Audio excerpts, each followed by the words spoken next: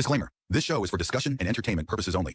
The Finding Gnosis Show is a platform for open discussion, exploration, and opinion sharing. The views expressed by hosts, guests, and participants are personal opinions and do not constitute professional, medical, legal, or financial advice. All topics discussed are only intended to spark curiosity, entertain, and encourage independent thought. If any subject interests you, we strongly advise conducting your own thorough research using reliable and professional sources. Critical thinking and due diligence is key. Stay curious, stay informed, be well, be lucky, and don't be an arsehole.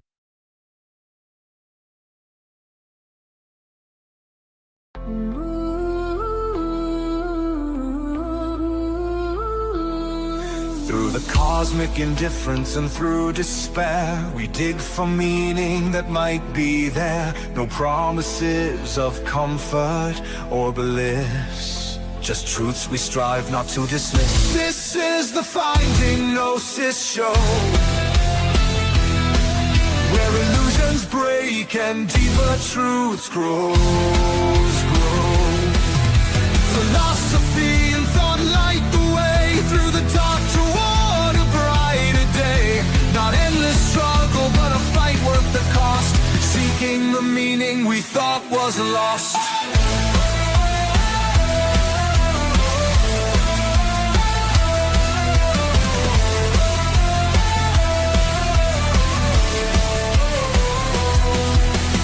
Pessimism asks, why even try? We answer with questions reaching the sky. A critique of the systems, the myths we hold. A reflection on truths both stark and bold. Depressive realism clears the haze, while hope takes root in critical gaze. We search for a path, no matter how steep, to find the truth that lay buried deep. This is the Finding Gnosis Show, where illusions break and deeper truths grow. Philosophy and thought light the way through the dark toward a brighter day. Not endless struggle, but a fight worth the cost, seeking the meaning we thought was lost.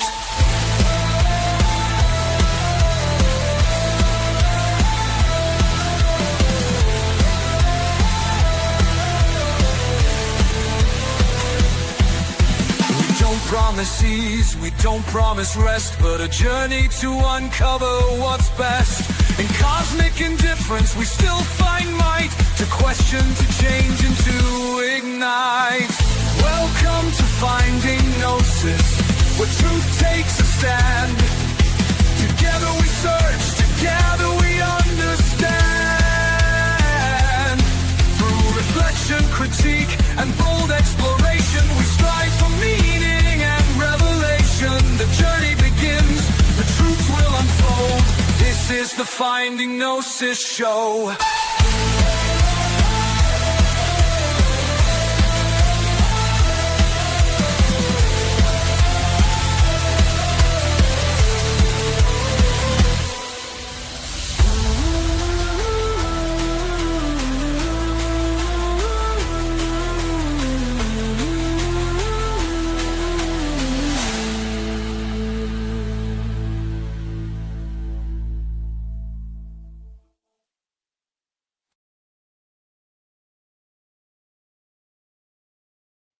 I'll be with you in a moment.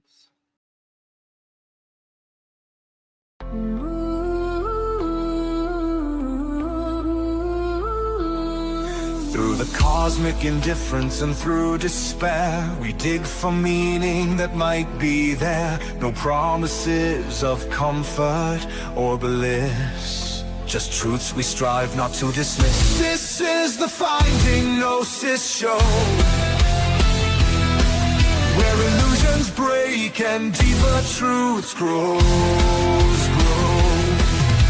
Philosophy and thought light the way through the dark toward a brighter day. Not endless struggle, but a fight worth the cost, seeking the meaning we thought was lost.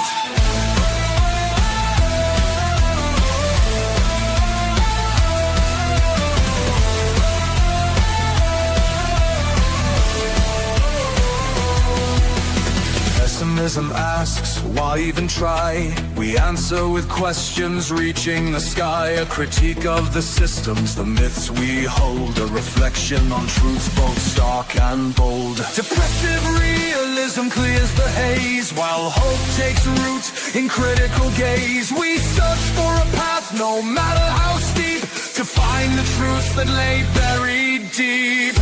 This is the Finding Gnosis Show, where illusions break and deeper truths grow. Philosophy and thought light the way through the dark toward a brighter day. Not endless struggle, but a fight worth the cost, seeking the meaning we thought was lost.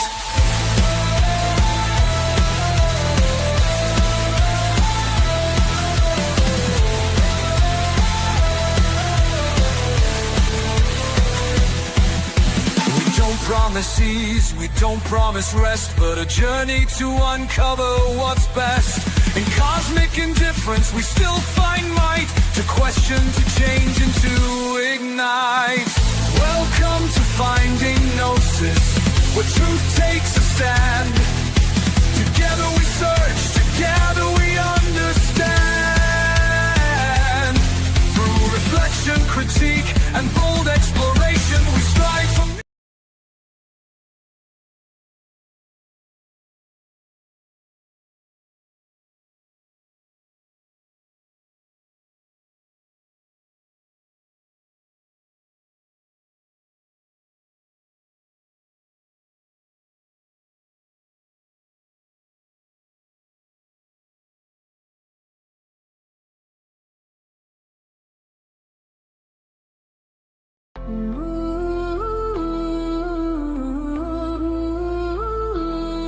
through the cosmic indifference and through despair. We dig for meaning that might be there. No promises of comfort or bliss, just truths we strive not to dismiss. This is the Finding Gnosis Show,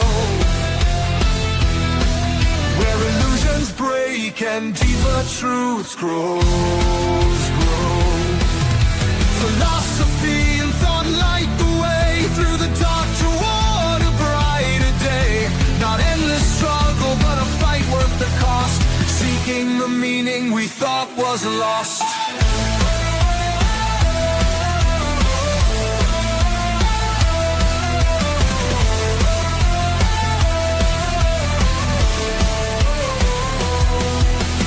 Pessimism asks, why even try? We answer with questions reaching the sky. A critique of the systems, the myths we hold. A reflection on truths both stark and bold. Depressive realism clears the haze, while hope takes root in critical gaze. We search for a path, no matter how steep, to find the truth that lay buried deep. This is the Finding Gnosis Show, where illusions break and deeper truths grow. Philosophy and thought light the way through the dark toward a brighter. Hello. Sorry about the wait. And I introduced this show with a mouthful of food and a sup of drink. I do hope you're well. This is the Finding Gnosis Show, number 22. It was meant to be about such and such a subject. I believe meant to be about manufacturing concern. That'll have to wait, I'm afraid. Been a chaotic few days since last week in my life, but things are okay, I think, for now. Anyway, today I thought we'd have a little bit of a chill out kind of chat, you know, maybe talk about what we have actually learned of utmost importance, considering each of our unique subjective experiences of this strange existence. And Chickpea says she hopes you are not full of the joys of spring today.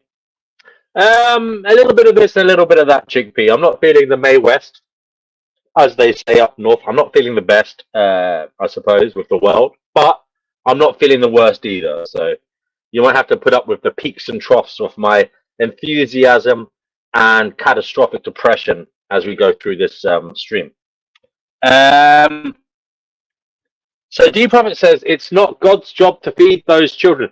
So Chickpea and D Prophet, seeing as you are in the chat, would you like to come on here and tell us what you've learned from your existence thus far, just to get the party flowing, you know, create the ambience, you know, set the ongoing agenda, you know, light the way, be the trailblazers, the mavericks of conversation, the pioneers on the show, show the newbies how it's done.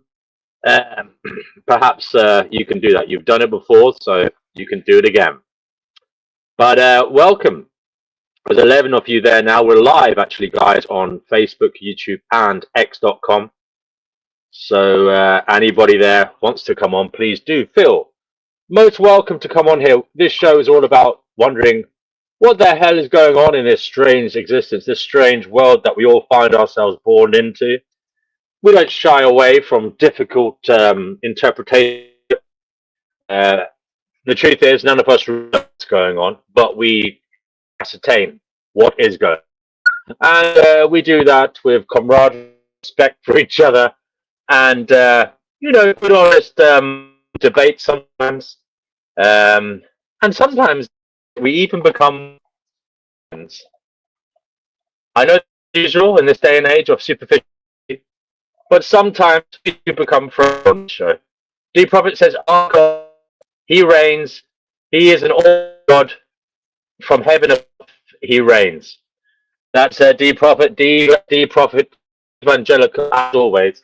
D Prophet, would you like to come on here and give your sermon to the masses? Chickpea is not convinced. She says, "Yeah, yeah, yeah, yeah." She has heard it all before. But guys, don't leave me hanging here. You know, I feel like an aging whore in a shop window. Nobody wants me. But hopefully one of you will come on here and come into my boudoir and be entertained with conversation and get something from it. So come on here and say hello to everybody, including yourself, because ultimately you are the only one existing in your solipsistic mind. When you talk, you are the only one ultimately listening. There is only you, D Prophet. D Prophet, everything is about you. Did you know that? But D Prophet says he may be able to come on later, but at the moment he's tied up. Okay, well, there you go. I want to say thank you to David, by the way, who gave me £10 the other day. I was quite shocked. Thank you, David, if you're listening. I appreciate that. It was a nice little gesture. But yeah, here we are. Anything happening. I'm sorry we're not having a lecture today.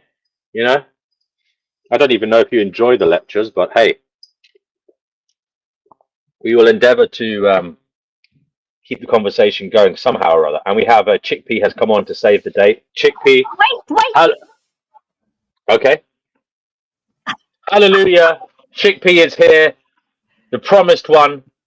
And let's just say I should have played something before she came. There is something here especially for Chickpea. What? What have one you moment. got there? One Would moment. You like to see a cat? Would you like to Here see it There's only one woman for the job. What you going to say? I said there's only one woman for the job, and it's Chickpea. There is only one I'm only here to have woman a for the wife. job. Come and see, look who's here. Would you like to see a grumpy cat? Look who's here, grumpy cats. Poppy, look. Oh, isn't she lovely? Grumpy cat, you're a cat after my own heart. Yes. Nice to... Well, what's her name? That's Madam Poppy. Madam Poppy. Yes, she's Okay. Madam. Yes, there's 7 more. You want 6 more? You want to see them? So, Chickpea. Daisy. You must see Daisy. Daisy. Okay. Hang on, this is Daisy doll. Isn't she cute? Oh, wow. She even said hello to us. I can tell. Yes. Say Daisy. Just say hello. Hey, Daisy. Hello, Daisy. How are you, Daisy? I believe you have 7 cats, right? Yeah. Yes, 7. 1 for each day of the week. Wow. They're the only reason why I carry on making the effort. If it wasn't for them, I would just go to bed. And that'd be the end of that. I would, seriously. So sick of it. Sick to death. In a horrible mood today. So do you think the meaning of life is service to others then? Is that what the cats have taught you? No, I don't believe that at all, that life is service. Well, I don't know. I don't know what the meaning of life is anymore, to be honest. I don't even know anymore. No, I just love cats. And I love animals. You know, I would never hurt an animal or eat one. Or if an animal needs help, I will help it. But I don't. Is that the meaning of life? I don't know. Maybe it's the meaning you've ascribed to it, because the topic of today's show is what have you learned of utmost importance? And that's the question, Chickpea. You are on your soapbox. This is your moment. You can tell us all what you have learned of utmost importance. And I'm not going to interject. I'm not going to try and persuade you this way or that. It's up to you to answer that question. What have I learned? What have I learned? Not a lot. Not a lot, actually, to be honest. It's all work until you're ready for the grave, isn't it? Actually, I was thinking about this because I find life, now I'm getting older, terrible. There's no end to what you have to do. You have to make sure you get all your vitamins, get all your minerals, get all your proteins, and get this right and that right and everything else right. That's before you even get up in the morning. Then you've got to go brush your teeth. I've been brushing my teeth now for 70 years, and I'm sick to death of brushing them. What else? Washing, and there's no end to it, is there? You wait till you're my age and you brush your teeth after 70 years. See how you feel. It'll be a privilege and an honor, ma'am. It's no honor. It's no honor, I can tell you. No honor at all. I sometimes feel like crying when I brush them. I just want to weep. Have to keep brushing my teeth all the time.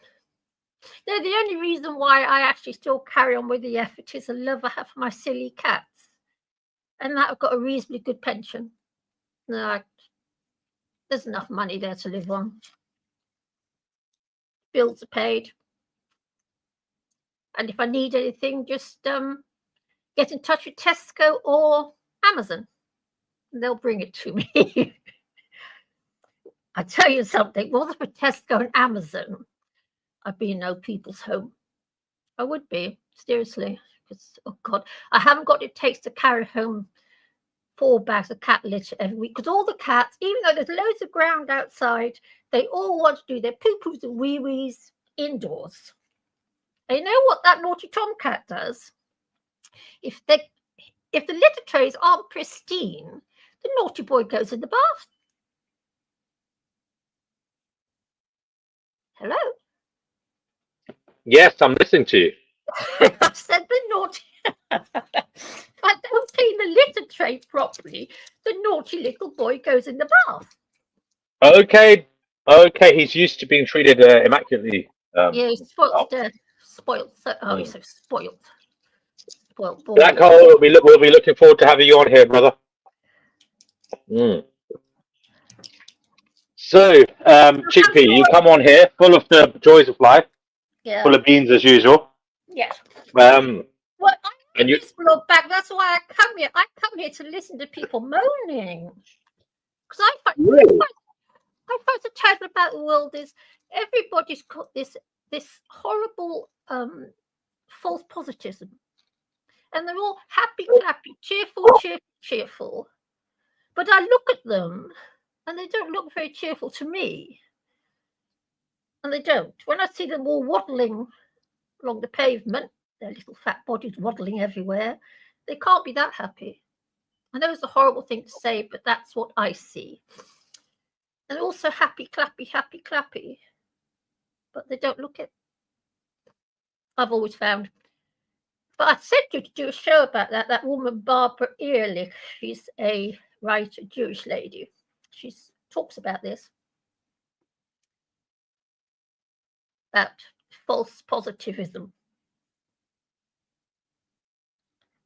Hello? Yes, I hear you. I hear you. I want to say thanks to David, brother. That was very kind of you the other day. I appreciate it. David gave me £10. That's the first time I've ever had anybody give me that. So thank you, David. I appreciate that. He I popped do. £10. Sorry. David says Tesco, Amazon, Just Eat, YouTube. The list goes on for all. The amazing lifesavers our technology gives us access. They've saved him for sure. So yes, David is on your side there. Yes, they do. I'd be lost without Amazon and Tesco. I do give money actually to YouTube, but I give it to a cat man. There's this guy and he's got a colony of cats. So I do give money. This is a very lowbrow publication today, guys. Production, sorry. There's no lecture, but we are going to chat. We're going to see what comes up. I actually think it's worthwhile a lot of the time, actually, chat and see what comes to the fore. Because when it's not pre-planned, we don't know what's going to happen. I mean, we have an idea, okay? A lot of us here are depressives or people who've had a hard time in life. Sorry? Are you depressive? I would say overall, yes. Because you come across, and one of the reasons I like you is because I get the feeling you're depressed. I like depressed people. You know, that might try to. Right. Yeah. Well, they're not always great people. It depends how you. Not always. It's like a Venn diagram. You have to have other things going on besides your depression. You know, you have to have, because you could be depressed for the wrong reasons. You know, you can be depressed for like egotistical reasons, all about yourself, and oh, woe is me. But I like to think woe is everything, and it's not just about me. You know, it's a shocking world, you know. It's a strange world we live in, and I like to think, yes, it is depressing, but we do have to try and get each other over the line and try and pick each other up sometimes, because what's the point in spending your life down in the dumps all the time? You know, there are little glimmers of hope here and there for little moments of minute moments of happiness, like flickering in the doom, you know. And these splashes of happiness are things we may look back on and say, yes, life was hell, but at least we tried our best. You know, we tried our best given the brutal confines that we found ourselves in. At least we tried our best to fight back, to fight the devil, you know, to fight the evil with this kind of nonchalant, kind of happy-go-lucky empathy, you know, where we kind of realize we're in hell, but we try and have a good time anyway, you know. Yeah, I used to when I was young. I used to drink and smoke, and that was fun. But now I don't. Drink. Yeah, but did you think you were in hell back then, Chickpea? No. I used to drink and That's smoke. the point. That's the point. Yes. You know. I used to drink and smoke and go out partying, do everything. Yes, I had fun. Good Lord, yeah. I haven't had a bad life. I'm just a miserable old bag. And I am. I am. I mean, I think I am. I don't know even. I don't like the world I live in. And I'll never be happy here, and I'll stop and think about it. And I never will be. I just don't like what we do as humans, what we do to the animal kingdom. And that really pisses me off. And it's my main topic of conversation, what we do to animals. It just ruins my whole day. It does. If that didn't go on, I'd be quite happy here. I could cope with all Really? this shit. Yes. Oh, yes. If humans... What about how humans treat each other, though? Oh, I can cope with that. Do you know? Really? Yeah, cope with that. I don't like it, and I have been to Belsen. I've seen what went on. Where? I can cope with that, but what we do to the animal kingdom... Where did you go to, sorry? Belsen. And I went back in the 60s when it was still the old Belsen. It was a really weird place, really strange. It was very disturbing. And I saw it was all, yes, I saw. But what we do to the animal kingdom, that just distresses me on a daily basis. Every day I think about it. If that didn't go on in the world, that didn't exist, I'd probably be okay here. Yeah, I'd be okay. I just find it such a hard thing to live with. Really hard to live with. I just find it an abomination. Have you surprised yourself, Chickpea, though, with your resilience and your ability to rise above sometimes? No, I haven't had a hard life. I've not had a hard life, but I haven't really. But I'm not happy. No. And I'm not. And the only true love I have is the love I have for my cats. That's the only true love I have. And for the pigeons outside. Things. I'm one of these pigeon feeders. I go out feeding pigeons. Okay.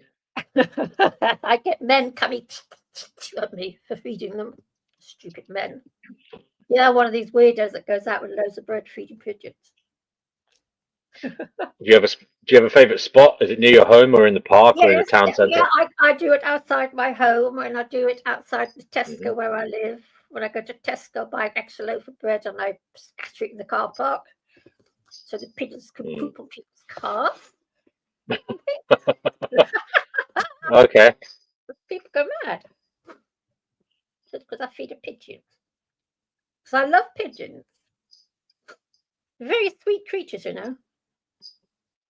No, they are the sweetest. You know what? Because I get. Well, you'll be interested to know. I once found London helping pigeons because they have this tendency to get caught their and it cuts off blood supply. And you'll often find pigeons are missing a foot or missing toes. Yes, it's horrible. Or, yeah. So I spent a little while going around London picking them up and very carefully untangling the string and hair that I found on their feet, and basically, freeing them so that their feet wouldn't be cut off. You know, like by the loss of blood. Yeah. I made a video about it on this channel some time ago. Oh, I'll have to watch it. Yeah. But they are sorry. Black Hole, do you want to come on here? Then he says he's back, so that's good. But pigeons are the sweetest birds. Like every morning when I go out and feed them, a load of sparrows come down as well, because I put out feed the sparrows too. Although there's no sparrows at the moment, but the pigeons never ever bully the sparrows. Even though they're 3 or 4 times bigger, they never push them out of the way. They just let these little sparrows. Well, I've never really seen a pigeon bullying anybody. No, they are the sweetest animals. They are such sweet creatures. They really They bully each other, though. They know that I've seen them bullying each other. I have. They bully each other. Really? Yeah. Yeah. Oh wow! But I know they don't bully. Well, if you put a bit of food down and there's 2 of them going for it, they have a little bit of a scuffle, don't they? Yeah. But they don't do anything. They are sweet creatures. I think they are such a mismaligned creature. I really love them. Hello, Tony. Do you want to come on here? Black Hole says he's coming on. David, do you want to come on here, brother? David says you're a smart cookie, for sure. So, anybody want to come on here? The link is in chat there. I'll put it in again for you. You can come on here, by all means. We are talking about what is going on in this strange existence, and we're giving personal opinions as to what we've all learned individually or seemingly of most importance.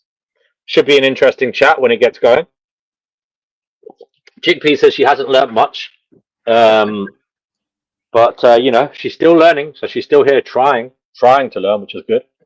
Yes, David, you can try indeed. Have you ever used stinging nettle tincture? DNW? Stinging nettle tincture. Can you remind us what that is? Sorry. That is for arthritis and stuff. No, I don't have arthritis. I think you mentioned this before. I don't actually have arthritis. I wouldn't say. I mean, you can get it. I was going to say I'm a little bit young, but you can get it at any age, can't you? Mine started when I was 40, and I tell you something, it works far better than the rubbish big farmer come up with. Far better. Okay, Tony. Well, that's a pity. Maybe next time. So Got to give it a try. I've learned that. I don't know where Black Hole is. He says he's coming on, but can't see him yet. Anyway, the link is in chat. And how's your baby? Yeah, he's okay. Good. He's playing with. He's got a lot of toys. He's playing with one of his toys at the moment. You take him And to bed? he's very. No, I occasionally sleep on the sofa, and he sleeps down the bottom near my. When you sleep on your side on the sofa, and I usually bend my knees forward a bit, so there's a gap between my calves and the back of the sofa, and he gets in there. He uses that as a dog basket. Yes. Black hole is on, but I'm waiting for him to connect. It's not connected properly at the moment, so we're just waiting for that black hole. If it doesn't connect, you'll have to log out and come back in or something. But hopefully you'll figure that out. You know? I take all my cats to bed, all 7 of them. We all sleep together. Wow. Yeah. They love it. Oh, Black Hole is here. Hello, Black Hole. Welcome to the show, brother. You're live on the show, brother. We can't hear you, mate. We can't hear you. You'll have to maybe allow access to your microphone in the browser that you're using, Black Hole, because we can't hear you at the moment. Chickpea, can you talk to make sure we can hear you? What could I say? Hear you. We can hear you. Okay. Whilst we're waiting for Black Hole to come on and fix his audio so that we can hear him, I'll put a question up here for to think about. You can answer this in the chat as well, guys. So, Chickpea, what pivotal experience or aha moment taught you a lasting lesson that still shapes your decisions today? Oh, good Lord.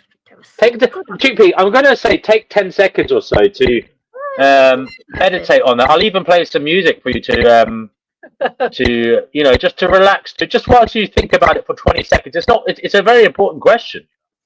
So we'll just play a little bit of music. Just think about it. What aha moment taught you a lasting lesson that still shapes your decisions today? Think about that for the next 20 seconds or so, and then come in and let me know what answer comes to the fore. In chat, please also think about that question. What pivotal experience or aha moment taught you a lasting lesson that still shapes your decisions today? Come up with an answer in chat if you can. Actually, my mother. You know what? When I saw my mother pregnant with my brother when I was a little girl, I was so horrified by what I saw. I thought to myself, that's not going to happen to me. And I made sure it didn't. So you were horrified. Yeah, when I saw my mother allowing herself to get all fat, etc., and I knew she'd made that decision. I knew it was something to do with my stepfather and her getting together somehow. I didn't know how, obviously, but I was horrified she was doing that to herself. I was horrified, absolutely. I was 6 years old, 6, 7. I was absolutely horrified. And I decided then that is not going to happen to me, never. And I made up my mind then. I made it up and I've never changed it again. Well, what is horrible about it? I mean, she was giving life as a beautiful thing, perhaps? Ugh. I mean, first of all, what age were you? I was 6, 7 years old. 6, 7. We were living in Aden. My mother had been married to my stepfather a couple of months. And yeah, I saw her getting fatter and fatter. And my mother was very, very pristine. My mother, very slim and very pristine, very pretty. And I saw her looks and her figure being destroyed. And I saw it. I was watching it happening. And everything was destroyed, actually. She changed so much compared to what she was prior to getting married again. And I was just horrified. And then this thing came into the house, this screeching little thing. Horrible. Who was your little brother, was it? Yes, I was horrified by what I saw, especially the whole feeding aspect of it all. I was horrified. Absolutely. Really? Yeah. Horrified. I just thought to myself, how can you do that to yourself. Yeah, even as a little girl, I was very, very beach bound. And I was quite sort of, yeah, I was a bit like that when I was little already, I think. Yeah, I was horrified by what I saw. Horrified. Okay, well, Tony says that the thing that the pivotal thing that she's learned of most important is that we are already eternal and unconsciously reincarnate. Secondly, that none of this is real. We, the collective, create reality. Okay, Tony, well, I'd love you to come on at some point and tell us about that, because that sounds very deep indeed. But I am looking for pivotal distinct moments in your life where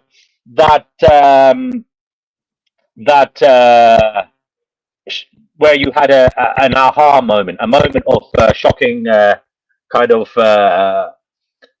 thoughts that shattered your prior held illusions, or perhaps gave some kind of lasting impression that shaped your life going forwards.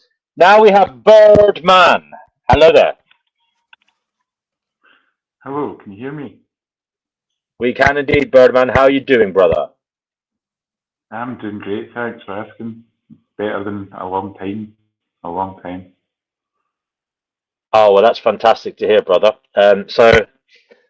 What pivotal experience, Birdman, or aha moment taught you a lasting lesson that still shapes your decisions today? Oh, where to start? Well, I suppose you can start in a few of them. You can start at the earliest one. The earliest one would be to trust my instincts. My instincts were always true. I just started to doubt them because I was betrayed at a very young age by a childhood friend. So Birdman, I have to say, brother, your audio is a little bit muffled. I don't know what type of microphone you're using, but if you could try and a little bit clearer. Yeah, But I believe you just said you were betrayed by a friend. Were you? Yeah, I'm adjusting on my microphone. Hold on. I'm actually speaking. I'm speaking from inside a place where a lot of people are just about to go to sleep. So I'm trying to keep my voice down as well. All right, bro. All right. Let me just see if I can do anything with your microphone settings. Thank you. Reduce background noise, echo cancellation. I've tried my best there, brother. Testing, 1, 2, 3. Testing, can you hear me? Yes, my friend. All clear? Yes, sir. Okay. I was betrayed. I trusted my instincts right up until a childhood friend betrayed me, and he betrayed me in such a way that was soul destroying because I'd defended him when he'd done wrong, defended him against his doubters, about people who said he'd done wrong. I've defended them, shielded them, even though I barely knew him. And then he set me up to put the blame for his mistakes, sort of a thing. It's complicated to explain and stick to TOS and that,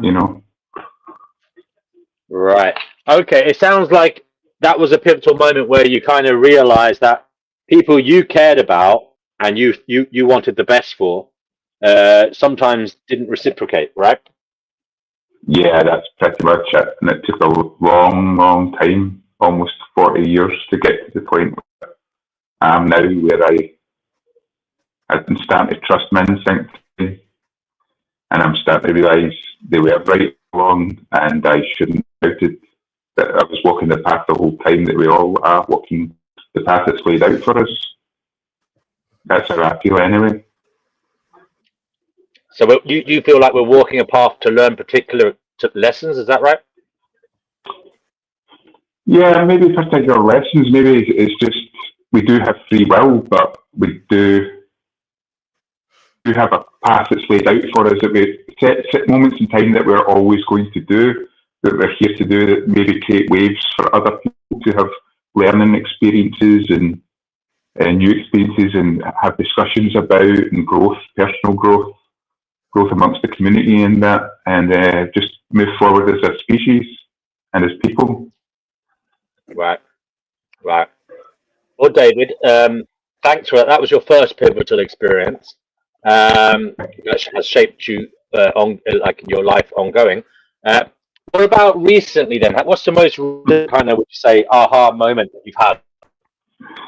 I've had it a few times in the past, I think, few months. I kept having a set where I would have this realization, laugh at it, then be in disbelief, and put myself again and think I'm losing my marbles or something, because that happened at least 5 times in my past before, where I was committed to a mental unit for depression and just not really knowing what was going on.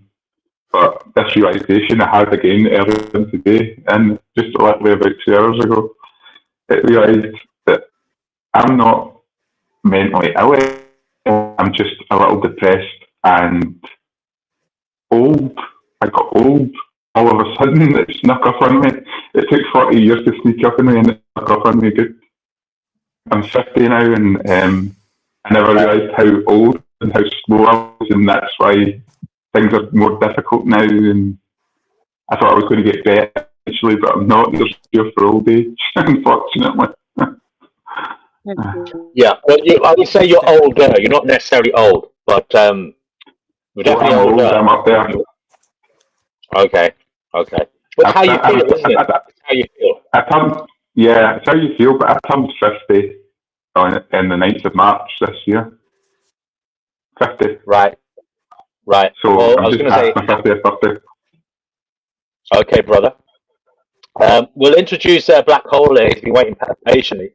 Black Hole, what pivotal experience or aha moment taught you a lasting lesson that shapes your decisions today? Well, it's been a little technical issue today, but I think the thing that really awakened me, as you mentioned, was back in 2014. I listened to on music. Black Hole, I didn't keep there, but it seems you've lost connection. You'll have to come back, brother, because your reception's terrible. So, yeah. Can I ask you something? Both guys, pregnant women, because I know it's a horrible thing I'm going to say now, but don't you find that pregnancy looks very unattractive and very uncomfortable? No one will talk about. Yeah, but they're not meant to look very, very attractive because the deed's been done. They're meant to look like someone who you don't necessarily, biologically speaking, the deed has been done, and they just need to be looked after by the person that's done it. I mean, that's the kind of biological imperative. Like when you see a pregnant woman, it's like kind of look after her, basically. Especially if you've done it. Yeah. I don't know how that, because shall I tell you something? I'm so grateful to be born into a time that abortions and birth control was on demand, because I tell you, I am so grateful to have lived in those days. That's my pivotal experience, actually, to have lived in a time where I didn't have to, because if I'd be living in Victorian times or any time where that wasn't on demand, the end of it all, I would have thrown myself off a cliff. I would have, because I don't know how anyone puts himself through it. I'm really many do, and they're happy about it. Yeah, I know it sounds crazy, and I have lost men over it, because most men want a family, whereas don't look at me. Can have lots of cats, dogs, horses, anything you want, but no kids. Okay, Chickpea. Sorry? Chickpea, I just want to bring Black Hole back in because he's been waiting patiently. Black Hole, can you talk to us now? His microphone. I was trying to tell you. No, Black Hole, your microphone sucks, brother. You're gonna have to move somewhere, bro. You're gonna have to go somewhere else and rejoin the show, maybe. Go to a different location, plug in your internet. I don't know. All right, bro. We got. Hopefully he'll come back with a better better microphone or better reception or whatever. But don't these women. I mean, I just don't understand that somebody doesn't get upset about losing their flat stomach. I don't know what I must sound like talking like this, but it just looks to me so destructive. It's so destructive to the body, isn't it? That's the sacrifice they believe in, you know? It is what it is. Yeah, I don't. It's not a sacrifice. Anyway, Chick, I want to go back to Birdman here for a moment. What kind of I the crux of matters here? What have aha moments in life shown you? Like, and is it just something for you, or is it something you believe could be knowledge, gnosis, if you like, that could be transferred to others, that could be beneficial to others? Because sometimes I think we're all walking our own unique path, and that the actual knowledge that one has isn't universally applicable, you know. It's only for you for the most part. Now, other people might get a benefit from it somehow or other, but for the most part, life is a very personal experience, and it may make sense to you, but the problem is it might not make sense to anybody else, the knowledge that you're trying to convey. You know what I mean? Oh, yeah. Can you hear me? Yeah. Birdman. Yeah, I just unmuted the mic. It was muted twice. Birdman, you're terrible. Your audio is terrible as well, my friend. I'm sorry to say that. It's very disappointed. Yeah. So you might have to move room or something, or use your phone instead. I don't know. Yeah. If somebody wants to call me on my phone, I'm on my phone actually at the moment. Are you Scottish? Are you Scottish? Yes, I am. Yes. Where from? Just outside Glasgow. Oh, lucky you! I love Scotland. Do you know Me Rosyth too. Dockyard? Do you know Rosyth Dockyard? I can't hear you. Sorry, hold on. I'll turn this up. Oh, my audio is terrible. I'm using headphones that I'm not used to using. Do I know what? Sorry. Rosyth Dockyard. Rosyth Dockyard. Yeah. Yeah, I know Rosyth Dockyard. Yeah, I was based there for about 18 months when I was very young, in my early 20s. I was a regular there. I loved Scotland, loved it. And I loved South Queen's Ferry, and I loved going hiking in the Highlands, because we used to go hiking right up north. And you could drink water out of the streams. You could actually drink water coming from a stream. Yeah, some of the purest water. Yeah, it was beautiful. Oh, it was such a beautiful place. Sorry, I just love Scotland. Beautiful. Yeah, so do I. I've never been able to leave. Yeah, if I was young enough, I'd move up to the Shetlands, but I'm too old. Love Scotland. Beautiful. I like Glasgow, actually. Glasgow's got a real bad reputation, but it's a really beautiful city when you go. Beautiful city. Yeah. Yeah. Beautiful city, especially at night. The nightlife, it comes alive. Yeah, beautiful city, Glasgow. And Edinburgh. Edinburgh is gorgeous. Yeah, Edinburgh's old school, isn't it? Yeah, beautiful. Edinburgh and Dundee. Yeah, Aberdeen. Yeah, wow. I really liked Scotland. Surrounded by Scottish people today. Tony is Australian, but ironically, both her husband and her in the town of Melrose in Scotland. So there you go. Something about the Scotty tribe tonight has taken the show. Scotland's an interesting place. I mean, the Scoti were like a tribe, basically a Gaelic tribe from basically Ireland that came over to the west and took over. Then in Scotland, you've also obviously had the Vikings, and the Picts were there as well. And not much is known about the Picts. I actually have a Pictish heritage for sure, because I have some Scottish lineage in me as well, believe it or not, going way back. And it's interesting. I definitely find something very exciting about the Picts, because not much is known about them. They're a very mysterious people. And my goodness me, guys, we're in for a treat. We're in for a treat here.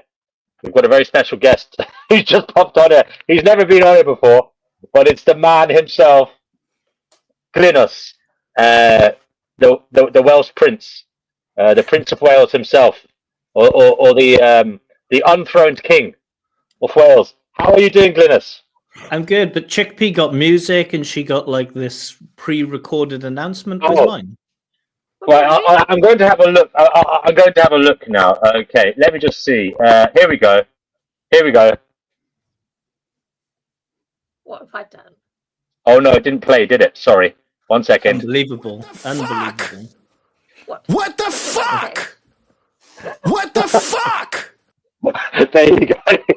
Is that okay, Glynis, you look very professional. I mean, you're come on, bro. This is a lowbrow production. Look at you sitting there with the lovely, clean, green slate behind you, and the headset. Even what you're wearing, it's all kind of matching. The black. Wow, the expensive microphone. Where in Wales are you? No, he's not in. He's not in Wales. He's working in a Russian troll farm. Are you in Wales at the moment, brother, or where are you? No, I'm in St. Petersburg in Russia, but I'm from Wales. Oh, wow. Lucky thing. Lucky thing. Yeah, lucky you. Well, I have to say, the man's looking remarkably well. Remarkably well. Yeah, So, I had a bit of a health scare a couple of weeks ago, but I'm doing okay. yeah, you look younger than your years, brother. I think we're about the same age.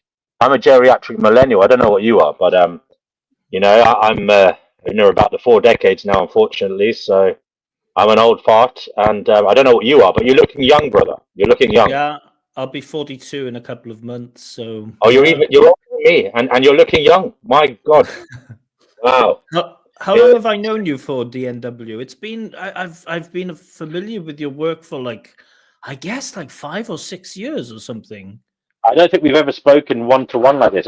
Although, yeah, in a small gathering like this, we never had a direct conversation. So it's been a while. It's been a while. I don't want to take all the attention off. No, but it's fine because we're all in this together and we're all trying to figure out what's going on. But Glynos used to make very interesting videos. He's an antinatalist, okay? At least I think he still is. And he's also an ethicist, right? Or are you? I don't know.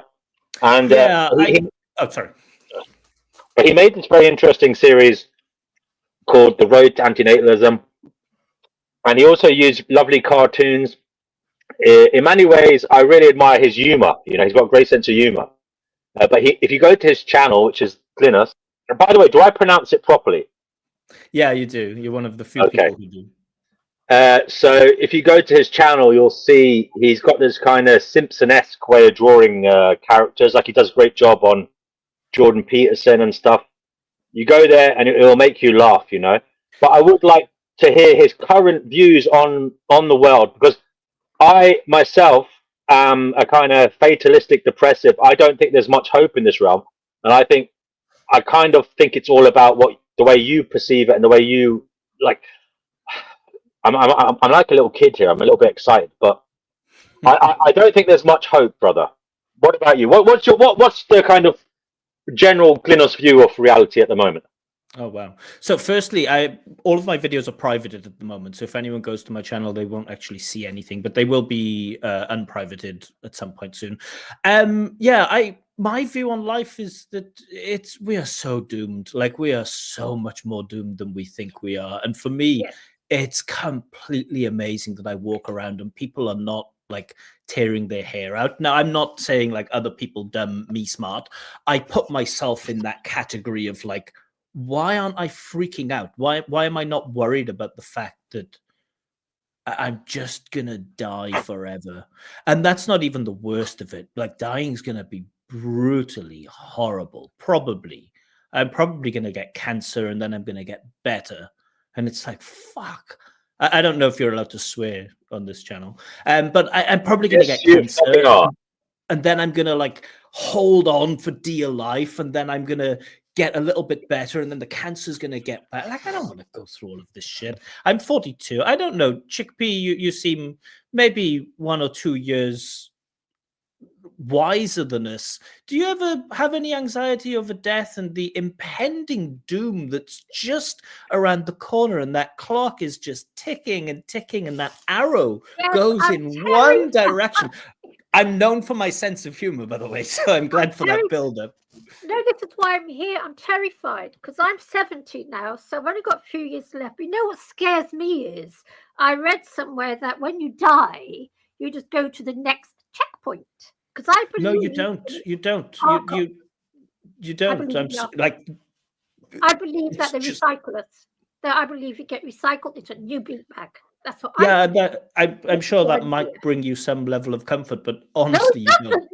You just boom, done. Terrified. I am absolutely petrified. No, that's why I come here, because I'm trying to find a way of just all I want is oblivion. All I want now, I've had 70 years and I'm exhausted with it all, and I just want to die. Yeah.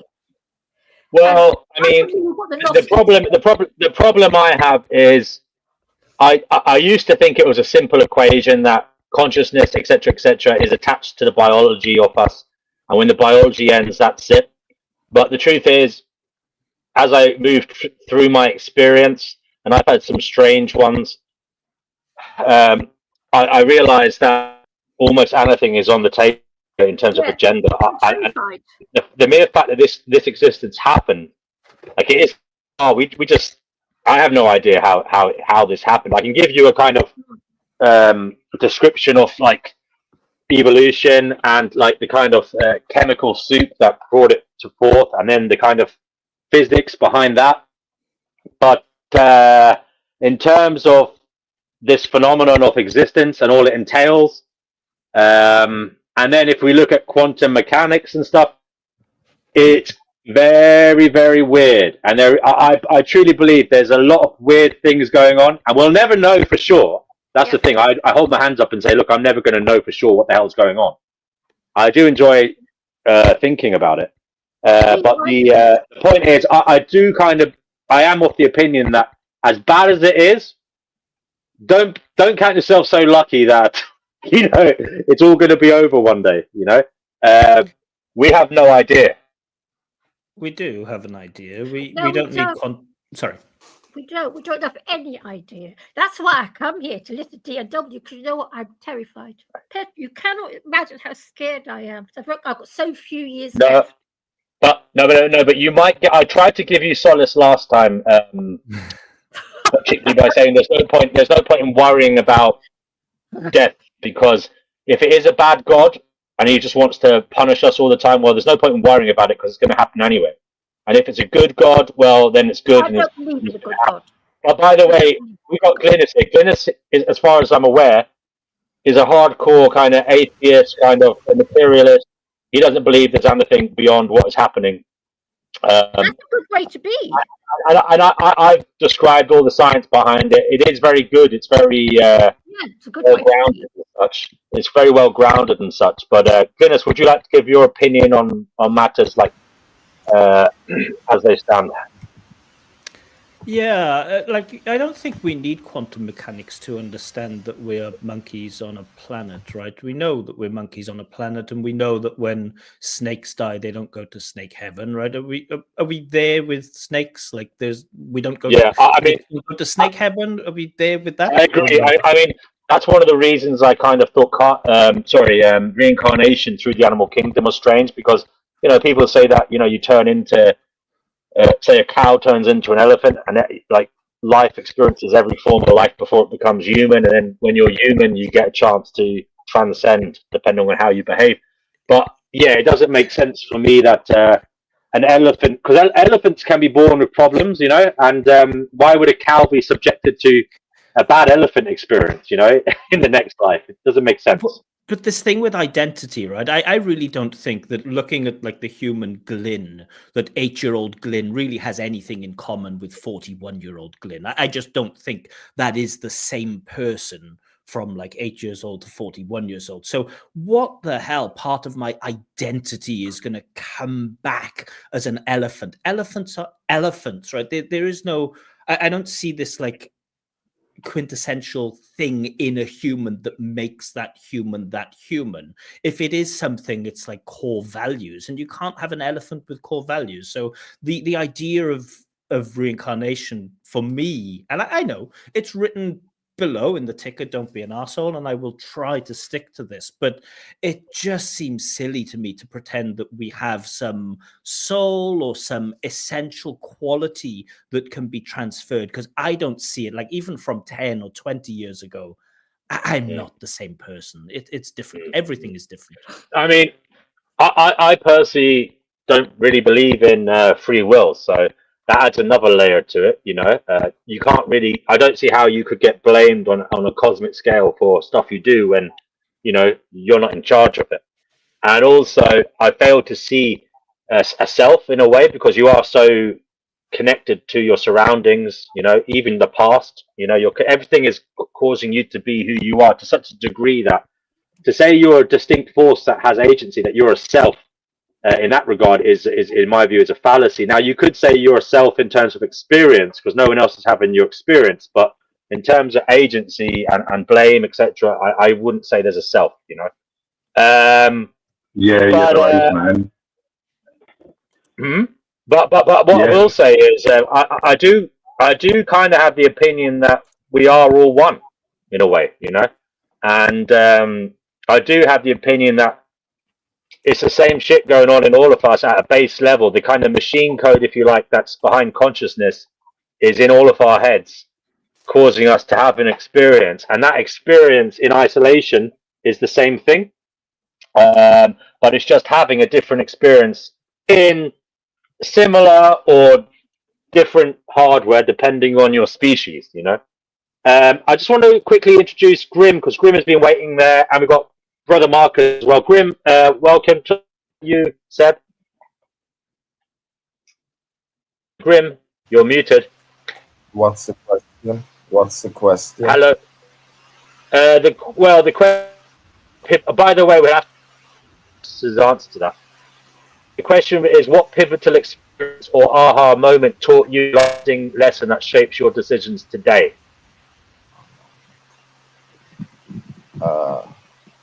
I guess a lot of the things one learns doesn't happen instantly. It doesn't happen due to some sort of special instance.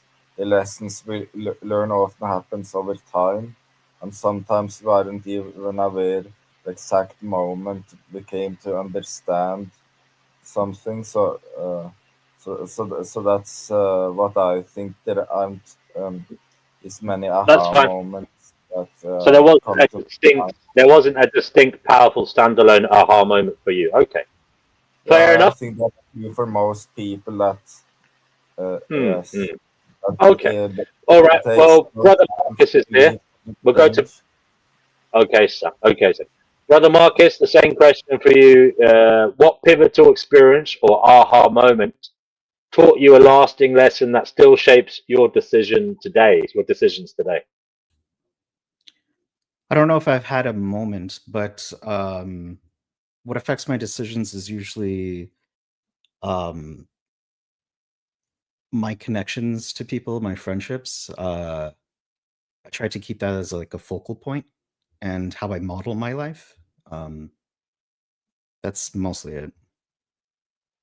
Okay, bro. Thank you, and thank you for joining us, everybody here. Glenn, seeing as you're the newbie, sorry to surround you like vultures. But you did say, first of all, when I asked, you said you've made your content private. Can you tell us why that is? And then also answer the question there as well. What pivotal experience or aha moment do you believe taught you a lasting lesson that still shapes your decisions today? If you have one, that is. Yeah, I'm in a country that doesn't really value some of the opinions that I've previously made public. So for the time being, I'm just privating those videos. I did have someone, I think I might know who it was, but somebody kind of reported me as a suspicious person. But I don't want to talk about that. That was a few years ago. Okay.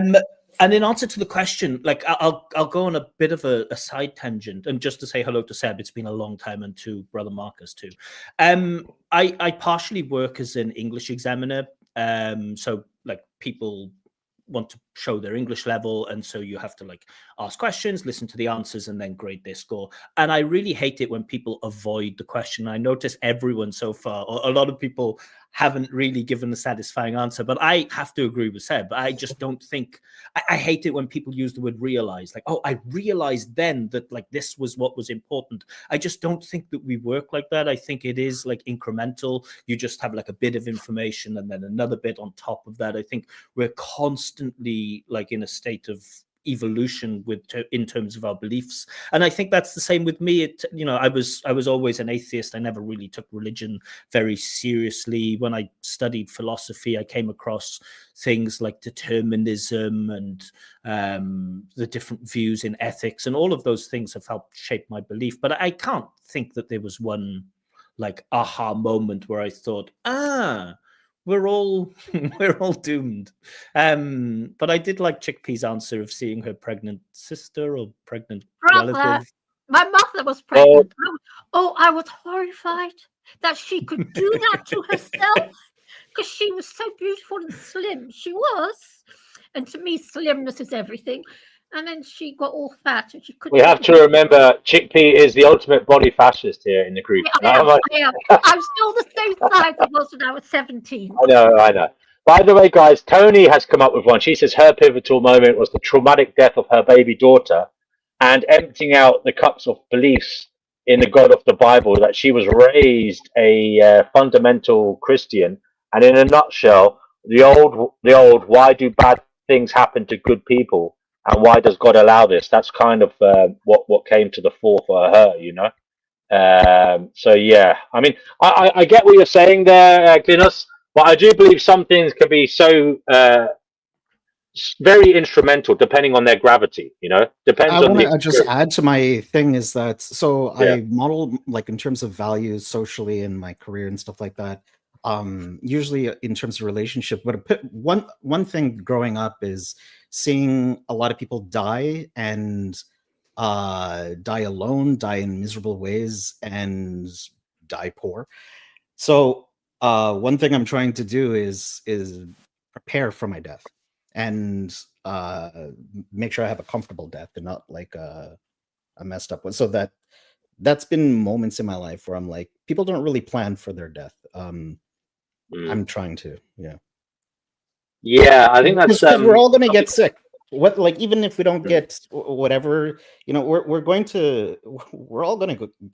Who's going to take care of us? Like, do you have enough money to go into a care home? Do you have enough money to not die in a shelter or something like that? That's what's on my mind. Right. Good stuff to be thinking about. Pamela is here. Pamela, welcome. Have you got an opinion or an answer to the question? What pivotal experience or aha moment, a bit like, what's his name? Alan Partridge, if you're from the UK, you know who that is. Taught you a last lesson that's still... Sorry, Pamela? Yes, Pamela. I am here. The question is there, Pamela. But are you listening? I'm listening to you guys, and I'll say something later, if anything. I'd rather not do it now. That's fine. I can't force you to. But if you want to follow your own path in terms of how to converse, that's your prerogative. Well, I'm just going to stick it on mute and listen to you guys. Okay, Pamela. Well, it's good to have you here. You were banned. Actually, because last week you were annoying last week, Pamela. So I had to kick you off, right? But you're back. You're back in class today. I know it's annoying a few months before that. Yeah. Anyway. Sorry, Savina made me laugh. So I'm going to mute myself now. The audacity of D&W's audio to be so loud with that quality of audio. Yes, it is a little ironic. All right. Now, last week, me and Brother Marcus had a little chat because I think it was Wednesday, was it, Brother Marcus? and apparently I connected through my phone and it was better. So I might try that in a bit. But Tanel, do you want to come on here, brother? You're here, Savina. Tanel says, choose the care home carefully. Some of them have said to have horrible conditions and stuff. Yeah, I mean, I've heard of absolutely terribly scary stories about staff abusing patients and stuff like that. I mean, probably if I got to a certain age, I'd like to think I would have the ability to take myself out somehow or other, in a scenic spot, like where nobody would find me, and maybe I could just feed the crows or whatever. But I don't know. You say that, but nobody knows until they get older, and it's we're still here. All of us are still here. Obviously, some of us are here because we're afraid of elsewhere. Do you have your will taken care of? Do I have a will taken care of? Yeah, I did. It's not hard to do a will. You just have to get another person to be a witness. Yeah, I have a will. That's a will. good. Yeah. There's loads. You can do that online, guys. If you look up free wills online, there's loads of templates depending on your jurisdiction. But it's important to have one. Although if you're a sadist like me, you might enjoy the thought of people fighting for your scraps. Oh my god! I'm in that situation at the moment. Oh really? Yes, me and my brother are fighting over a will. Well, Chickpea, if you want, I can leave you my details afterwards, and you can leave it all to me. If you're at all worried. You've got legal experience. No, I meant you can leave your belongings to me when you pass. I'm joking, Chickpea. I'm joking. I don't. The thing about Chickpea is she'll outlive all of us. She's 70 now, but I have a feeling she's going to be like 125. Yeah, I really do. I do have that feeling. I have that feeling too. I reckon I'll still be with because my cats live for 20 years. Yes, you're not the first person that said that to me. Actually, Green, I must tell you something. Green, yes? Guys, the Green, I forgot your name. Yeah, Glyn? it's Glyn. Yeah, I didn't hear what you asked. Sorry. I must tell you, actually, back in the 70s. Chickpea. Sorry. I can't tell you, I'm not allowed. No, her name is Chickpea. I'm just letting you know. Go ahead, Chickpea. Well, I must tell you, back in the 70s, I lived in Berlin for a while. And we used to go shopping in communist West Germany. And you know what? We used to have to get on the tubes in West Berlin with our passports and all our different papers. And there was to go to the West, and there'd be little men with guns and everything, body searching us to let us off the train in the East. That's how it used to be in your part of the world. I guess you don't mean guns like big biceps, right? Yeah, they used to be standing there with machine guns on the tube stations in East Germany. Yeah, a big group of guys with guns and all sorts of stuff, and they'd be patting you down to make sure you weren't. I don't know what they thought we'd be carrying. But all right, I just want to say thanks to David for joining us. He can't stay any longer because others in his house need to sleep, and his voice, being typical Scots, he doesn't know how to keep it down. So, David, I'm only jesting you, but yeah, it was lovely to have you with us. It was good to hear your voice at long last. Hopefully, you'll be able to hear us, join us another time.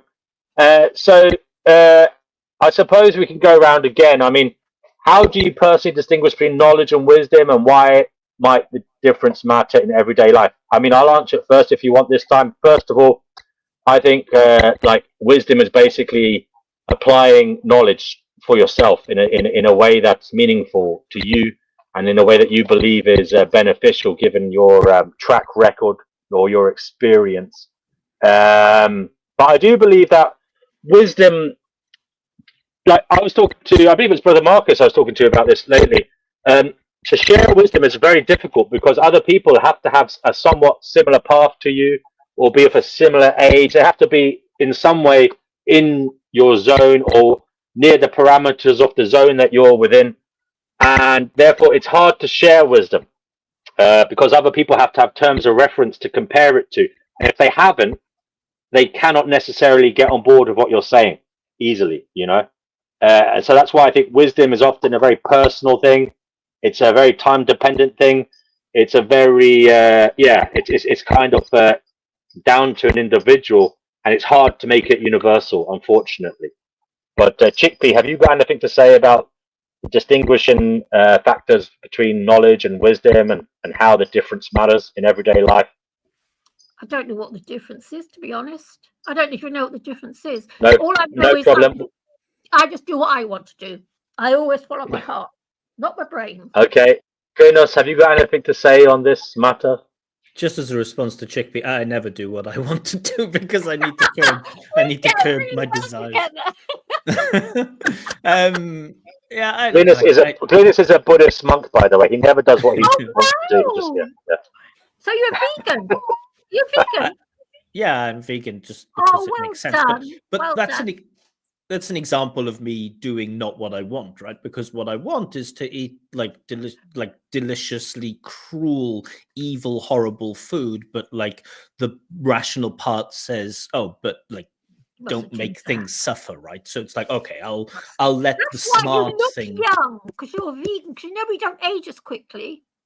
Yeah, I mean, there are lots of good reasons to be vegan. There are lots of good reasons to be vegan. Even if I age twice as fast, I think I would probably still be vegan. Yeah, because we don't age as fast. I've noticed it with us, all of us. It's all about the looks for Glyn. It's all about the looks for Chickpea, Glynis. So you're in the books. Don't worry. I'm not as skinny as she probably wants me to be, but sorry about that.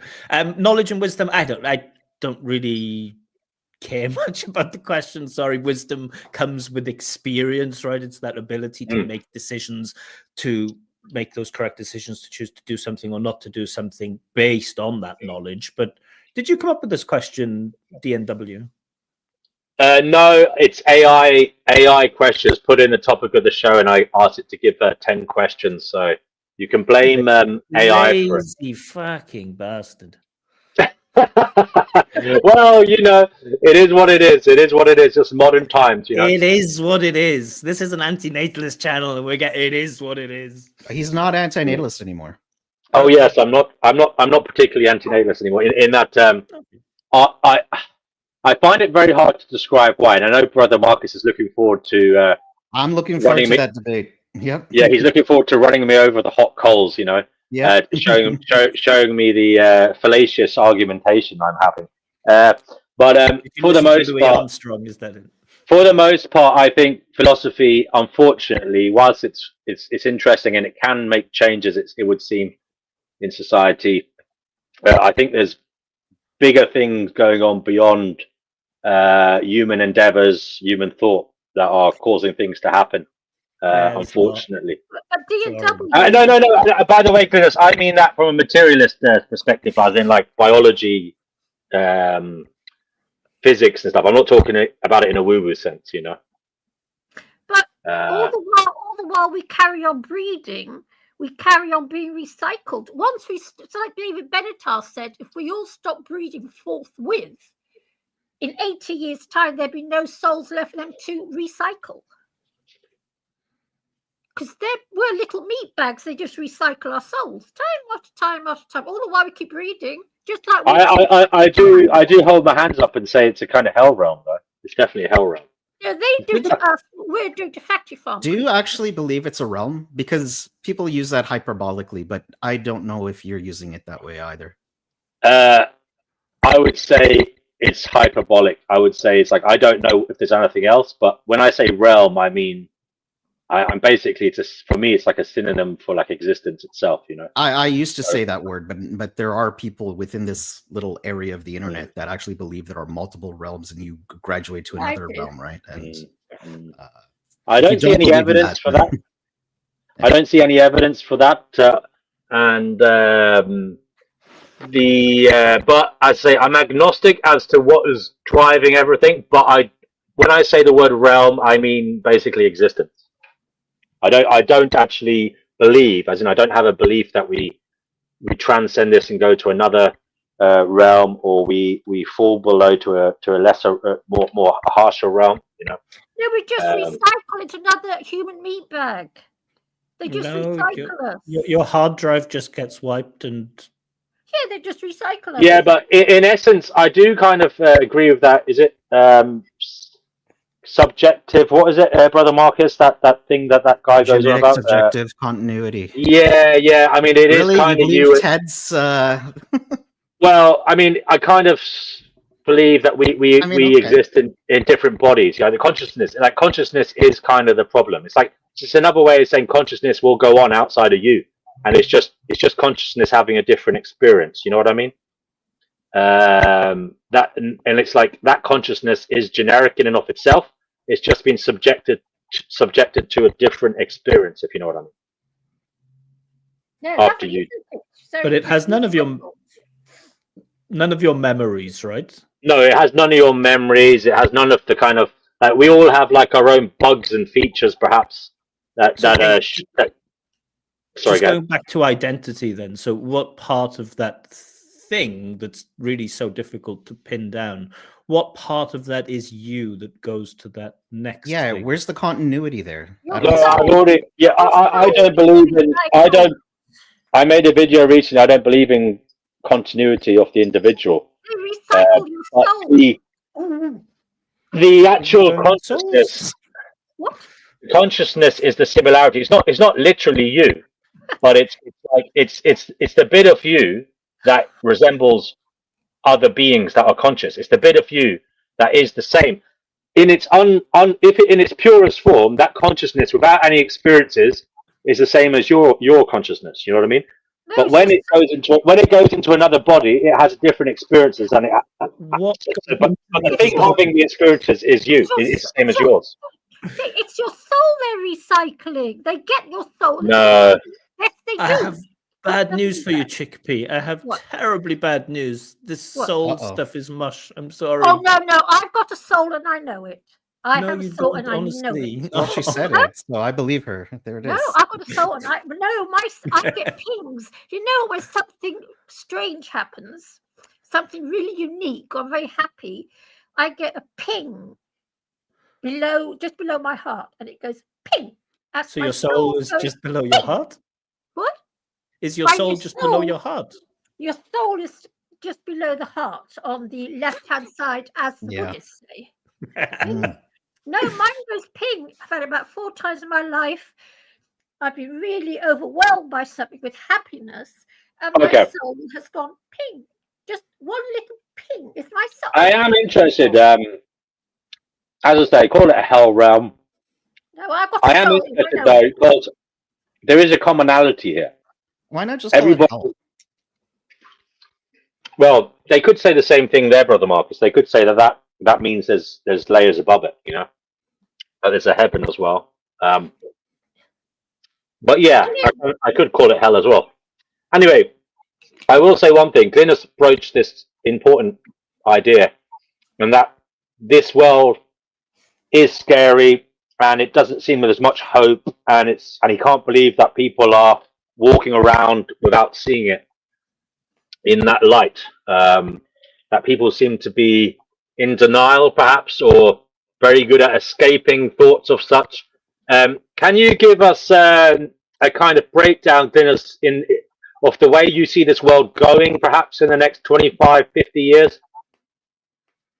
I'm really not qualified to say that. I think in the next 25, 50 years, terrible things are going to happen to me. The planet seems doomed, right? I don't know. This climate catastrophe seems pretty terrible, but even worse than that, I'm concerned about the political landscape. I do think like intellectualism is losing terribly. We are losing bigly. I'll put myself, not because I consider myself to be a great intellectual, but just because I don't think Elon Musk is a smart guy. So that puts me as it's the intellectual type. But I really do worry about, like, maybe one naive belief that I still held on to, like even 5-10 years ago, was this idea that we would progress morally and we would progress intellectually. And I don't think that we're going to see that in the next 100 years. Okay. And Brother Marcus, have you got something to say on that matter? And then Grim, and then Chickpea. What's going to happen in the next 20 years? I think it's just going to keep sinking. Grim, have you got any outlook for the future that you'd like to share? It can be very hard to predict what is going to happen. New things happens every day that one just can't predict. The world is, after all, too complex to predict it. Right. And chickpea, anything come to the fore for you in terms of I could talk about guessing this which for way hours. everything? I could talk about this for hours on end because I believe the revelation. I think all hell's going to break loose. All hell is going to break loose, and we're going to see it. So the four horsemen of the apocalypse.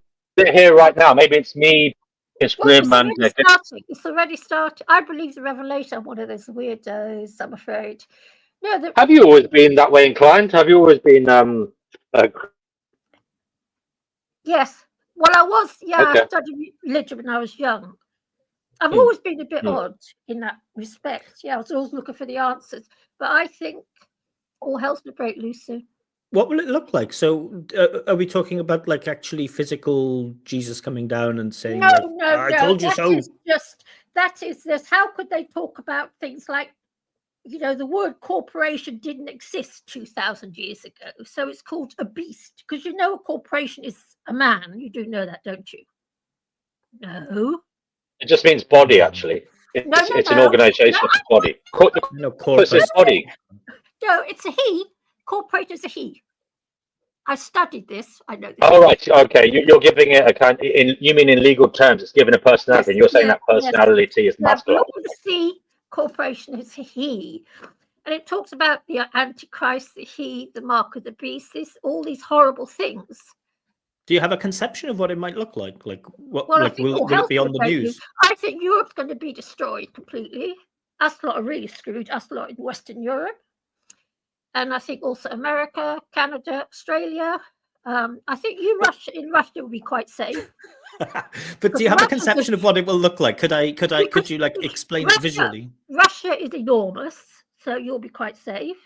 But I think that there's going to be mass starvation, mass global warming. It's going to be a horrible, horrible time ahead, and I think there'll be a lot of mass deaths. We could have that without the revelation, though, right? We're doing a pretty good job of ensuring that for ourselves. I just believe it. I don't know why I believe it. I've always believed it. I don't know why. I believe I will be an American. What? Mark is going to become American because Trump wants the first state, you know. Marcus is going to become. Euphrates is drying up, and there's a little army is invading this country. You know what we're seeing now. It's not just what everyone thinks. It's an unarmed invasion. God, I shouldn't be saying this really. Oh dear. Go on, Chickpea. Go on, let it all out. It's okay. Chickpea, a lot of things. We're all friends. I think there's going to be bad times ahead for all of us. You think there's going to be what? Sorry. You'll be okay, Glynis, because you'll be safe in Russia. Russia's going to be fine because it's a huge land mass. Nobody can beat Russia. Nobody. Russia's going to be fine. And you will be. Okay. That's not in Europe. That's screwed. We've had it. Hello to anybody who's joined. You can click in the chat to come on here. Synchronicity alert from Tanel, who says that he was just thinking of the word actually second. When DW said it. Well, actually, that is amazing. That is found synchronicity at Tanel. And I think you have to derive some meaning from it, though. That's the thing about synchronicities. You've got meaning from them. What is the meaning of that?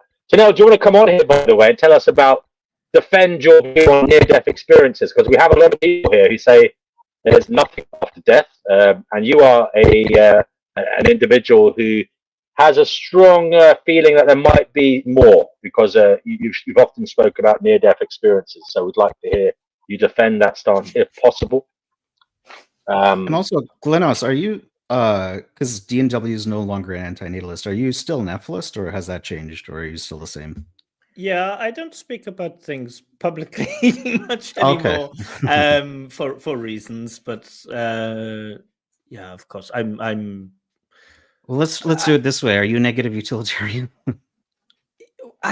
Thinking of these. I lean towards negative utilitarianism, but I was trying to use a code word. In my in my exploration of philosophy, I just think that all of these, there's always like a thought experiment that kind of overturns it, right? I do see space for like deontology, and I do put myself kind of sometimes in that deontology thing, but I would say I'm 80%, 90% negative utilitarian. Yeah, sorry. No, I wasn't actually like, I was trying to use like, yeah. I yeah. see. Are you a or how about negative this? utilitarian? Reverse biocentrism. Is that what they're doing? There's an Ephilism 2.0. They have a new name for it. I will definitely say that I'm absolutely against humans killing other humans because they think they have the right answer to doing things. I don't think we can rely on humans to make those decisions. I think anytime in history where killing as a means to an end, or as a like ends justify the means thing, has always gone awfully wrong, and I don't have any faith that there'll ever be an ideology that gets that right. If we grant humans omniscience, then I would be in favor of something, but we would need omniscience for that. And so for me, it's only a thought experiment, and I should publicly state that I am very much against killing, unless, self-defense, all that stuff. I can't believe I actually need to say that, but I know that there are certain misconceptions about things. You think omnicide is a misconception? It's baked into that ideology. Maybe we'll have a discussion in private. Okay. I mean, I can only say the way that I understand it, right? And the way that I understand it is that antinatalism kind of reaches this conclusion that therefore it is wrong to have children, which is a conclusion. You still believe that, right? Of course, but that's a conclusion that we can arrive at. Hey man, not of course. Like, I never thought D and W made different, so Oh, he's going through a phase. He's in his second. I don't know. Do you follow? Maybe I've got early onset dementia. Who knows? Anyway, do you follow stop having kids? Is that for me? Sorry, I didn't. Yeah, Glenos. So, like, one of the activists is also not like is also changed. Like, multiple people have changed over the years. So. I've cut myself, so I don't have to worry about that type of stuff. Okay. So here's a question. This might be interesting to help direct future shows. Even, what's something you're deeply curious about right now, and how might exploring it lead to new insights? Is there anything at all? I'm interested in cults. Oh yeah, we mentioned that, Brother Marcus. And the thing is, I did a poll on my community post, as in, do we want to have a show about that? And it was the least voted for. Well, people don't want it. You know why? Because this is a cult, and they don't. Oh yes. I've made the argument that everything is a cult in terms of politics and people. Cults of personality, etc., etc. Just like a lot of things are addictions, you could argue. I know deep down this is Hope Ministries still. That's why I keep the brother label. The what? Sorry, brother. This is still Hope Ministries. Oh yeah. Do you remember back? Oh, you cut out the end. We lost him. D&W, we can't hear you. Glennis, have you got? Back in the day, I was brother D&W as well. You were brother Marcus, yeah. Oh no. Yeah. Testing. You're back. You're back. Yep, we can hear you. Okay. So a good one. So I like that idea. Is there any reason why you might think we should explore and what it might be in terms of insight? I don't know what you just said. Marcus. What did you say? You said deeply curious about cults, and I'm just how might lead to new insights? Would you like to learn? Oh, about how it kind of touches on that. Who's the guy that did the electric shock? Psychology experiment. Stanley Milgram, is that the guy? How far people will go for authority or for others. Yeah, like I'm really curious about how certain ideologies, like politically, and also cults, like a microcosm of that type of extreme ideology, how things are normalized, and how just like average people can do horrific things. I think I don't know, that's interesting. I think that could also like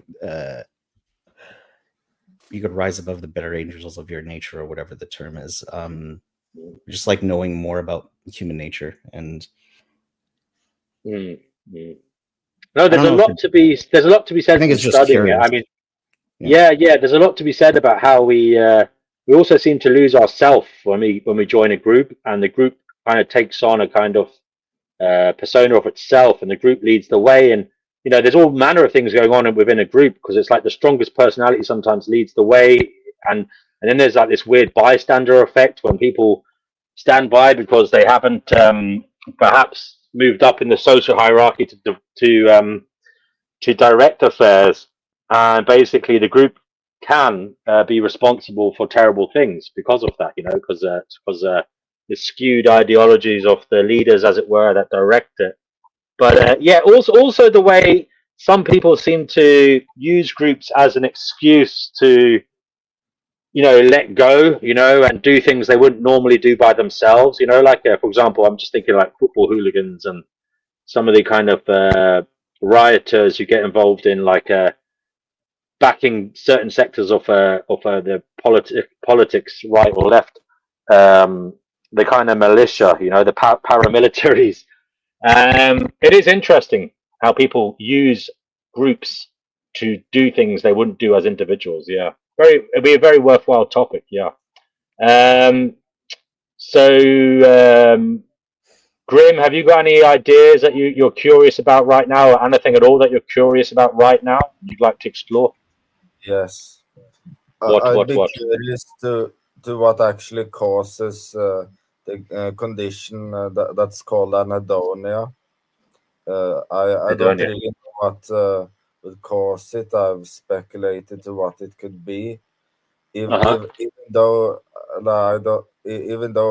I cured it and replaced with hyperhedonia.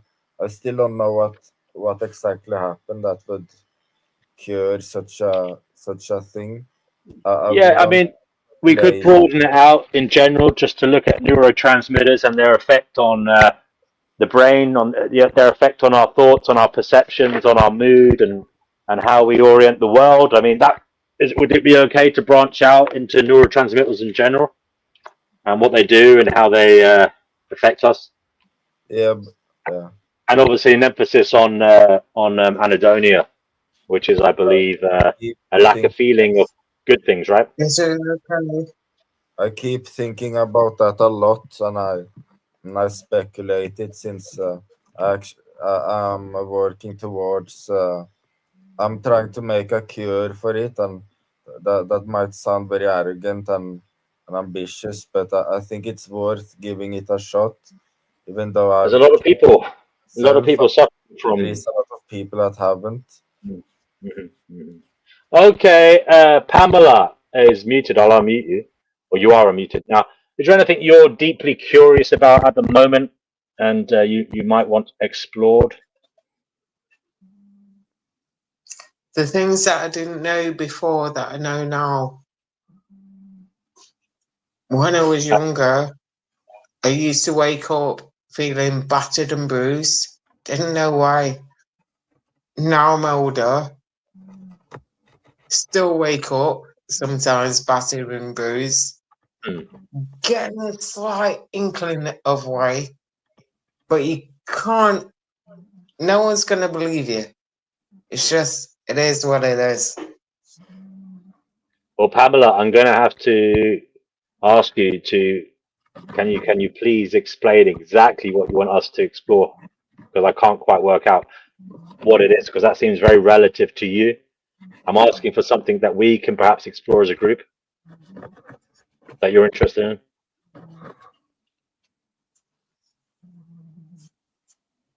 I'll come back to you, Pamela. Chickpea, have you got anything? I'll tell you what. You did it. Wow. No, let go on, Pamela. Go on, Pamela. Go on. Tell me what you're interested in. I'm interested in finding out what's going on in general, as much as I can. That's about it. Okay. Present it to me, and don't talk to me like I'm an arsehole. That's not very fair. It's like, all right, Pam, that's not very nice. I wouldn't even be on your channel if I wasn't interested. So, Okay. Forgive my social inadequacy in conveying how much I care about you. I'm sorry. I'm socially awkward sometimes, you know. no, it's It's not not inadequacy or eloquency or articulence or anything. What about somebody that couldn't read? What about somebody that couldn't bloody read and they were I'm always interested standing in up. your channel? I often stand up Be for careful people with who that. I often stand up for people who can't read. You can ask Brother Marcus. I've said that we have to be wary that not everybody can read, and You can ask sometimes it's good somebody to else. I listen. don't want to ask somebody else. It's about you. You all presented it. Fuck someone else. It's you. All right, Pamela. Pamela, thank you very much. Pamela, I'm sorry, I love you, but I've got to put you You're back in gonna your block box for a me. moment. I've got to put you All back in the right. box for a little moment. Sorry about that. There you go. Chickpea, what's something you're deeply curious about right now, and Right, how much? Gnosticism. I keep telling you, Oh, Gnosticism, and of course, the afterlife, the demiurge, and the mark of the beast. You know that meaning. The You mark mean of what this channel is named?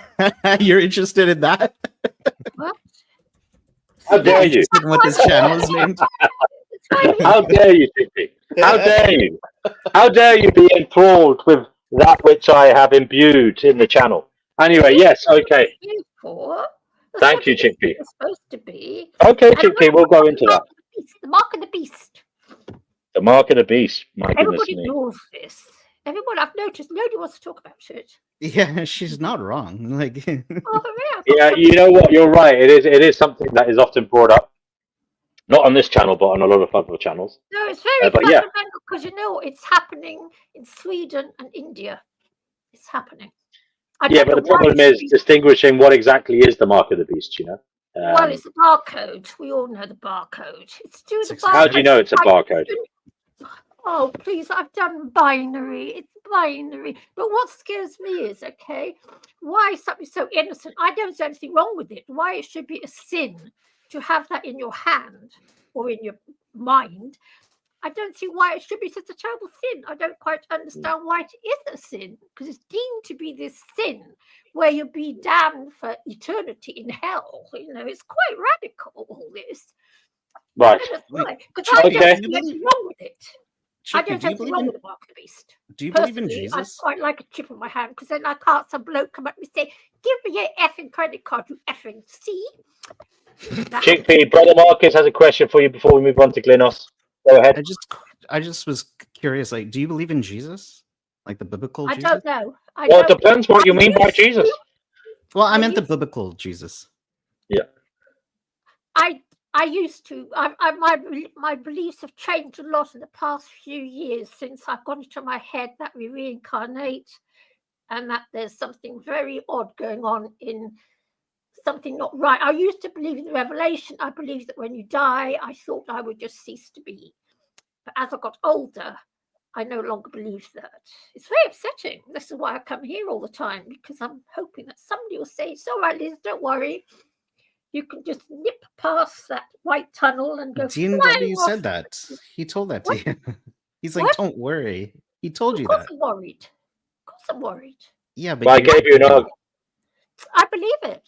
I know it's happened. And it's happened to me very late in life. It happened to me only a few years ago. I'm 70. And now I think these crazy things. But there's something about it that makes me really believe it. I don't do Okay. Okay, Chickpea, we might delve into that matter soon. Venus, brother, what's something you're deeply curious about right now, and how might exploring it lead to new insights? Take a moment to contemplate on it. I'm very curious about things that like have no answer. A lot of thought experiments, like the identity problems. Like I think about that a lot. Ooh, that'd be a good something- one. Yeah, something I think about. Like I don't know. I'm going to have to mute you. Sorry, I've muted her. Go ahead. I don't know if I'm the only one that is freaked out by it, but I was having this conversation with a friend recently, and I'm freaked out by the idea that like all of you guys exist. And that's just so weird for me that, like, I'm living my experience, right, with my theater in front of me, and I'm the main character and I'm wearing clothes, but all of you guys have this too, right? When I switch off the computer, you will do this. You will brush your teeth and you will wash and you will wake up. That really freaks me out. The fact that I'm not the main character. And I don't know, maybe that's could be perhaps useful for Chickpea to understand that unfortunately, you're not that special, and you're just going to die, and your hard drive is just going to be wiped, and I don't none of us is that special. special. No, I believe this happens to all 8 billion of us.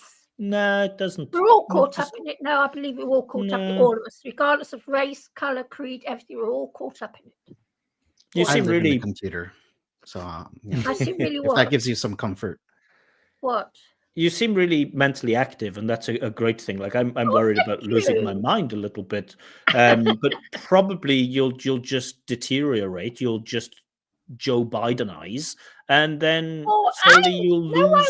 No, I will not. Everything that it makes you. You will slowly lose it, and then you'll die. And there's not any part of you that is a meaningful part of you that's going to live on. Like your body will stay here for a while. I really, really wish it, but I believe in the soul. I told Well, you, you see, have a soul. Chickpea, I just want to throw something into the mix here, right?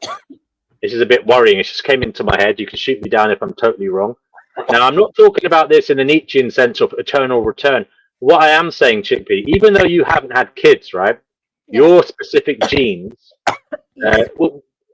aside from any mutations you specifically might have, but your genes in general are out there in the population, considering we have a common ancestor, all of us.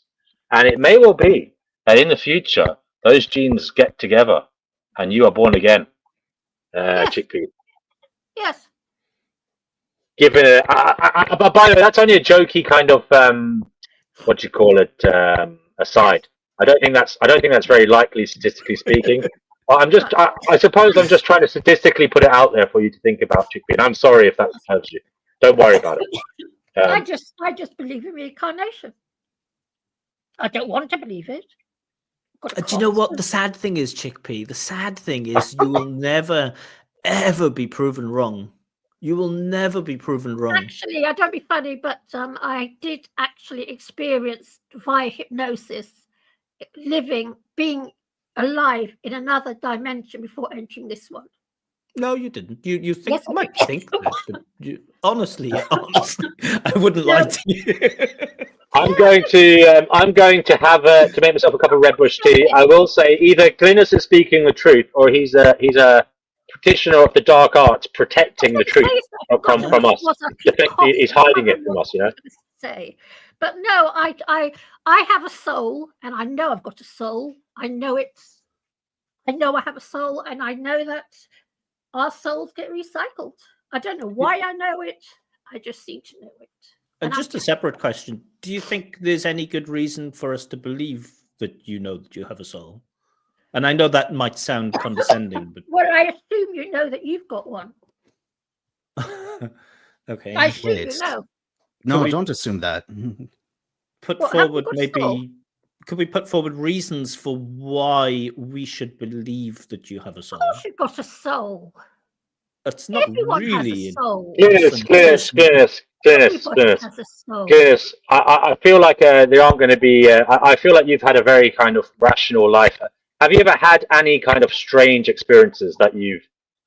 I mean, I've had strange experiences. Now, I put them down to the fact that my brain can play tricks on me. Yeah, I've had kind of poltergeistic experiences. I've spoken about them on this channel before, but in truth, I don't know whether my brain was playing tricks on me. I know my brain can play tricks on me. We can all hallucinate, and therefore, I put more credence in that, than these things being real. But I just would like to know if you personally have had any strange kind of experiences that other people might call like spiritual, as I said, poltergeistic, or even things like synchronicities, deja vu, these kinds of things.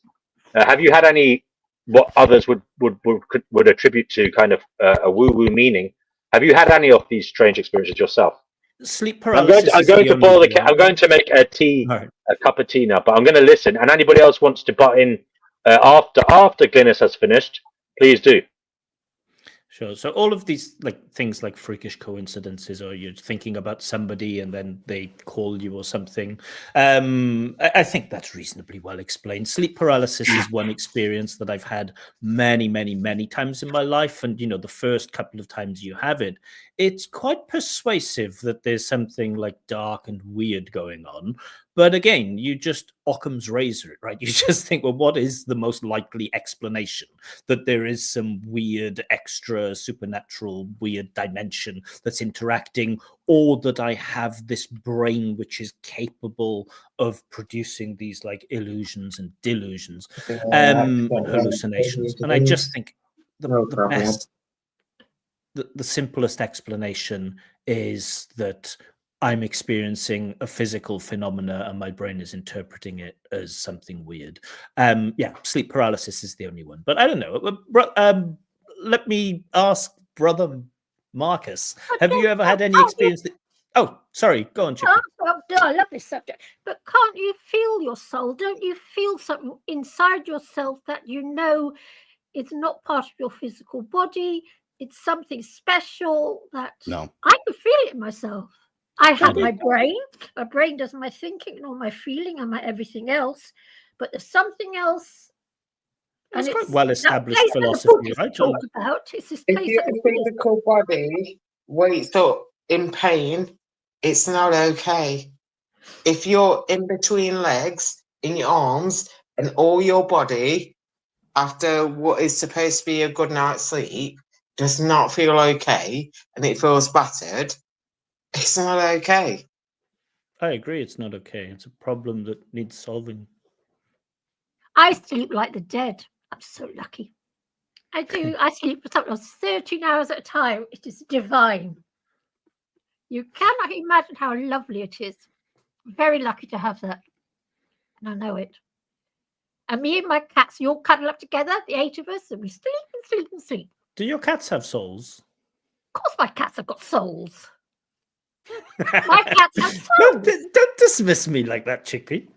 I'm not dismissing How this lady speaks, I believe do not have dismiss souls. her. How this lady speaks, she clearly has enjoyed her life cycle. Don't batter her. She's clearly enjoyed it. I believe animals' lives are sacred.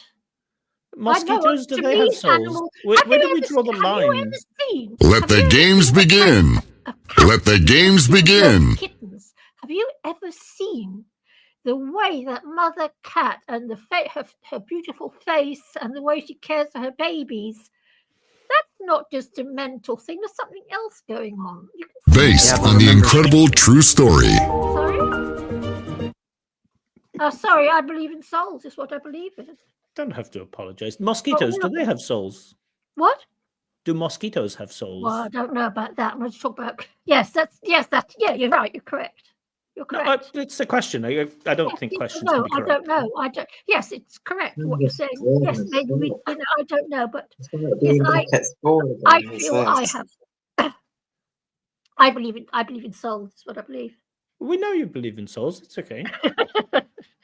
And I also have something at the top of my head that the Buddhists used to talk about, that we have some sort of something. Hat? The what? A hat? No, there's something top of my head and I feel it. Dandruff? Yeah, but I get these pings in my soul. I've had it 4 times in my life. If something's happened and my soul has gone ping. And it's not hard. If you have surgery, right, you can see your heart and your lungs. Yes. Do we see the soul there too? Because you said it's like under the heart. No, the soul. The soul is just energy, isn't it? It's atomic energy. It's all atoms anyway. We're made up of billions of atoms. There's nothing actually there apart from a load of moving atoms anyway. Ultimately, no, there isn't. I know this to be so. We are nothing but moving atoms. There's nothing here anyway. Ultimately.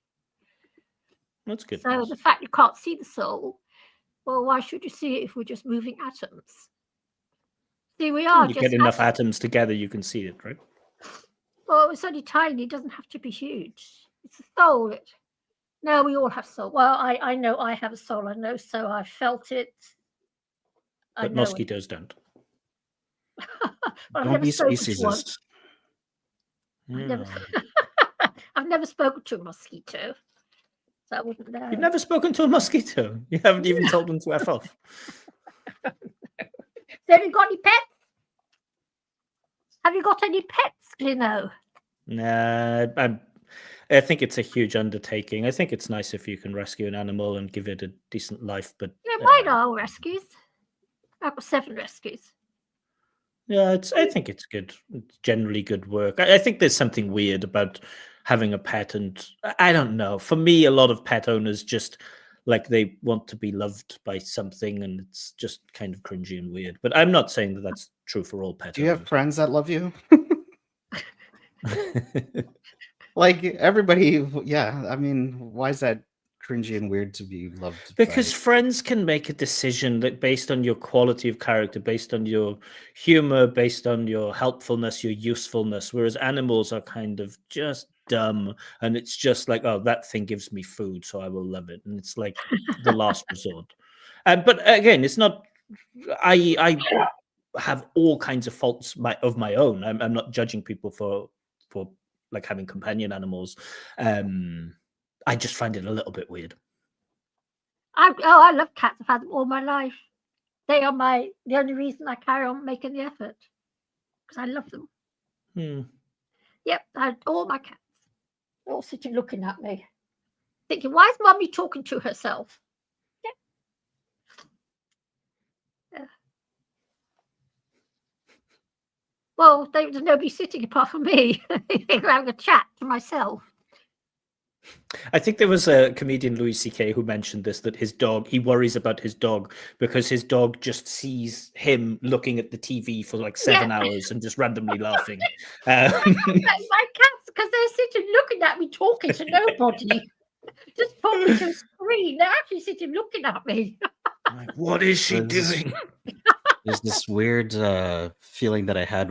Every morning I go to like a local cafe to just have a tea or a coffee and go for a walk. And I was just staring out into the area where there's like a street where what's it called? Sidewalk. And people, like, time and time again, they were just staring at their phone while they're walking. And it was so surreal. And even in the place, everyone was stared down at their screen, and I barely could see anybody not staring at a screen. And I was like, wow, this is. I know they put it in comics, and you see it in like it's made as a joke, but it really is reality of how people live. And if you're on the underground, the subway or something, it's a weird thing to just how it's crept up on us for us not to notice it, right? If you transport somebody from like 100 years ago onto a subway now, it's the first thing they would notice is like, what the hell? Why is everyone looking at these strange black boxes? And we just don't pay attention to it at all. And even to exist without them now, I mean, they're an extension of ourselves. You know, we do need them to exist. I mean, if you have a banking, we all need to move money around. I mean, they've started closing banks down everywhere. You know, even if you want to access and send invoices and stuff, or receive pay slips or whatever, you need access to a computer. For a lot of people, that is their phone.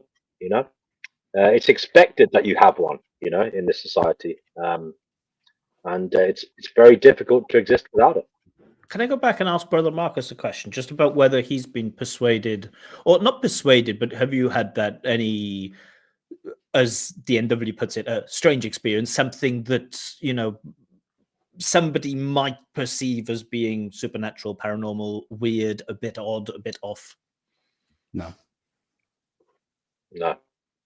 I think you're both NPCs, you know.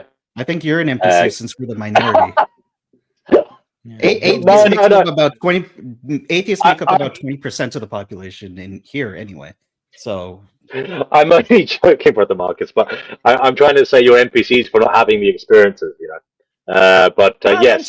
Sleep paralysis. I had it. It was weird. Yeah. Okay, that is. By the way, did you see the old hag, Glynis? Because apparently people say that they see an entity. Yeah, You did? many times. That sounds absolutely terrifying. I've never had the sleep paralysis myself, but what did she look like? Do you remember? What was it like?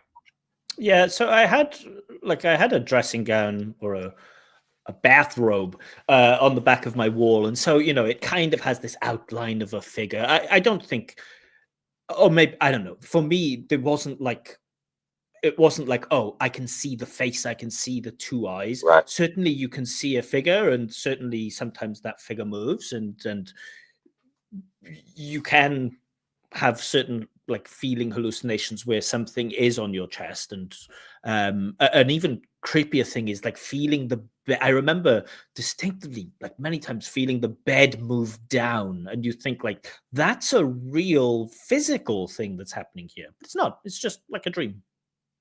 But it is creepy. Right. It is weird. When did you last have it, Glynis?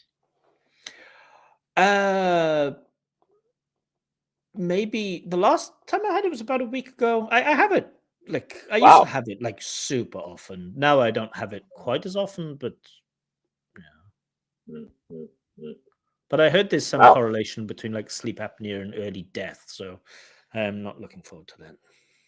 Oh, so you have, is it sleep apnea? Is that when you kind of stop breathing when you're asleep, right? And you wake up? I think sleep paralysis is connected to this sleep apnea. Right. But it's getting I know. Well, I'm glad it's getting better. Jordan Peterson suffers from that as well, apparently. Jordan Peterson's a cunt. He absolutely is. We have Tyler here. Tyler, welcome.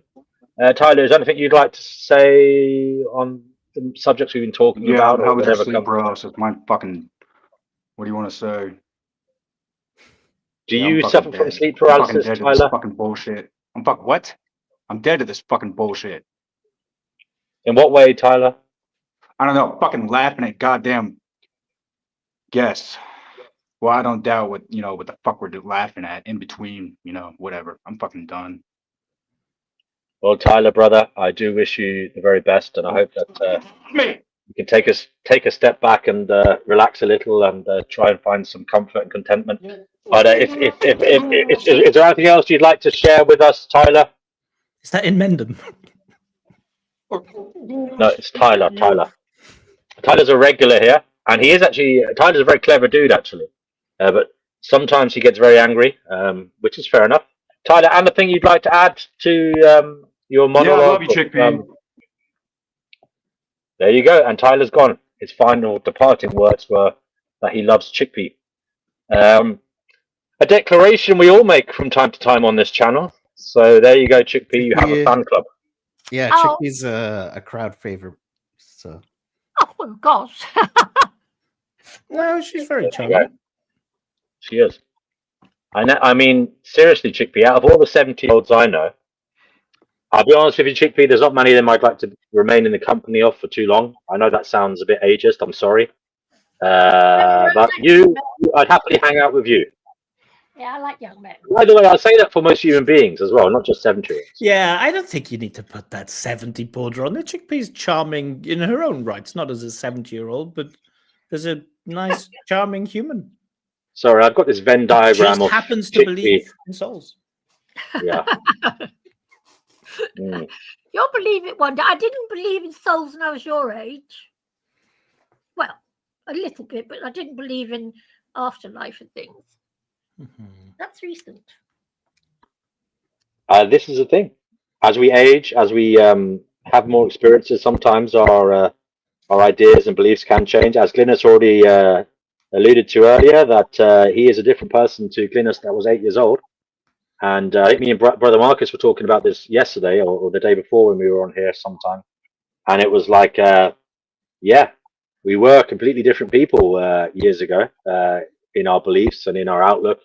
And even if you met that person yourself, and it is you, literally you trying to teach that person a lesson, like say with a 30-year gap or whatever, they're not going to listen to you. Okay, and that's something that's quite amazing. You could be the same person going back in time to try and teach them some wisdom, but they're really not going to listen to you because they haven't had the experience that led to that wisdom, And that's something that's I think about that quite a lot, how we're all trapped in our own almost kind of like solipsistic subjective journey, you know, where it is just us and it's what we experience that shapes our perception, you know. Not me, I'm an NPC. That was only a joke. World. I felt Brother Marcus took that a bit too much to heart, but I was only joking. No, If anything, I was joking in jest. Yeah. But you know what? If you were NPCs in my computer game, I'd be very happy. You know, in my own personal computer game to have Brother Marcus. He would be one of my favorite NPCs, and Glynos as well, and Chickpea. Yeah, I'm very happy to have such NPCs in my own personal subjective computer game. You know, I just think whoever coded this is an arsehole. But thank God they coded such lovely NPCs. Pamela's in and out. And she's back again. And yeah. Would you like to mock me while I'm doing it? I Sometimes I don't know whether I'm in or out. But since you're mocking me, let's go with it. I'm not mocking you, Pamela. Well, you're welcome. Sounds like you are.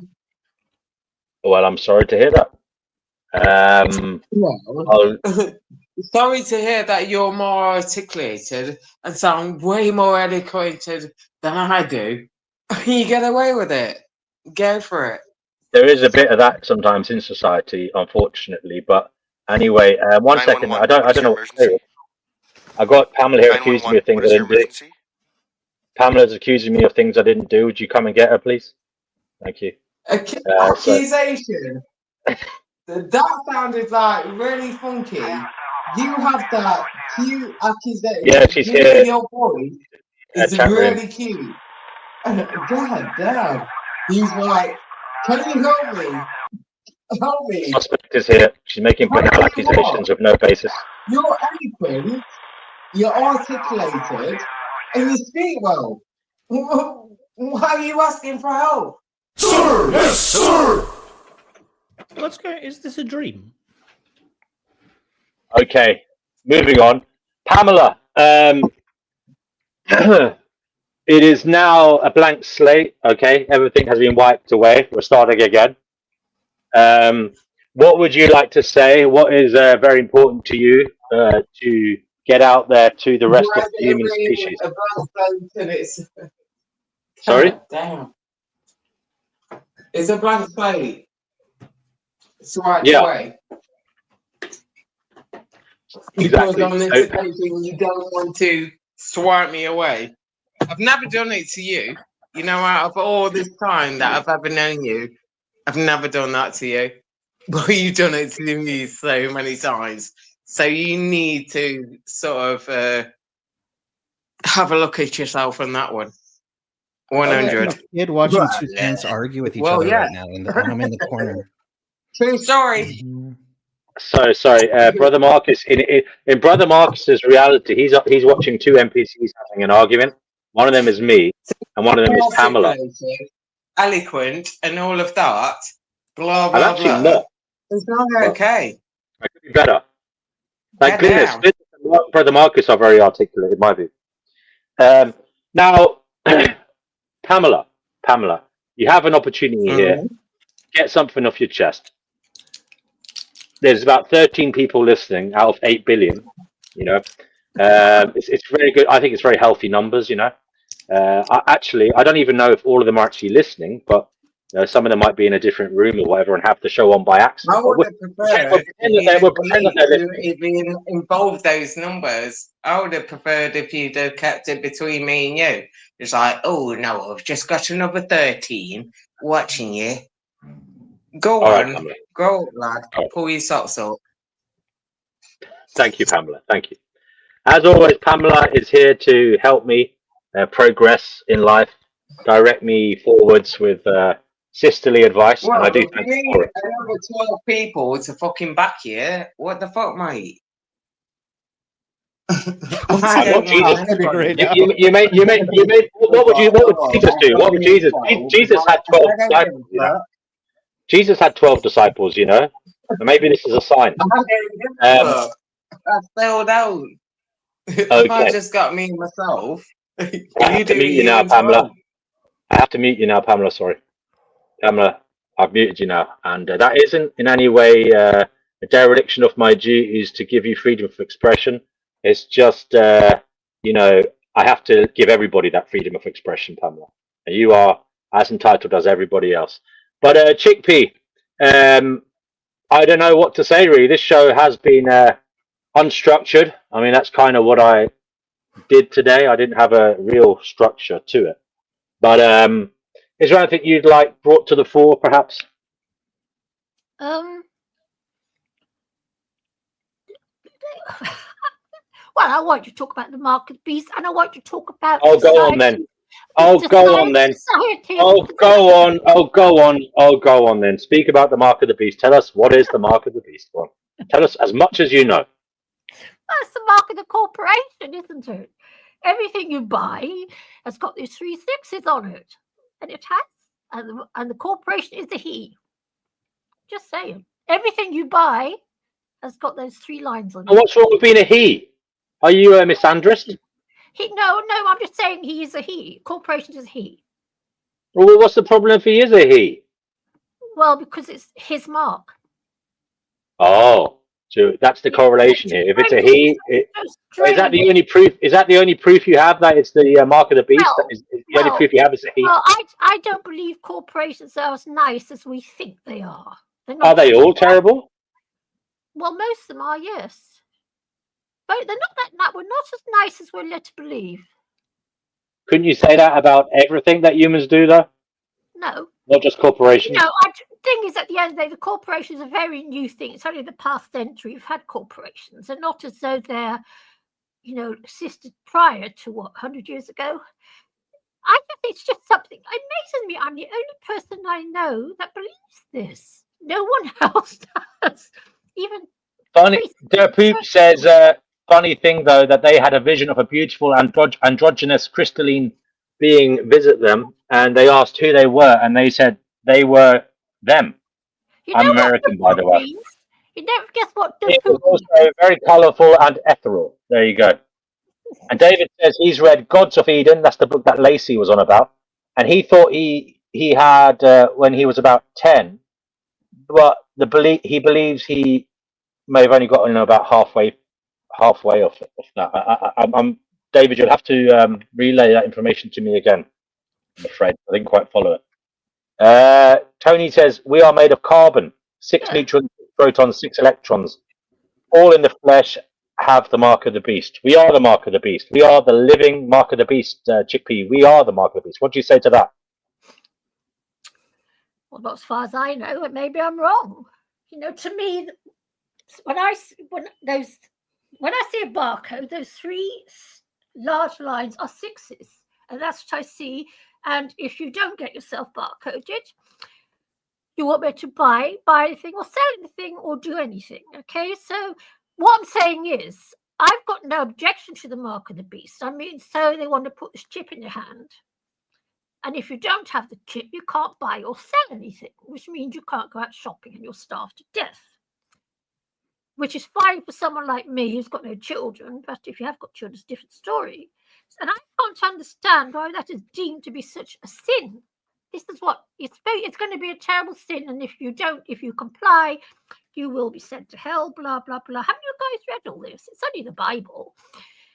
If you don't comply, blah blah. That's what I'm saying. It's a weird load of text. Why do you put so much faith in that portion of it when you ignore other portions of it? I always have to, even since I was tiny. I was a Bible freak when I was young. I was really heavily into it. Do you believe all the Bible? That's what I'm asking you. Yeah. I used to know it back to front. What about contradictions in the Bible where it says one thing somewhere and another thing somewhere else? How do you... But that's the Old Testament that contradicts itself. Glynis is laughing. We have to. If you laugh, if you make such a public statement with your laughter, Glynis, you have to explain your laughter, brother. I know. Let Glynis explain his laughter. I can well believe his laugh. He can I don't think you can just say that's the Old Testament. And the New Testament is the one that's usually picked up for the contradictions, right? Because you have these different testimonies of Jesus and they're kind of different. I was laughing because I thought it was a great answer. Like, that's the Old Testament. As if we're going to go, it's the Old Testament. Of course it was the Old Testament. How did we not know? Yeah, is there any other possible explanation for the existence of barcodes other than Mark of the Beast? I can't see one. I guess, yes, I believe it. I don't know why I believe it, but I believe it. That's why I come here, to see if perhaps one day somebody else will come along and say, actually, Liz, I agree with you. I've got my name. Okay. By the way, I Glenn, agree what with is you. Chickpea? Isn't she cute? My cat. You're supposed to say, isn't she gorgeous? She is gorgeous. I will give you that. You know, we were together for 20 years. Oh. 19 years and about 11 months with chicks. Oh, we were together all that time. I didn't go out on holiday. I didn't go out at night. Nothing. We were always together. That's really sweet. Yeah, we were all those years. Is metacognition a topic? What? Just talk about. Does anybody else want to come on here, please? And everybody. The weirdest thing for me about this existence. Go ahead, Brother Marcus. No, you go ahead.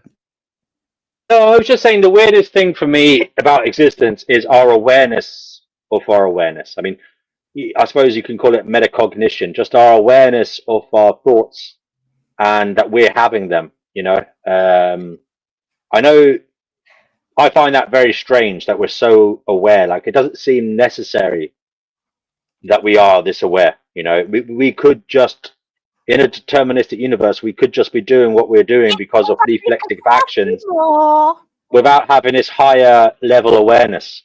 And I'm not saying that makes it mystical or woo-woo, or I'm just saying it's very strange. I don't know. Some people will say, yeah, it's just an evolutionary fluke. No. What? So now you can suffer more. The more aware we are, the more we suffer. Because they feed on our suffering the same way as we feed on. Oh, yes, I have to say that you're a kind of loose believer, aren't you? You believe that we're being farmed for our suffering, right? Yes, I do. Yes, I believe that there's something out there that feeds itself on our suffering the way we feed on the animal suffering. I'm some kind of turnip man up to his neck in shit, and there's something going to harvest me. Yes, I do. And I believe, you know what I believe? And listen, it's not finished yet. Soon there's going to be a massive world war, a massive death, and they're going to be having a real feast, a real biggie. And I really believe it. Yes, I believe it. I believe that we are doing. Have you ever read Old Moore's Almanac? I remember my mum used to buy it when I was a kid. It used to be like this. No, I haven't. No. Because I think you should think about writing your own. Because you make a lot of predictions about the future. It might be interesting. You might be some kind of new age Nostradamus, you know? No, I don't think so.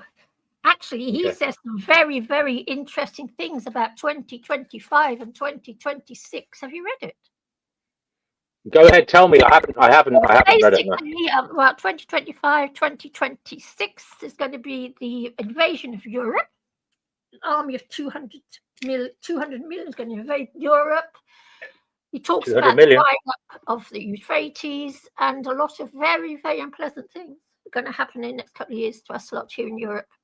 Edward Casey also talks about the rising sea levels and some very strange things could happen. And unfortunately, I believe them.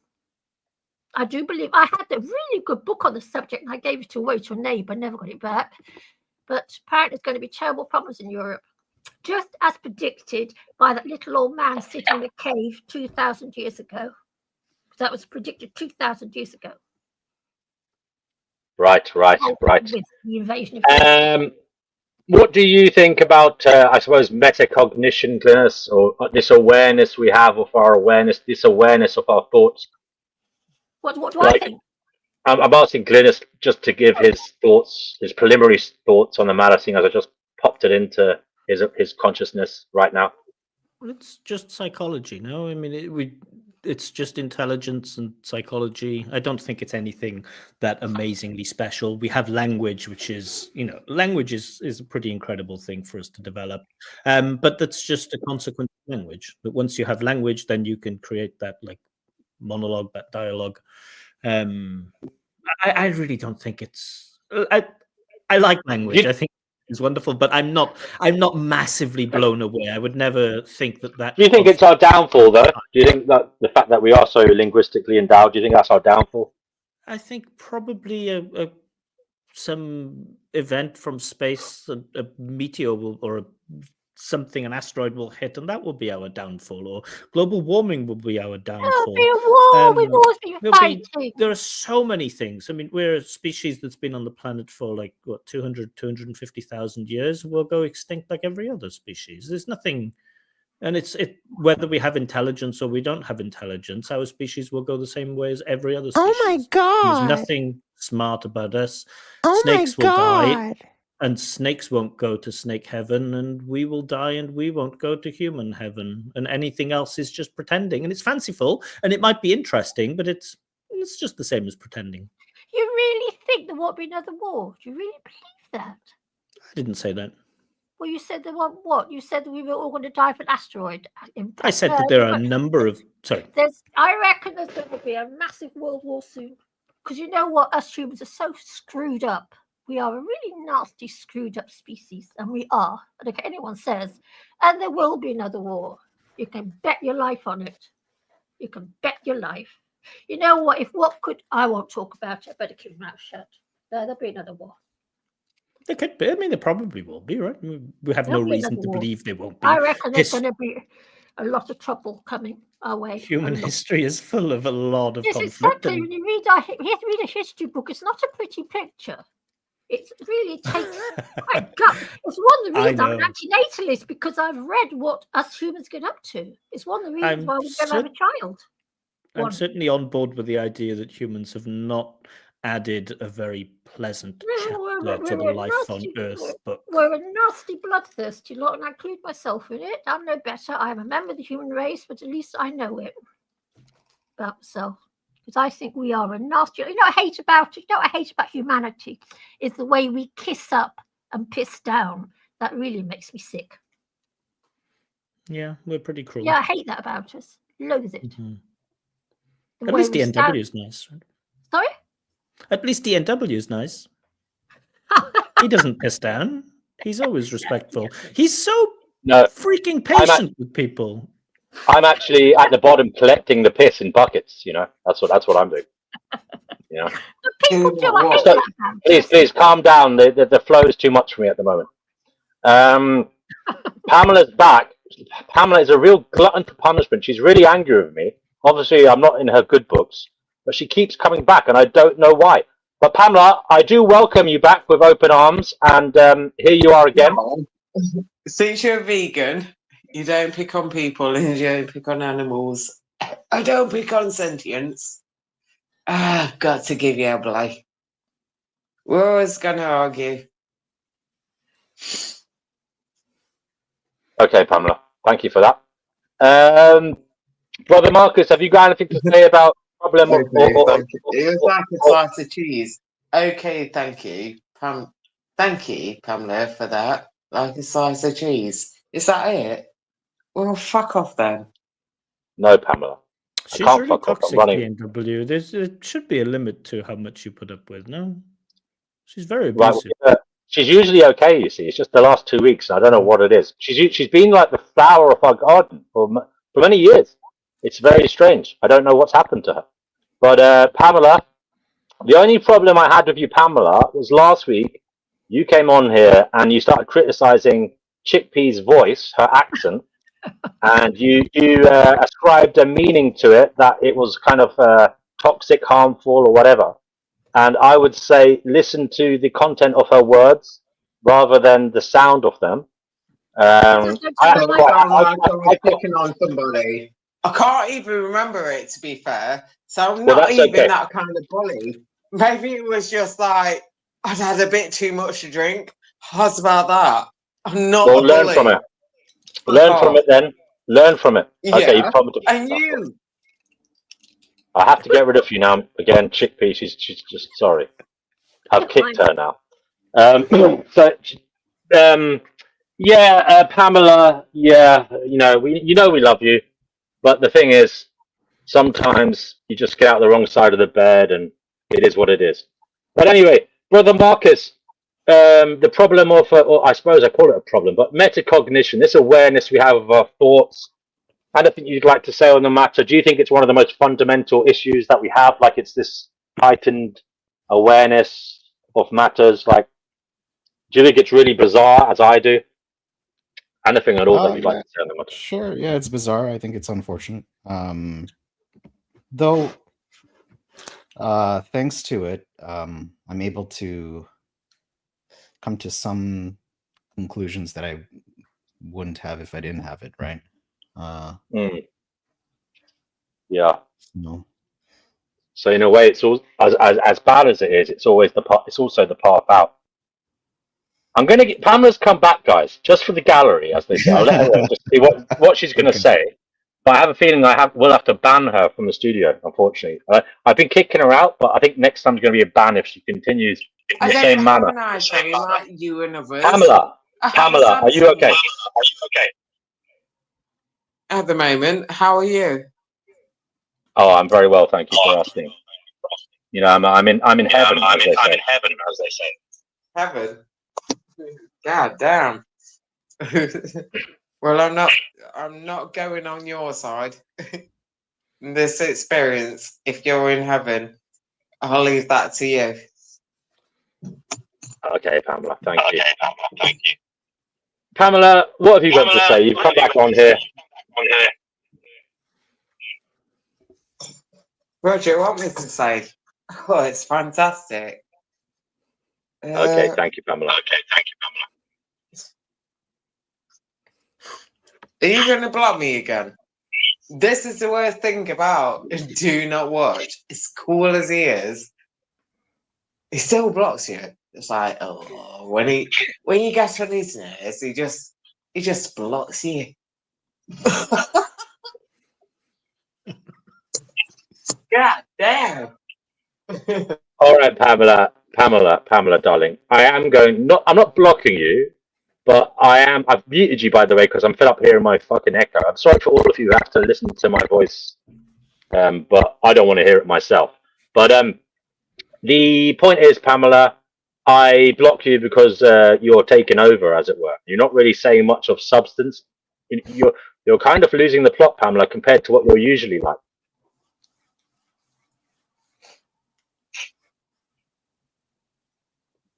And now? I was just being slightly honest. I was like, it's getting a bit boring. Can't we just be ourselves? Okay. All right, Pamela, thank you for that. I'll mute you now. I do worry about that for myself because I have severe insomnia. I think one day my brain will go. I just don't know when it's going to happen. I'm actually surprised it hasn't happened already. Or maybe it has happened and I don't know. Do you think, Brother Marcus, you should take a sleeping tablet like every night? I'm not saying that sounded a bit ominous. Sorry, I meant like to go to sleep each night. Yeah, sorry. Go ahead. No, I've been down this road before. It's just something I have. Have you tried using I do terrain? long term what the effect's going to be. I don't know. That's what I mean, bro, because they do say that sleep is vital for, rehabilitating the body and such, Brother Marcus. There's something to think of. Yeah, what's up? Brother Marcus. Hello. Yeah, have you tried using geranium oil? Just put it on your pillow. What the fuck is this? It's the most beautiful smell. Thank you. I'll try that. What did I hear? Oh, A cup of dog piss and a dandelion, drunk through the straw of a dandelion. yeah, but won't the do geranium oil anything for really, you. really helps for insomnia. It's the most beautiful smell. It's very relaxing and it gets rid of anxiety and stuff. It's a very feminine smell, but it's a beautiful smell. You'll like it. You get it in the health shop. Holland and Barrett. It's so fascinating when I just use that one word and I get a lot of advice. Yeah, and it's almost like But yet, when people with schizophrenia hop on here, nobody says anything.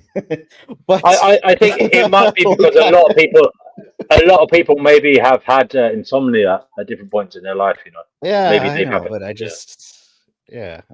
They're trying to help you because it isn't nice. I It isn't gotta nice. I don't think I'm gonna mention it. It's just You don't have to. like I've come to terms with it. Like it's been years. Like it's just something I have. I'm just saying that like that wasn't my main point. It was you know, Emil Choran had it, and I think Thank you, Van Pamela. Gogh might have had it as well. Yeah. Did he? Do you guys know? Camus? Did you say Camus had it as well? I think. Van Gogh. Yeah, and Camus as well. I didn't know Camus. Not Camus. Sorry, not Camus. Sorry, Choron. Choron Yeah, had it, Choran, right? yeah. Yeah. What am I saying? I think he lived until his 80s, right? Yeah. You can live a long time with it. So yeah. So the interesting thing is, you might be the kind of guru, Brother Marcus, because you've spent more of your life awake, perhaps, than all of us. That's true. Yeah. You've had more waking experience, you know. Then again, the others could make the argument, yeah, but sleep is that vital time where you make sense of what you've experienced. So, well, that's the you thing. know. Like my memory is shot, and like I think it consolidates, or it does like it sleep helps, like to yeah, for your memory and stuff like that. And but you know, some philosophers they're doing all right, or maybe they just suffer and just they're brilliant at the same time. Yeah. So we're just shooting the shit as always. I don't know what we'll talk about next. Maybe we can talk about geopolitics if you want. Any worries on that front, or AI? Pamela's back. Pamela, I'm sorry, darling. I'm just fed up with this bullshit. I'm kicking you out. I'm banning you from the studio. I banned her from the studio because, Pam, I'll tell you why I'm banning you from the studio, because you just keep coming in and out, and it's a little bit disconcerting. I didn't know I've got some weird undiagnosed neurodivergence like that. In and out. You know, Well, speaking of mental stuff, you developed sort of adult ADHD as the years went on, right? I mean, I'm not. I don't quite know if it's. I've been speaking. I think careful, because I've been speaking to people who actually have it. Well, yeah, you don't want to. You don't want to like. Yeah. Disrespect. I could sit down and write a couple of whatever. Now, some people can't even do that. So it's like the levels of it. What I will say is, my patience has worn a bit thinner, perhaps. My and my attention span much less. Yeah, but I think that could also natural kind of response to the age. You know, the fact that I'm inundated with sensory stimulation, and also say, like like, do you use like your smartphone or the computer a lot, or like social media? Yeah. And I've kind of been addicted to different things at different stages. Like I've been addicted to checking the news, you know, stuff like that. And there's always different opinions, different versions. I know that, you know, when you know there's a different opinion somewhere else, and you should look at, well, it's like it becomes discombobulating, you know. It becomes like, what's going on? Your brain does become kind of a mush because it's like having a centralized kind of concrete understanding of matters. I mean, it's kind of impossible now, you know, for me anyway. It's kind of like I used to have beliefs, I used to have a foundation to kind of a bedrock, you know, to rely on. But I would say I'm in choppy seas at the moment, you know, and that is I don't know what's going on out there, and I don't know what is the best course of action, you know. And I think that kind of feeds into my ADHD-like symptoms. And I think there's also to remain mentally healthy, or to like try to. Do I take what? Sorry. Like, do you do anything for your to Health. Stay mentally healthy? Yeah. Oh yeah. Well, I do the exercise. I go to the gym and I do some classes there. I told you, box fit combat class, and a spin class as well. And I do a walk every day, like 4 or 5 miles every day minimum, because I have to walk my dog. And I eat. I'd say my diet is 95% healthy. You know, I'm vegan and I try to avoid saturated fat as much as possible, but I eat the good fats. So yeah, I mean, I think health-wise, I'm good at the moment.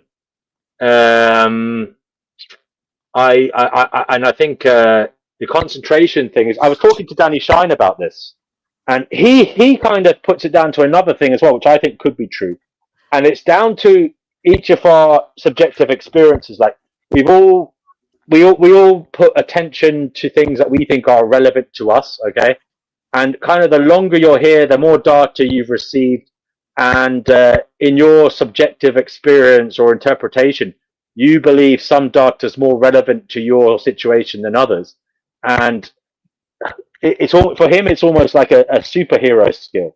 So it's like he instead of ADHD, he just kind of calls it quick thinking, because you make an assessment very quickly whether something is worth listening to or worth pursuing, you know, worth following, like worth reading on, because you've already got the kind of gist of it. Now, I would say that may be the case, but it can also seem problematic and hostile, especially when you're in a conversation, you know. And I think sometimes subconsciously, for me, I have been like that in conversations where I've kind of butted in when something has come to the fore for me, and I felt it more relevant or more important. But I've learned to kind of sit back a little bit and relax a bit more, especially as I've got less egotistical and realized I don't know what's going on. So, and sometimes I appreciate even me uttering this is going to make no difference. So I might as well just let someone keep talking, you know? Because ultimately nothing much is going to change from my utterances, you know. It is what it is, this strange experience. Human nature is what it is, and human nature will roll on and on and on until it doesn't, and such. If that made any sense. Yes, that makes sense. Thank you for sharing. Chickpea, you've been reading Benatar lately, right? Yes. What do you think? Have. What's any thoughts or commentary about him? I don't like his latest book on ethics. He's writing about ethics. It's a bit unnecessary, I think. You know, he's all stating the obvious. He's written some very good stuff about male inequality. Something, you know, yes, how men now are being the second sexism. Yeah, second sexism. Yeah. Have you read it? I'm in the middle of reading it. Okay. Terrible cough. It's a good subject to go into. I mean, what you make of? I haven't read that. What do you make of it, Brother Marcus? You've read that, haven't you? A long time ago. I don't remember much. Chickpea, what? That would be an interesting topic for you to cover, though it would put you. I don't know. That could get heated. That could get heated. I mean, I broached this subject the other day as I was walking in the park, and I nearly got my head taken off, because I talked about how in Britain at the moment, statistically speaking, the working class young white male is probably one of the most downtrodden of our species. And it seems straight, and it's a hard thing to say, because people always say, oh, but he's white, you know. But it does seem, and I'm not right wing myself, but they do seem to have a point that, you know, statistically speaking, a young white male who's from a working class background is less likely to be in education, employment, or training, is more likely to have, and has a lower life expectancy, all these different things. So it just is interesting to note how things aren't clear cut in this world. And it all depends on how you slice the segments. You know what I mean? Is what I'm going to say. Because, for example, you could slice it male and female, but it's not as simple as to say that, you know, all females have a worse life than all males. You know, that's too simplistic. You know, you slice it this way and that way. There's another way of looking at it. You know, you can look at it from a socio-economic background or an education background. You could look at it from a genetic background. You could look at it from circumstantial kind of what's occurring in the zeitgeist, kind of in that manner as well. I mean, there's so many ways you could slice a segment when you're analyzing a person's experience of this reality, and whether they're having a good or a bad one, or whether they're statistically likely to have a good or a bad one. You know, I think it's all very unfair what's going on now, because and I've thought this for years. I mean, it's all good having female equality, but I really think female police, oh God, I shouldn't be saying this really, female police officers and female firemen is a nonsense. I really think it's an absolute nonsense. Yes, I'm very sexist. And you know what used to get me too when I used to work? Get women getting pregnant, women solicitors and everything. Then they'd want time off for their babies and the all the other nonsense. And I found that very unfair. Tony makes some wise words there, by the way. Tony says, no matter what rung of the ladder you... Tony made some wise words there. No matter what rung of the ladder you're on, offer your hand down to lift someone else up. I think that's a lovely thing to say, Tony. But, you know, it will fall on deaf ears, no doubt, for a lot of people. But the people who do try to do that, I applaud you. I think it's all gone too far. Speaking as a female, I think it's gone too far. I thought that years ago already. Oh, you're a sexist towards females? To women? I think it's gone too far. Yeah, I think it's all gone too far. I'm afraid when it comes to building sites, police officers, firemen, and all these sorts of jobs, I think men tend to do them better. No, I shouldn't say it, but I think it. I'm sorry, women weren't given the opportunity to like excel at these, or even like in education for STEM fields. I'm going to put on my feminist hat. I'll fight you to defend women. Here we go. Let's do this. Here we go. Here we go. Here we go. Here we go, guys. Here we go. Let the games begin. Let the games begin. Maybe we could just have criteria that isn't gender specific and say if you're strong enough, you can be a builder. If you're good enough, but women are not as strong as men. I mean, there are some women who are stronger than some men, and there are some women who are strong enough to be exactly. I know plenty of women who not could beat very men. many. I don't want to be funny, but you see police women in London now. They're 5 feet tall. I'm bigger than them. Little old dear like me. I'm 5'6". I'm bigger than them. Not all police officers need to be violent, and I think my concern is that maybe 6'6" big dudes are kind of too threatening in some situations. No, I agree with how things were years and years ago, where a police officer was 5'10" tall, whatever how tall they used to be. Same with the fire service. Same with the men in the military. All of it. Yes, I'm the brown shirts. Huh? In their brown shirts. No, I'm sorry. I just think it's gone too far too far. And I know when I used to work, and these female solicitors, they expect to be treated the same way as men. Fair enough. But then don't go off on pregnancy leave and faffing around with all your babies and pregnancy and stuff, because I don't think that's fair. And I don't. If you're going to do a man's job, then you do it the same way as the man does it. No thingies. And I really believe that. Yes, I'm sexist. In fact, sorry, Brother Marcus. I think you can fight this fight better. Well, but I find police women now. I wasn't prepared to be on this side of it. It's uncomfortable when you're taking a position against a sexist woman who's self-admitted. I don't think. Sorry. So you were talking like, what is it, maternal leave or parental leave? Like, I don't understand how that would. Antinatalism aside, like if you're going to create a being, you're going to care for that being, and that's a good but the thing to men do. don't. Okay, when it's right, I used to work in the legal profession, so when a boss, the men aren't the ones gestating, right? Like there's an inequality there, and you're going to account for that inequality. There's a difference. There's a difference, and you know, I think at the end of the day, I think it's all gone. It's all gone gaga, personally speaking. How has it gone gaga? Because I think, well, it has. It's all I think crazy. it isn't. It's there just because I think well, you know, so we've got silly little police women, 5 foot tall. Well, that's a man. Do you need all police officers to be physically intimidating? No. Well, no. I think a police officer should have a bit of oomph about him, actually, and demand a bit of respect. Some of them should. Like if I being come called back in the 60s. Yes, I was brought up in the 60s when things were different.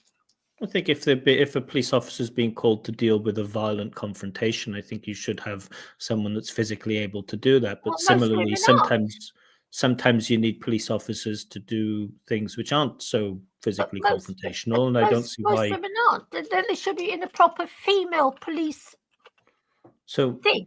But I do not think that. And as for women police firefighters, it's just absurd. I can't see how a woman can lift a fully grown man out You of ever met women who are like farmers or hockey players or rugby players? Like, you never met those women? Well, I used to be a hockey player when I was young. Oh, well. I weighed all of 8 stone. I played hockey fine.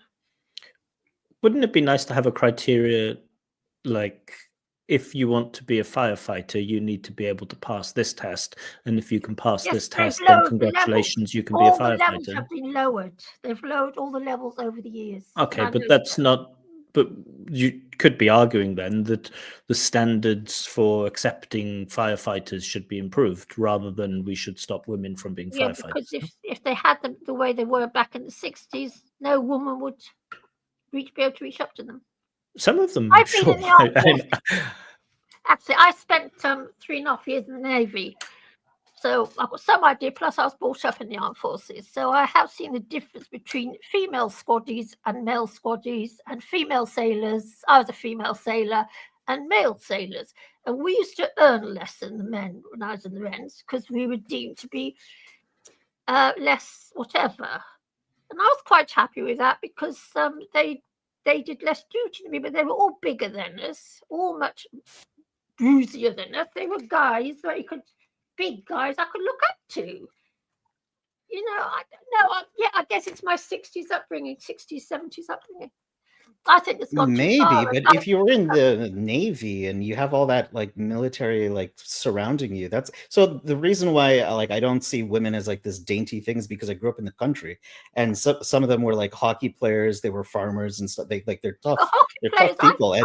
So if you had the similar experience but come to a different conclusion, I'm kind of surprised by that. Well, I used to play hockey when I was at school, and I've had a lot of men say to me, Liz, you're a lot stronger than most women I've met. I'm not a little tiny female. I'm 5'8" tall. I used to be quite... Yeah, but you're saying women across the board. Like, if you acknowledge that some of them are as strong as... I'm sorry, but no, I don't care when it comes to brute force. And I also don't agree with female professionals getting time off for pregnancy leave and all the rest of it. Then they should behave in the same way as a man behaves. Men don't go on pregnancy leave, so women shouldn't go on pregnancy leave. If you're going to want equality, then you have equality.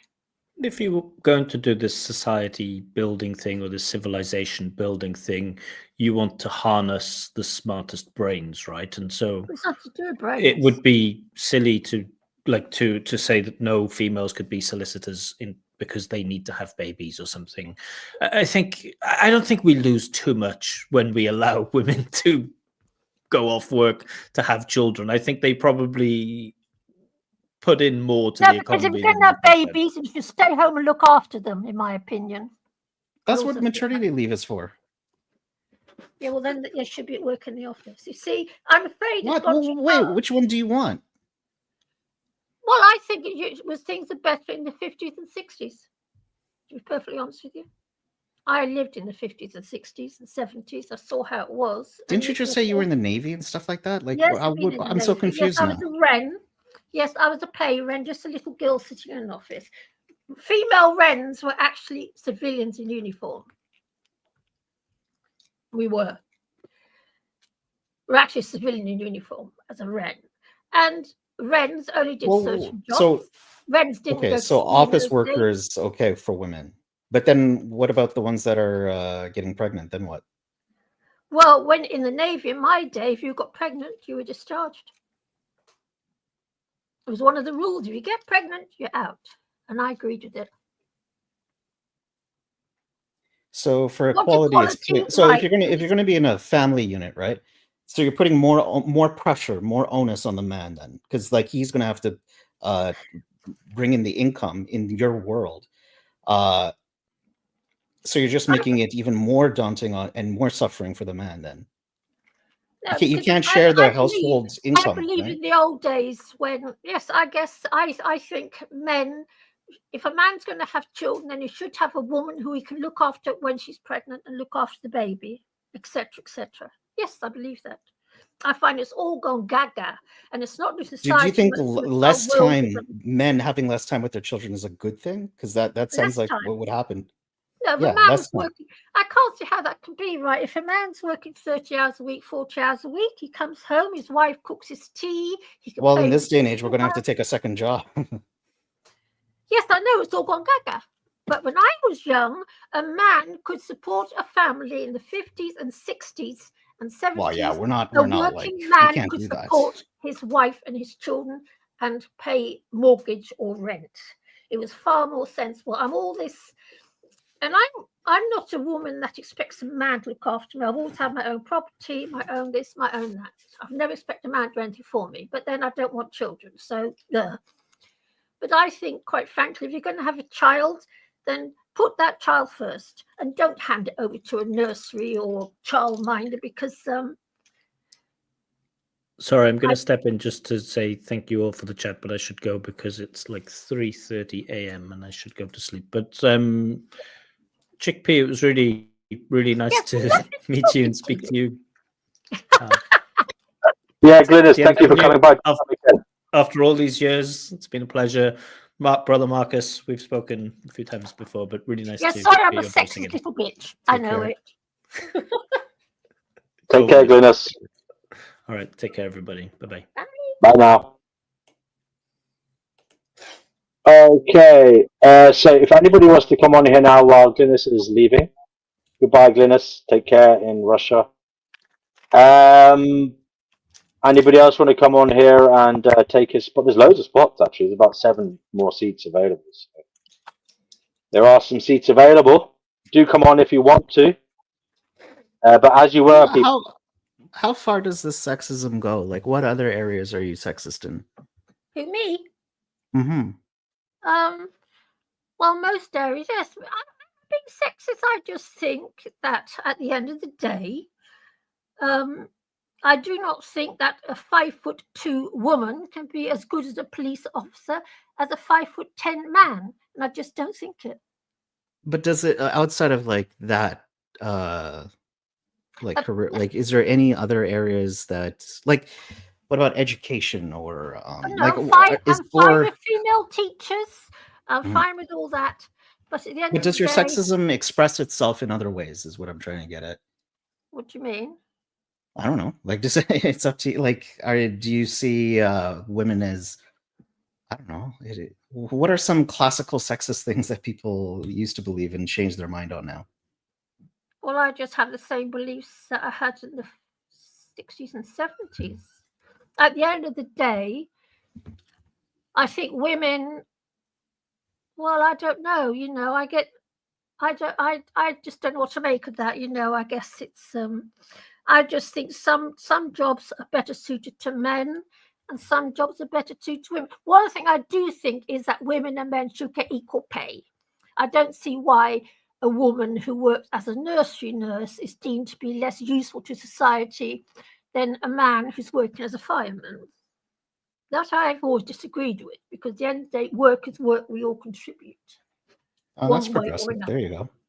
What? Yeah, that's pretty progressive. Yeah, I think we should all get equal pay. I've always thought no matter what you do, we should all be paid equally because we all contribute equally. And then the difference should be made up in taxes. If you have a child, if a man has a wife, then you should get a big tax cut. And if he's got children, more tax cuts. That solves that problem, doesn't it? But I just don't agree with women police officers and women firemen. I can't see how a woman can save a man from a high building. I can't see how she can do that. That's right. So there you go. And the same with women on submarines. I mean, it causes terrible sexual problems, and Whoa, the sexual problem, like sexual harassment? yeah. Are you blaming women for that? No. Okay. No, of course not. Okay, but good. I have been in that environment, not on a submarine, obviously, because we didn't go on submarines when I was around. But if, as a woman, if you're in with a load of men, that does tend to come up. It's sad, brutal reality. Yes. Yeah, that's what happens. But I just think. But you're not putting the onus on women being in those spaces, right? Don't put the onus. No, it's not. It's just the way things are. When there's a whole crowd of young people, you know, a crowd of women and a whole load of men, it's going to happen. No matter how well behaved you are as a female. I know so, because I've been in it. I was at a base in Scotland. There was 150 men and 3 wrens. You know, and of course, it affected how I felt. I wonder, yeah, if you're going to tackle the topic of gender and you mix in white men, would you do a panel on? But I think, you know, at the end of the day, I find the demasculation of men, which is what's happening, a very, very sad thing. What's that? What's the demasculation of men? Men have been demasculated over the past. Sorry? How so?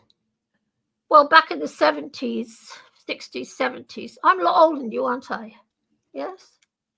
Maybe. Yes, I'm a bit older than you. I think I'm older than you.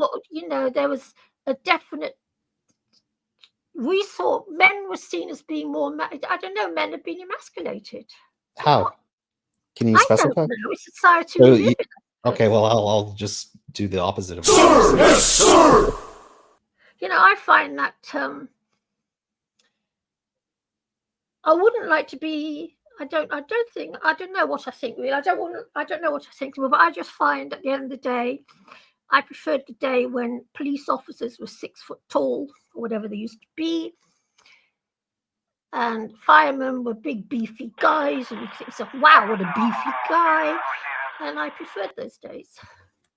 I don't. If I saw a woman police officer or a woman fire officer, I think, oh, for goodness sake. When you think about masculinity, what do you think of? Well, I love men. I like masculine men. Of course, I like them. Well, what is masculine? What does that mean? A man who's happy. A man who's happy in his skin. I don't know. Yeah, difficult. It's been, men have changed so much in the past. Men have changed so much since I was young. I also think, unfortunately, there's a lot of estrogen in the water now, and I think that's got a lot to do with it as well. Yeast in the water? No, estrogen. There's a ton of estrogen in the water nowadays. You know, I'll tell you a funny story. When I was back in the 1950s, I had a Dutch uncle who goes fishing in the Mars. And he said then already, this is back in the 50s, that fish were changing gender. That was then already because of the estrogen from the dairy farmers. And I think there was too much estrogen. But yeah, I can't do anything about it. So, but yeah. I hope this is not being listened to, because I expect what I'm saying is very, very politically incorrect. Well, I mean, this channel is politically incorrect, but like, I am very sexist. I like men to be men. But like, can you identify like maybe 1 or 2 things that changed over the years, given your time on this plane of existence? Like, what changes have you seen? Well, even like just 1 or 2. Men used to be just beefier. I don't know. Men were more. I don't know. I just found to be more masculine, and plus, to be honest, like a lot of women, and I expect you've heard women saying this before. Heard this before. There's a question there from another lady. Tony says, "Why can't men be vulnerable too, Chickpea? Any gender of heart can break. Men are not made of steel. They have emotions and valid feelings too." Yeah, I suppose so, yes. I could be wrong, yes. Yes, I'm being sick, you know. Yes. Okay, I take that on board. I think basically I'm just a little sexist bitch. Because I must admit, I'll tell you something terrible. I hate working for women. I'd far rather work for a man Oh any wow. day of the week. Yeah, you just opened a whole can of worms there. Yeah, I'd far rather work, but a lot of women say that. I'm not alone in I've already established, I believe Chickpea suffers from gender blindness, it.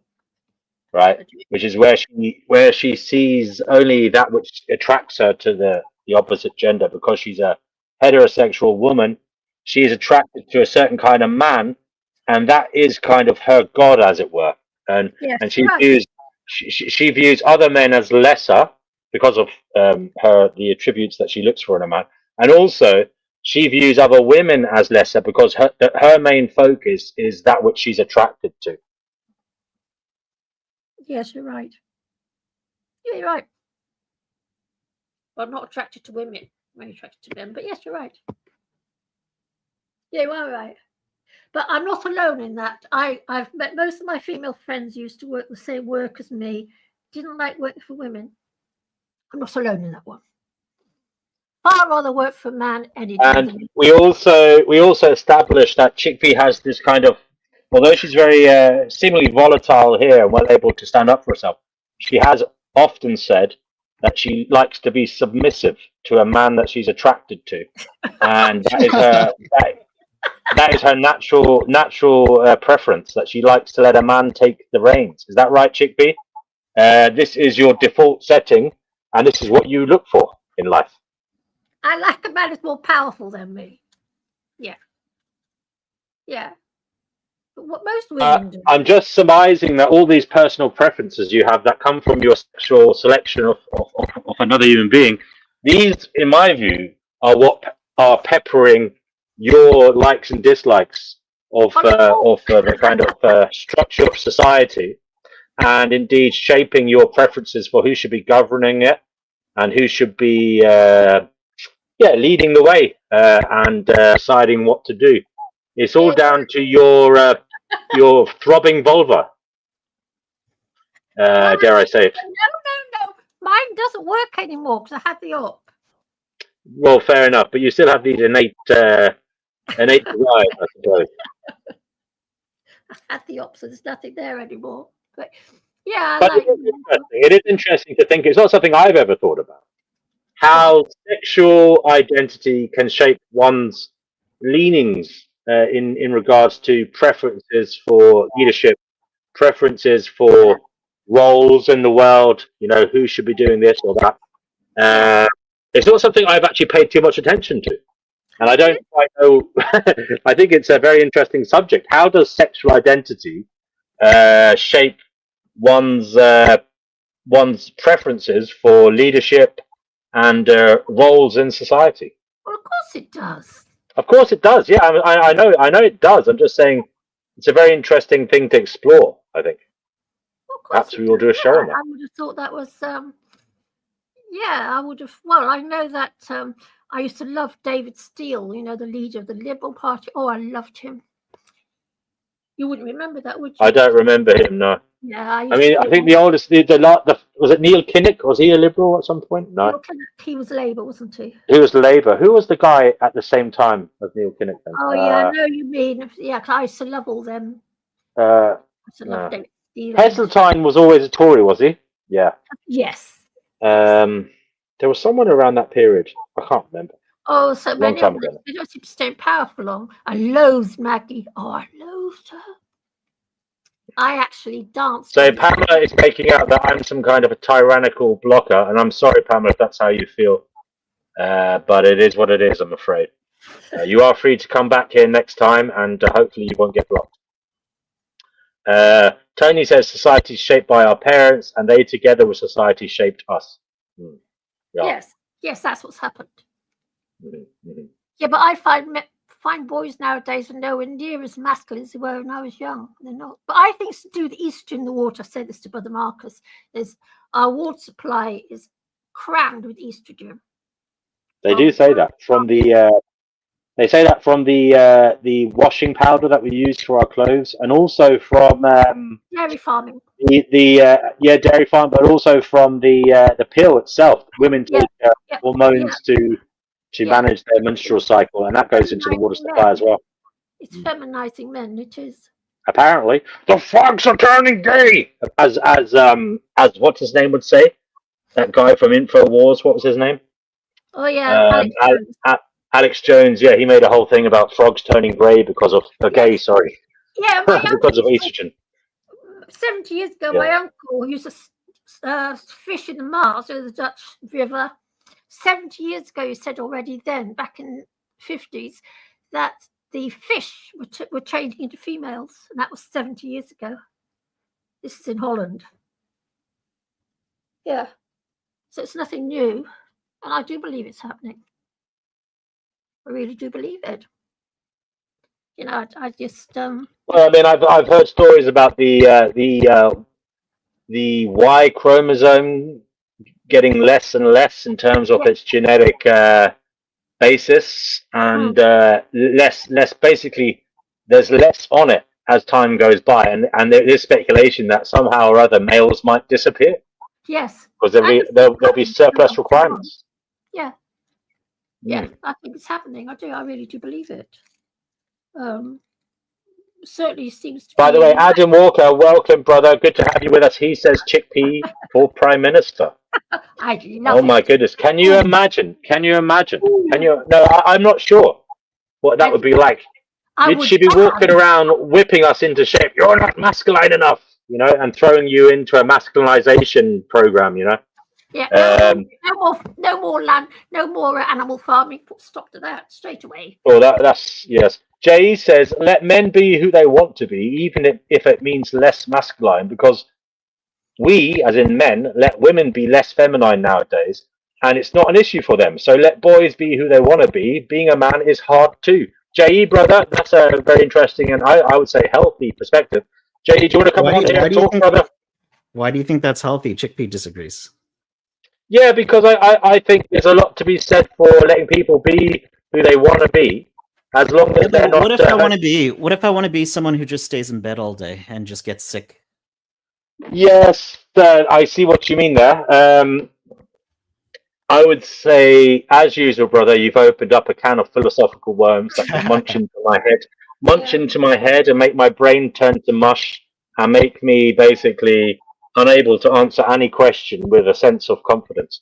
But you are absolutely right. It depends how you look at it, and as we know, there's always a problem in regards to possible consequences. But I would say one thing. I kind of strikes a chord here.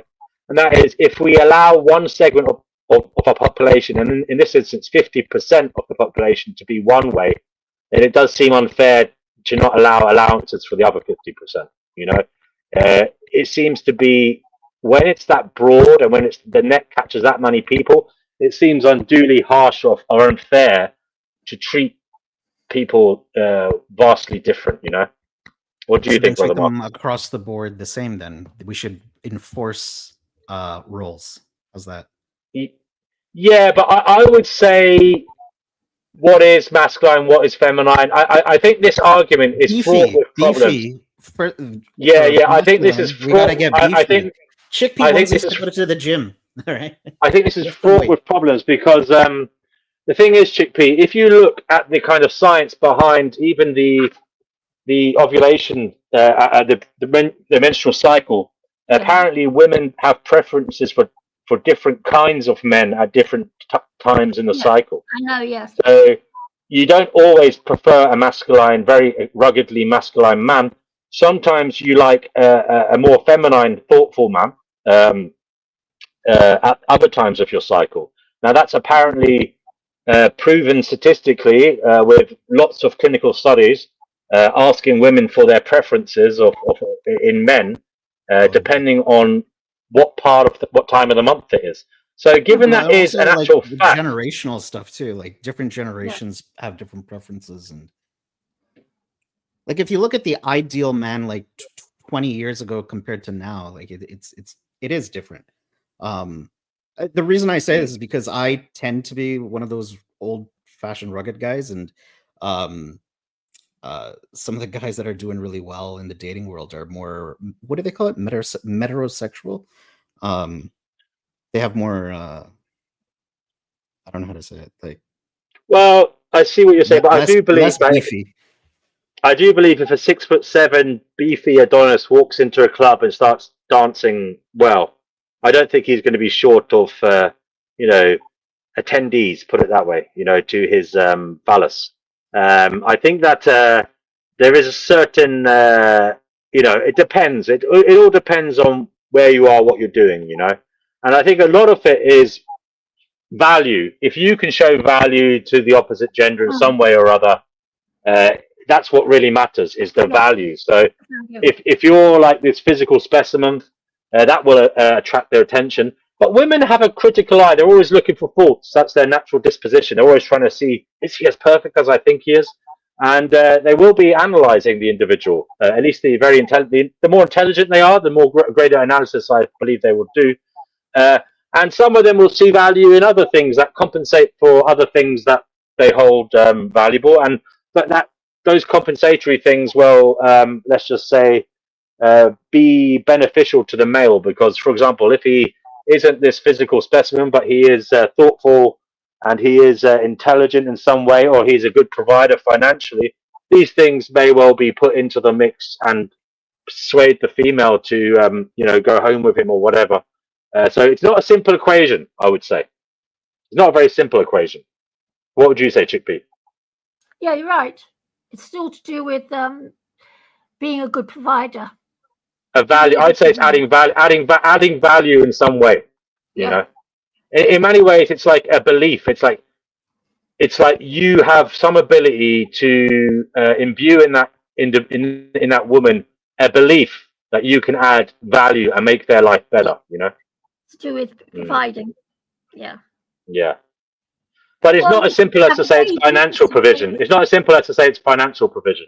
It could be genetic provision, for example, or it could even be, although I'd say it's a lot harder, it could be some kind of emotional provision, Hmm. Yeah, I think it depends if you want to have children or not. Obviously, if you're going to have children, then you want a man who can provide. It's sad, brutal reality. Yeah, and I would say it's sensible to yes, of course it is. Yeah. I feel like for any, like, even just if you're child free or whatever, like you're going to plan to move in together, like just the way the economy is working now, both people got to work. It's hard to just like take care of just two people. I think that the actual underlying criteria that individuals use to choose a mate, okay, whether they're child-free or not, whether they're antinatalist or they're pronatalist, I think the criteria are generally the same. And even, dare I say, even if they're gay and they're not in any way going to de facto breed with each other, I think the criteria are more or less the same. And that's interesting. I think that's the kind of the evolutionary psychology is there no matter what the kind of context is, if you know what I mean. Do you think I'm right? Who, me or yeah? I actually don't know. I'm ignorant of this. Okay. Anybody else want to come on here? Please do. It's been a fun show actually. In the end, it took a while to get going, but I have been enjoying it. JE, do you want to come on here, brother? And anybody else? Obviously, you're welcome. Just 1 second. I'm getting a lot of WhatsApp messages. I'll be right back. Yeah, go ahead. I'm listening.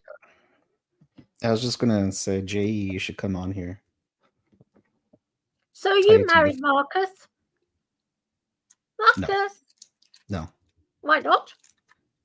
Is this a proposition, Chickpea? Like No, you don't want me.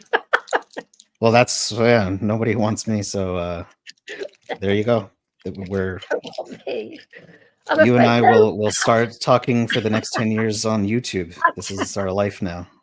So. I can't attract him. First of all, you mustn't have to be a vegan. And then you have a fan club now.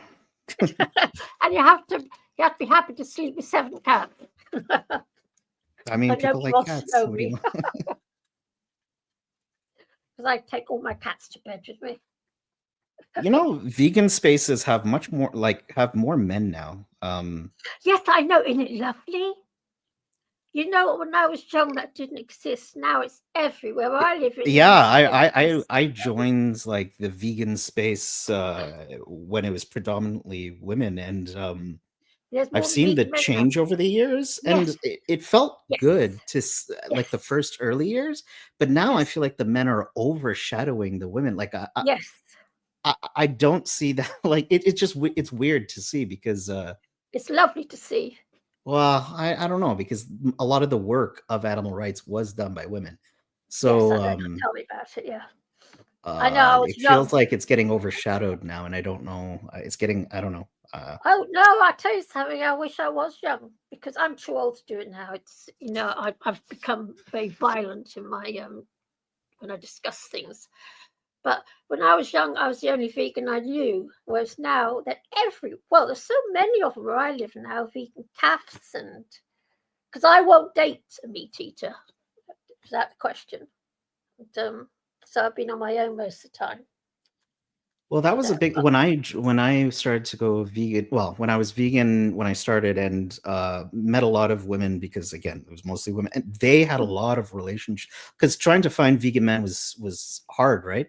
Yes. But now, yes. yeah, things are Yes. way So different, and people they are are so lucky. yeah, they Yeah, are. I really envy them. These young females now, because it's so easy. Especially now. new ones that are getting involved in the movement, and Yes. yeah. Yeah. So yeah, they got it when I was young. I was the only one.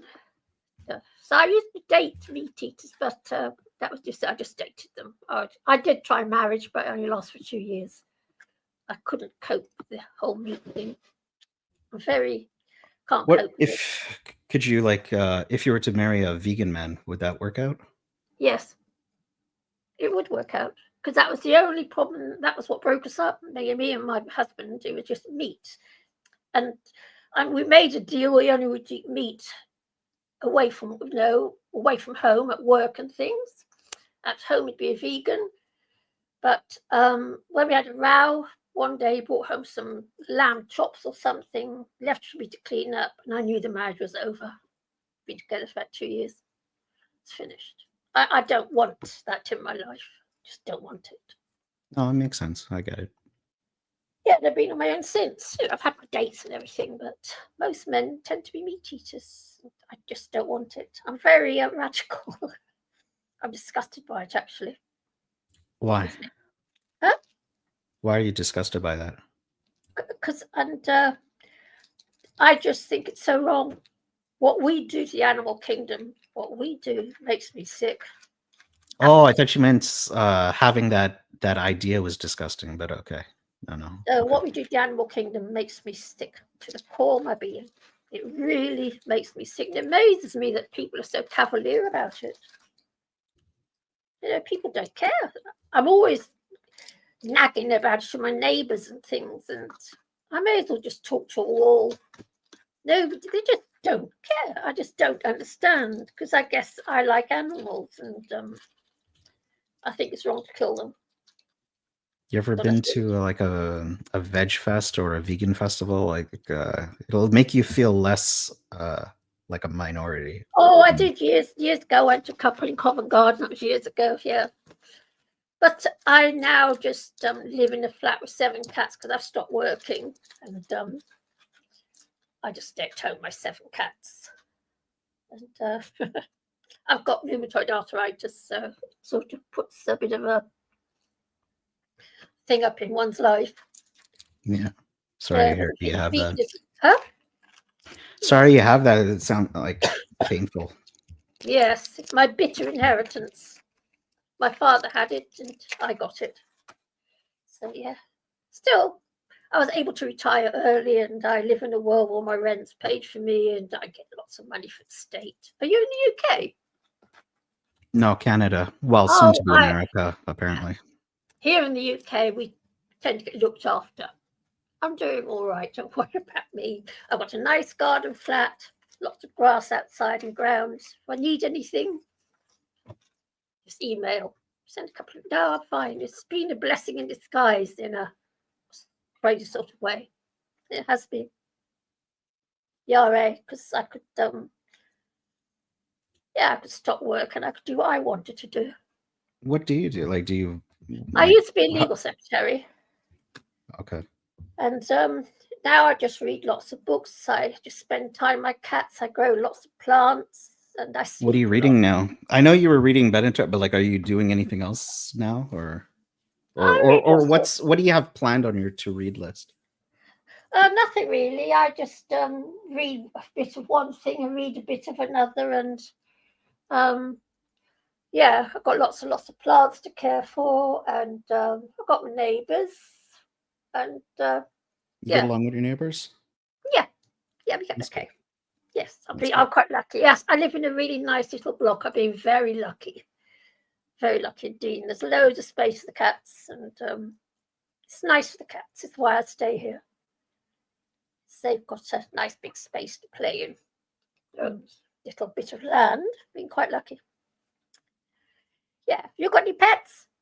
No, but I was cat sitting the past week with. I had a friend went on vacation and taking care of his cat, and that was nice. Aren't they lovely? Yeah, of course. Yeah. Oh, they're gorgeous. There's a guy. For some reason, cats really. Sorry. So some cats that are kind of skittish, they warm up to me. I don't know why, but it's one of the reasons some of my friends ask me to cat sit for them when they travel or whatever. They can sense the energy. Your energy is different. They can sense it. I get it with dogs as well. They can sense it. Dogs for sure. Yeah. Yeah, I don't know about cats though. I don't know what. Yeah.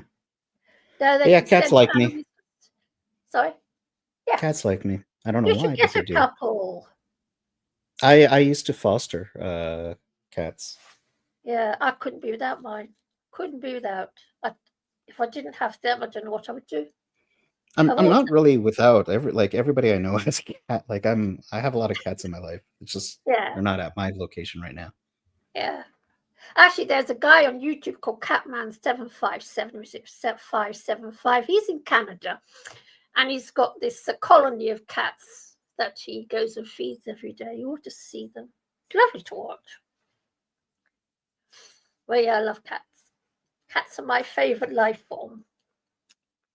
Yeah. I actually have pictures of other people's cats on my. I'm looking at my cell phone and like I have like a bunch of pictures of my friends' cats, and because they're like they're like family to me. They are. I love cats. I think cats are the most beautiful thing in creation. There's nothing in the world that's quite as beautiful as a cat. Don't care anyone says. Especially, I've never had a pregnant cat, but if you ever see a cat with babies, a mother cat with her kittens, it's just unbelievably beautiful to watch. Gorgeous to watch. Yeah, I love them. I like dogs as well. Sorry? Yeah. I don't know if you feel that way about dogs, but I feel the same way about dogs as well. Yeah, Cats I like and dogs dogs. too, but they won't let me have a dog. They won't stand for that. You're Dogs are like mad. who won't let you have a dog? The Oh, the cats won't let you have. Okay, yeah. They won't stand for that. Be no dogs in this flat. I did bring a dog home once. A friend lent me one, and that didn't work out very well. Hey. So, are you left-handed or right-handed? Right-handed. All right. What's your rhesus factor? I don't know. What? Your rhesus factor. I don't know what that is. I tend to. The rhesus factor. Some of us are born with rhesus negative blood. Some are born with rhesus positive. And the rhesus negative is a bit weird. We don't quite fit into society as well as we should. Because I'm a bit of a misfit. Are you left-handed? Yeah. Yeah, very. Yeah. Yeah. Let's see him. So what do you do for a living? So like an RH factor, is that what you're talking? A protein found on the surface of red blood cells inherited from parents? Oh, yes. It's a really weird thing, and there used to be a time when rhesus negative women could not bear children with rhesus positive men. The body would actually reject it. It was a really strange you just contributed to my insomnia for tonight because I'm going to read up on this. Yeah, yes, really. They have managed to find a solution to the So problem. Rh blood group system is a human blood group system. It contains proteins on the surface. After is mostly involved in transfusion reactions. Yeah, because rhesus negative and rhesus positive, you can't transfuse one way. You can do it one way, but not the other way. It's very strange. Yeah. So how does this impact you? Like what? Oh, I'm just rhesus negative. You know, sometimes some people know their rhesus factor. But how does it like? What symptoms or what? How does this? Oh, nothing. You just can't have children with rhesus positive men. Oh, okay. So 99%, well, 95% of men are out of bounds for me anyway. Because I can't have children with rhesus positive men. You never heard of that? Oh, Yeah, thanks for letting me know. Yeah, look at that. Yes, they have to. They have invented an injection that they can stop. What happens is the female's body just rejects it or kills it. It's really weird. Yeah. Yeah. So you're an antinatalist, aren't you? I am the antinatalist. Yes. Why do you say the? Because I gatekeep. I'll keep other antinatalists in check. Like there will be a day when I will debate D&W on his antinatalism. It'll happen. Or sorry, his lack of antinatalism. I'm gonna put him back in line. Yes. Don't worry. He'll be back on the team.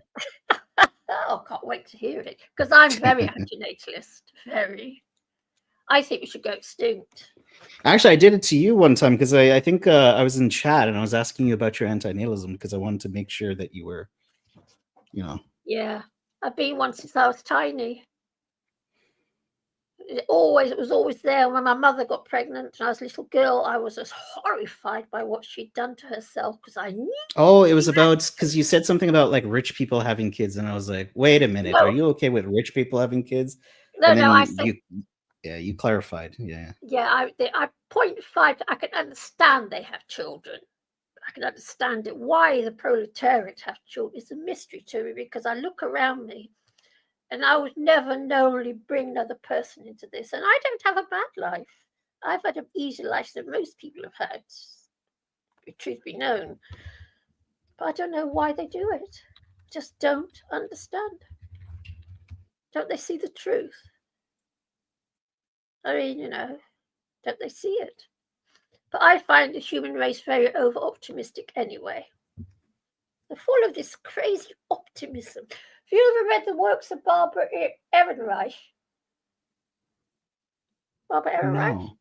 Oh, she writes the most fabulous book. She's an American Jewess. And she talks about this crazy optimism of people, which is probably why there's so much depression in society because, of course, we're all trying to be happy-clappy. And I find that it makes me feel depressed. That's why I like coming here, because at least there's an air of depression. So it cheers me up a bit. Trust. It actually cheers me up to hear people moaning about life. Don't you get that? I mean, I don't disagree with you, but like, I don't know. It's funny to say because, like, yeah, you get misery likes company. I guess I don't know. Yeah, misery loves company. Yes, you got it. It just cheers me up to hear other people moaning about life in general, and it just actually makes me feel better. So I come here to have a good listen to everybody else having a good wine. You're terrible. It's cheered me up. I was so miserable before. Earlier on in the evening. Oh, God. Yeah, dreadful. Yeah, cheers me up. There you go, D&W. You're cheering up the pessimists. So yeah, it cheers me up. Thank you for your live streams. Must be quite hard work doing these live streams. I couldn't do it. Yeah. The funny thing is, I do think about that sometimes. The irony of a certain portion of society who say life is so bad, gathering together in little huddles and then feeling better. And Yeah, there is something weirdly ironic about it in an almost comical sense, you know? yes. Like it, yeah. Yes, it cheers me up to come here, so I keep coming here. I'm a miserable little madam. Miserable little thing. Two negatives make a positive. Says here. Yeah. Yeah. Oh, yes, I said it. Yeah, yeah. Anyway, thank you very much for your shows, actually, because it really do help me. So, Yes, thank I'm glad to hear it. Sorry? I'm glad to hear it. Yeah, everybody Glad I to hear know it. is full of this crazy joviality, and I think, what's the matter with you all? Don't you see the bitter truth? And don't get me wrong, I don't have a bad life. I don't. I've got a better life than most people. Truth be known. Steve, Yerf Dog says that he read Aaron Reich. Oh, he's read it. She's great. Yeah. Yes. Yes, she is such a fabulous writer. She writes about the American working class and about American optimism and about American men and their sex lives. She writes the most fabulous stuff. Really good books. Sounds great. Yeah, on Amazon. Very good book she writes. I love her stuff. She's got one book called Jay says life is a negative paradox, and all this pontificating about existence is futile. Yes. Seems like we're screwed either way. You're damned if you do, damned if you don't, kind of thing, right? Yeah. But as I say, she's written this book called Smile or Die. Fabulous book. It's all about Americans smiling whilst they're serving up their burgers. Which book do you recommend as a starter? What of Barbara's? All of them. They're all good. She's But very which one should I easy. start with? Sorry? Which one should I start with? Try Smile or Die. It's a good one to start with. It's all about how the Americans are happy clappy. You know, they're constantly happy clappy. Have a good day and all this sort of shit. Oh no. Yeah, it's all about that. She writes It took me a long time, probably because I'm neurodivergent, but it took me a long time to like realize people don't actually mean what they're saying. Sometimes in life, you know. Yeah. Yeah. Do you know what else? Is a Going good through the one? motions. Have you read the books by that American guy, Empire of Illusion, it's called? Tony says they constantly try to overcome the ADHD and RSD. Sorry, what is RSD? Does anybody know? I can't remember at the moment. I'd have to look it up. I'll have to look it up. Or maybe she'll tell us in the comments, Tony, if you could tell us what that means. And Divine Hazel says, thank you, Chickpea, for adding a fascinating nuance to the chat. And she sends you a little love heart. Wonder Is why it she's not here. rejection sensitive dysphoria? Is that it? Oh, so you're hypersensitive to possible rejections in life. Okay. That sounds very tough indeed. And Tony says she likes your energy, Chickpea, that you're a very spunky lass. Oh, thank you. So, yeah. And Jay says he appreciates Chickpea's contributions as well. So, there you go, Chickpea. Some good words today. Makes a change. Yeah. Nobody You're very. what to say about me. Oh. There you go. There's a market for everything, Chickpea. Sorry. People moaning about me. I've got this man right where I live, this stupid man, and he keeps making noises at me. Stupid man. Is he hitting a cymbal or something? Or what the hell does he? What do you mean he's I doing? don't know. I'll be feeding the pigeons. He doesn't like me. Oh, he's tutting as he do. Okay. One of those. Yeah. And he goes mad. I'm feeding the vermin. One thing Chickpea said today was because I was listening before I hopped on because I was sorting out my laundry and about like brushing your teeth, and that was most of my day, just like going on autopilot, just doing the same thing over and over again each day, and it takes a good amount of hours. And yeah, it's very like being Sisyphus kind of thing. Yeah. I would say I do find the kind of chores of life, the necessary chores of life, mundane and monotonous, you know. But yeah, here he says that he would he would say he appreciates Chickpea too, but many people are saying that to her, and it may go to her head, so he won't say it. There you go. Normally, I get. Oh dear. Yeah, and it is a rejection sensitivity disorder. Yeah. Tony, that would be interesting to hear about. How does that manifest? Sounds terrible. Yeah, Sorry to hear that. I just bookmarked that because now I want. Oh, does Tony have that? Oh no. Yeah. They have ADHD and yeah. Sorry because to I hear just that. read a quick blurb about it, and yeah, that sounds horrible. Because I've Life been is rejected a lot, and if I took that personally, oh my god.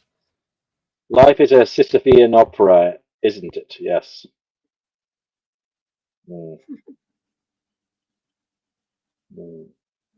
Yes. Yeah. And then you die. It seems that way. Yes. Yeah. Waiting for Godot, as Yeah, Samuel right. Beckett would. I've never seen that. It's a play, right? Yeah, I won't ruin it for you. It's quite a short. You can. Yeah, it's a play. You can read it as well. I won't ruin it for you. It's worth reading. But Are you telling me to So- read? Gross. Is there a YouTube video about it? Can I? Is there like a TikTok summary that I can watch? probably. They're more than likely. I don't like this thing. Like that's the R word. It's gross. You can listen to it as well Okay. on Audible. No, I know. What else can we do? It's like it's on my big list of things that I wanted to tackle. But thanks for bringing it to the forefront of my consciousness. I will. I know it's popular too. A lot of people know about it. Nefarious Rocket is only 300 pounds, 7 feet tall cops from now on. In his view, he's agreeing. He's siding with. Well, Nefarious Rockers, you see, the thing is, we can possibly take the gender out of it for now, and we can have AI robots, but they're going to have booming masculine voices, and they're going to have to have six packs and stuff. Even though they're not, they're going to have male attributes, aren't they? Even though they're robots, Chickpea. We can't have a female robot arresting us, can we? No. Wait, RSD is often part and parcel with female ADHD. Female Wow, ADHD, yeah. I didn't know that. No, but really, I sorry. Divine Hazel says, "Well, when you're 70, it would be interesting to see what attitudes you would all have." Yes, and we have kind of alluded to that earlier, Divine Hazel, how our perspectives change, and I am very charitable to Chickpea on certain matters because I know that as we all age, our perspectives may change as well. I have a lot of different perspectives, even to 10 years ago, 20 years ago, 25, 30 years ago. So, yeah, definitely, I agree with you. Yes, it's strange being old, old lady. Tony says that they're an empath and they can feel Pamela's emotional state, and they just wanted to share that they relate to her, and she's given her kind of the hug emoji, Pamela. So, Pamela, you have a friend here, a parasocial friend, somebody online who is apparently on your side and is rooting for you. As am I, Pamela. I do hope you're well. And by the way, it was Brother Marcus who taught me about the parasocial phenomenon. I think it's really interesting. And we should probably do a show on that at some point as well, shouldn't we? Parasocial. Yeah, that's a good topic. Yeah. Relationships, e-friends, I mean, we kind of broached it when we were talking about friendship, and we did bring up kind of internet friends and such, but yeah, I think it would be good to just delve into it fully.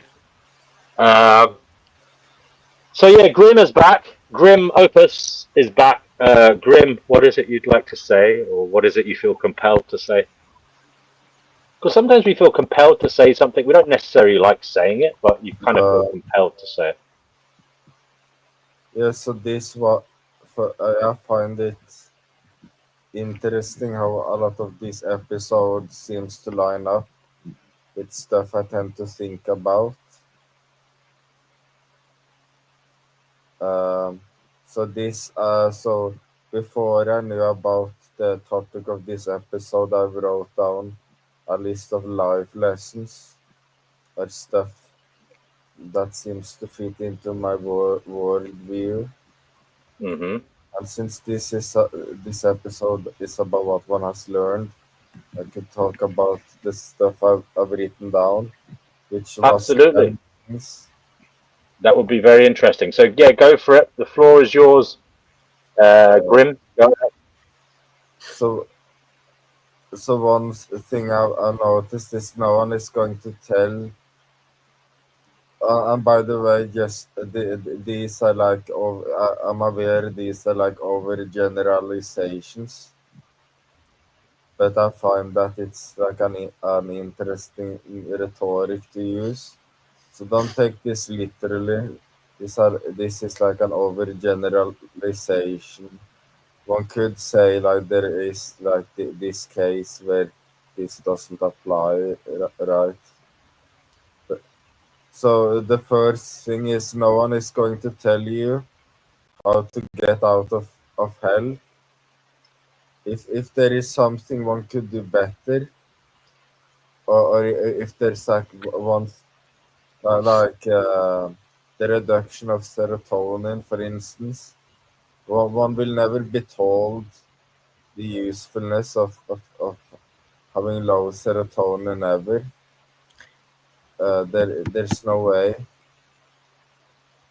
One will be underestimated in a lot of ways.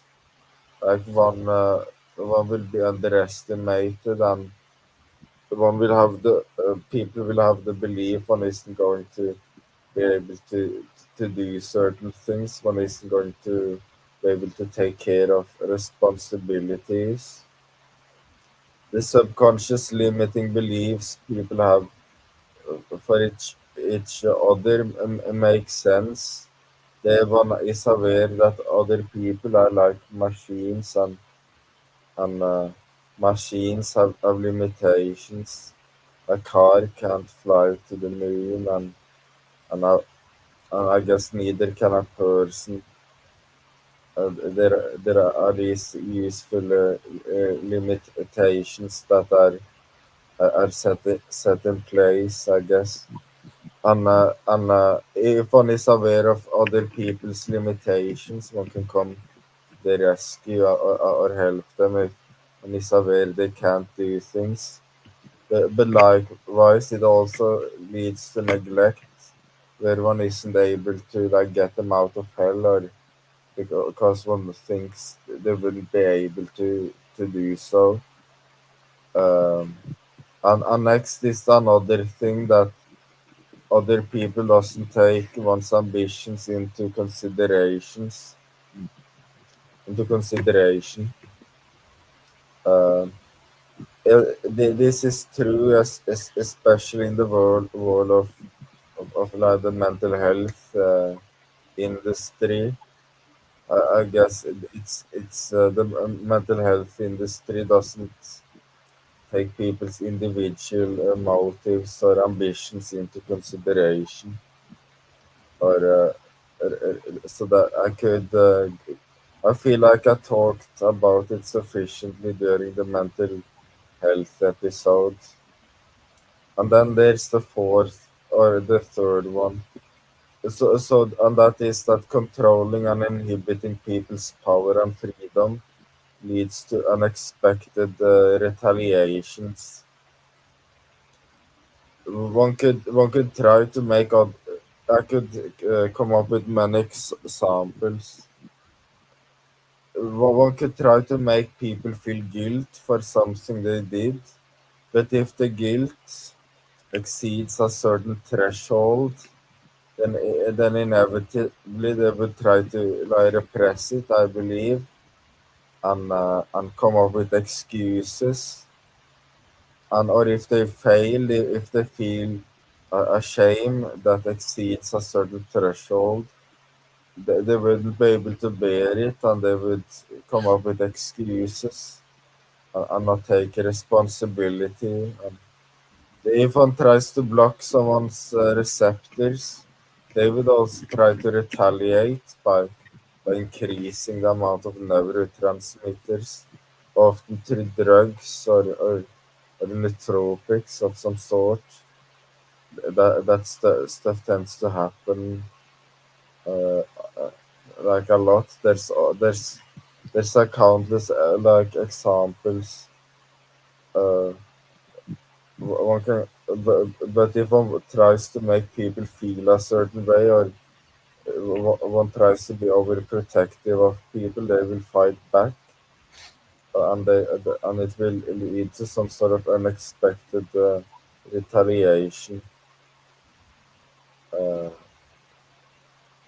there's also another one I wrote down. Uh, the most important part of an underdog story is that one wins, or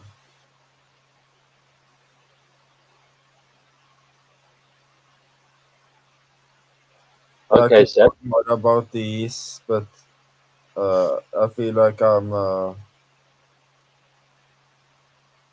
it's late. Things like, what made you feel the need to write all that down today?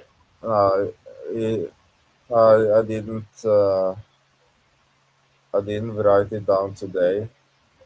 Oh, okay. Well, Just recently wrote then. all the points, right? I wasn't reading something from a script.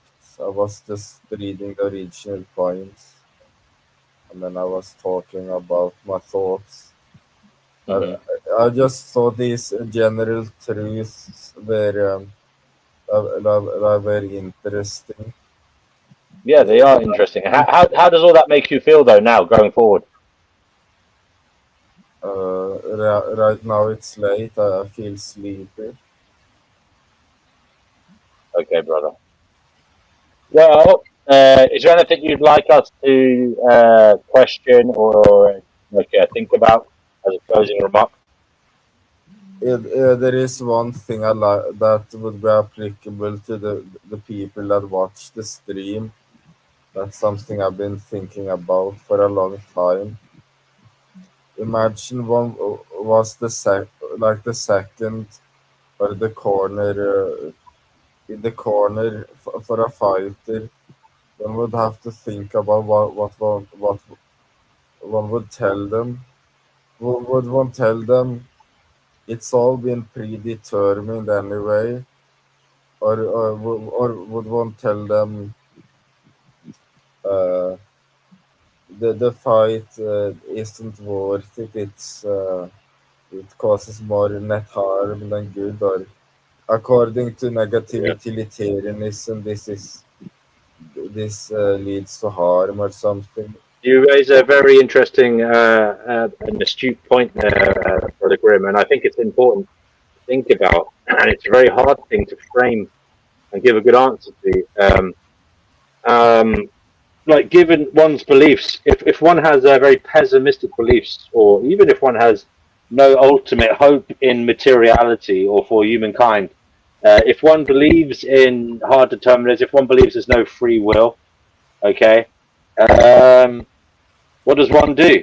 Um, I suppose you could argue from one perspective, it doesn't matter what one does because it's all predetermined. On the other side to it, you could say, well, what matters is the person's consciousness that you're dealing with and trying to make them feel better. So, in trying to motivate them one way or another to follow their dream, maybe that's what matters, motivating them, making them feel better.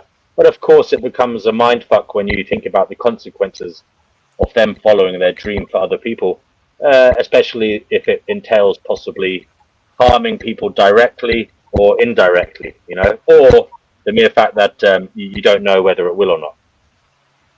Yeah, can I say something on that? Yes.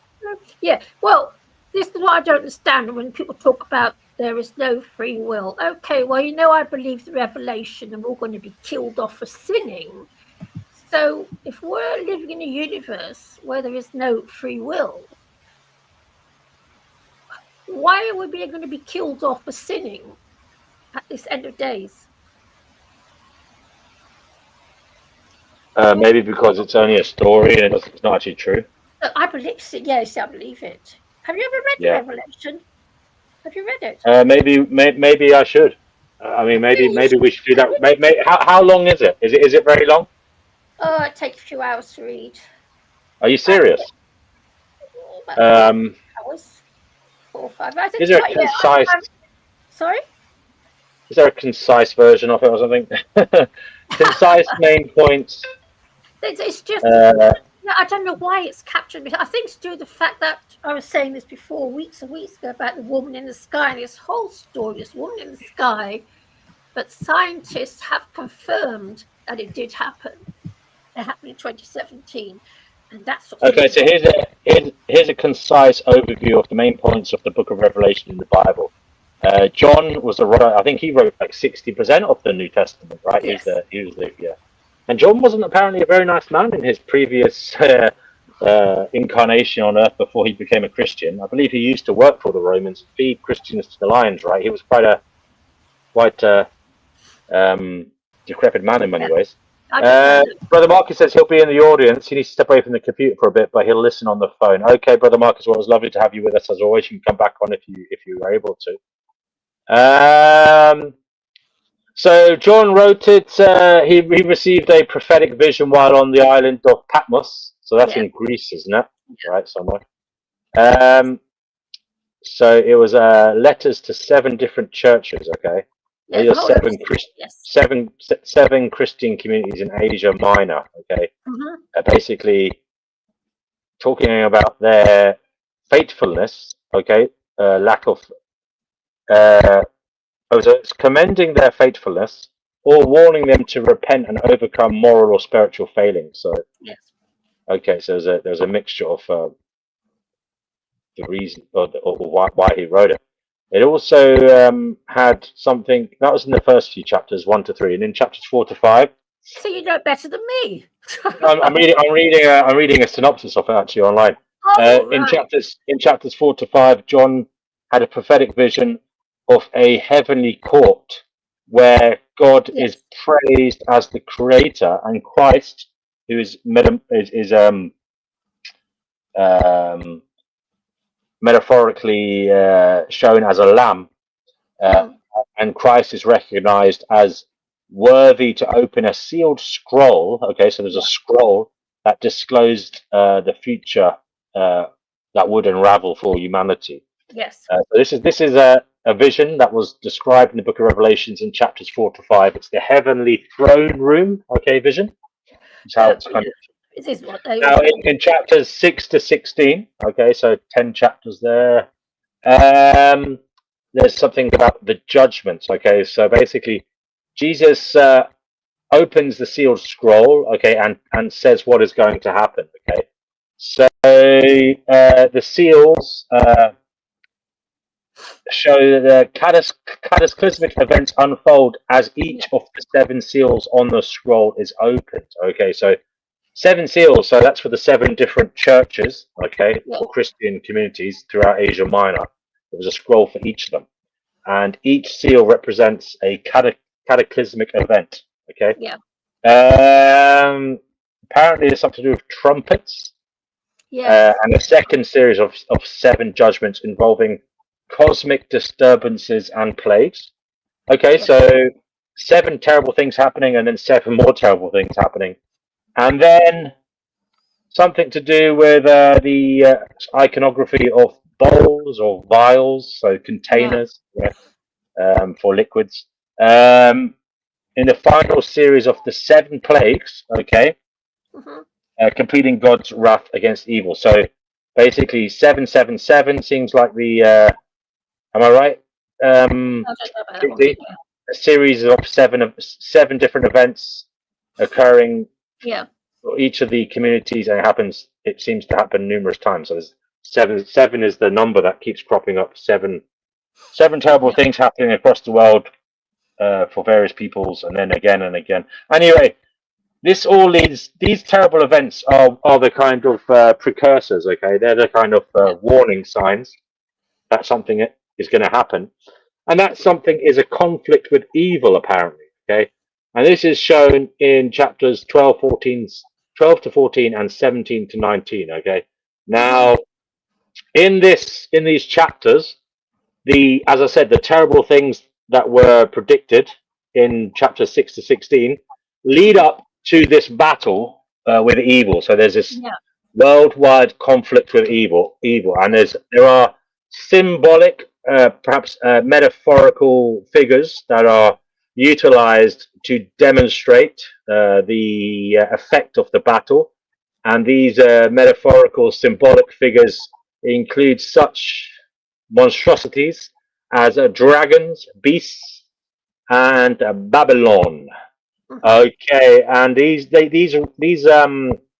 symbolic figures represent forces opposed to God's kingdom. Okay, so these are in many ways the anti-gods. Okay, they wage war on the saints. Okay, but their defeat is assured. So when Jesus is telling the story through John in the book of Revelations, okay, he says there is a conflict with evil, but evil will be defeated. Okay, and that culmination of events leads to the final triumph, as it is known, which is the final triumph over evil, when good defeats evil. And basically, at this juncture, in chapter 19 of the book of Revelations, it says that Jesus Christ returns as a victorious king, okay, destroying the forces of evil and inaugurating a reign of righteousness on to humankind, to society, to people worldwide. And then there is a reign of 1,000 years. Okay, so there's a millennial reign and judgment. Okay, so basically, it says in chapter 20, Satan is bound, okay, for 20 years, for 1,000 years, sorry, the millennium. So basically, it sounds like he is tied up, he's in prison for 1,000 years, and it's the reign of righteousness, right? Is that right? Yes. Yeah. There's a reign and judgment, basically. So basically, there's a reign for 1,000 years where Satan is in prison, okay, or evil is in prison. Laughing. No, but sorry. And anyway, after which he is released for some reason. So they had him in a jail cell. For some reason, they released him again, and then they defeat him again. And they say they finally defeat him. So basically, after he is released after the 1,000 years, they finally defeat him forever. And the great white throne judgment follows, separating the righteous from the unrighteous. Now, this sounds pretty scary. So this seems to be the ultimate chaffing of the wheat, basically, doesn't it? The division. They separate the righteous from the unrighteous, okay, at this juncture. Now, in chapters 21 to 22, they talk about the new creation. So there's a new kingdom, okay? Yeah. And basically, the book of Revelation culminates with a vision of a renewed heaven and earth and the new Jerusalem, where God dwells among his people, wiping away all sorrow, and the promise of eternal life and fellowship with God is fulfilled. Overall, the book of Revelation emphasizes the ultimate defeat of evil, the sovereignty of God over history, and the hope of renewal and eternal fellowship in God's presence. So there you go. That is a short synopsis of the book of Revelations. And Divine Hazel says she is not a believer in the scriptures at all. Okay. So 1 second. I'm just going to read some of the comments before we go on here. Okay.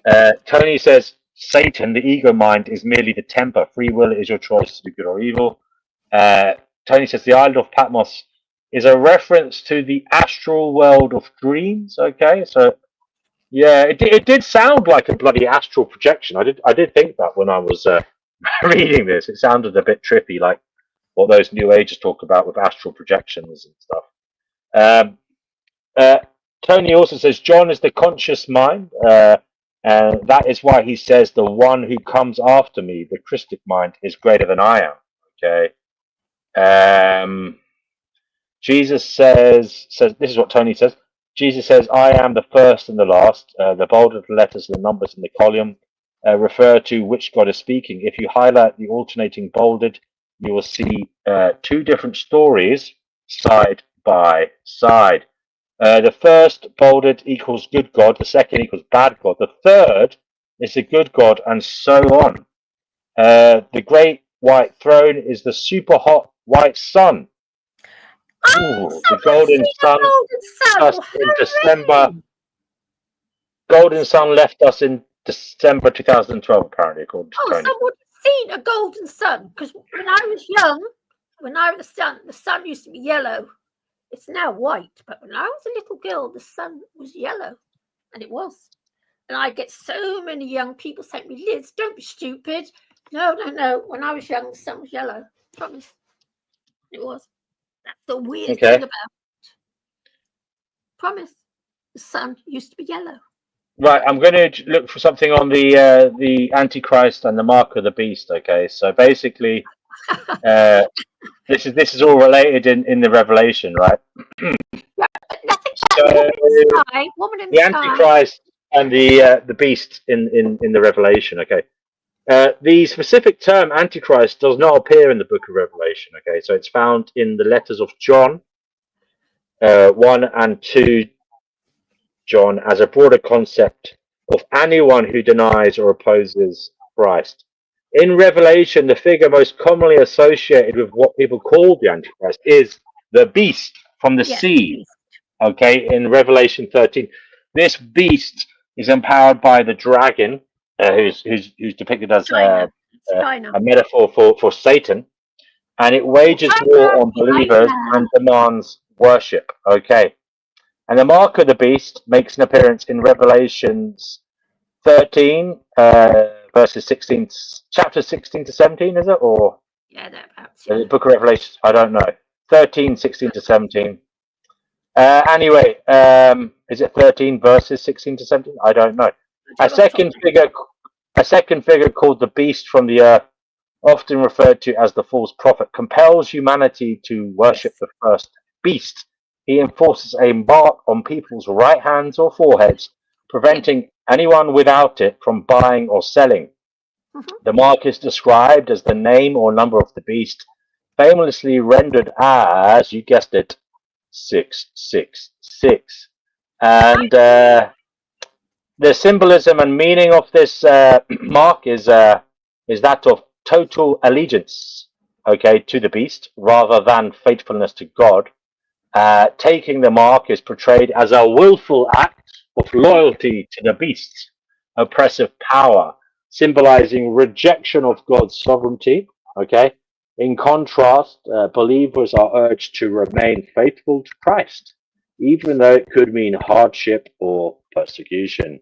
It also is the mark of the beast is also symbolic of economic control, because those without the mark cannot conduct business. Okay, the mark underscores how tyrannical or idolatrous systems can pressurize people to compromise their faith for economic or social gain. Okay, and then there are interpretations of 666 throughout time, throughout the centuries. Scholars and Christians have offered various explanations. For example, Nero Caesar in ancient times was seen as beastly, or references to a future tyrant. Generally, the 666 is seen to highlight an entity that sets itself up in opposition to God's kingdom. The revelation makes it clear that despite the beast's widespread influence and persecution of believers, God's judgment will fall on it and on all evil powers. The Antichrist figure, the beast, is ultimately defeated when Christ returns in glory, and that's shown in Revelation 19. In essence, the beast or the Antichrist represents an evil, worldly authority demanding worship and loyalty, and the mark of the beast represents an open, conscious submission to that authority rather than to God. Revelation's message is that believers should remain steadfast, trusting in God's ultimate triumph and justice. There you go. Yes, That's the book of Revelations, more or less. But nothing about, you haven't read about the woman in the sky. Now, scientists. The what? The woman in the sky? Yes, astrophysicists have said that the thing of the woman in the sky appeared in 2017, and it can only be seen as a computer graphic because obviously it's to do with the sun and the moon, the stars placed in a certain way, and Jupiter was there. But he predicted that 2,000 years ago, and it happened in 2017. Okay, so the woman clothed with the sun, is that right? It's in Revelation 12. The woman in the sky. Yeah, it's quite complicated. It's all the stars, basically the sun and the moon in the sky. Okay, the woman in the sky is also known as the woman clothed with the sun. It's in Revelation 12. That's it. It presents a great sign, like an omen in heaven.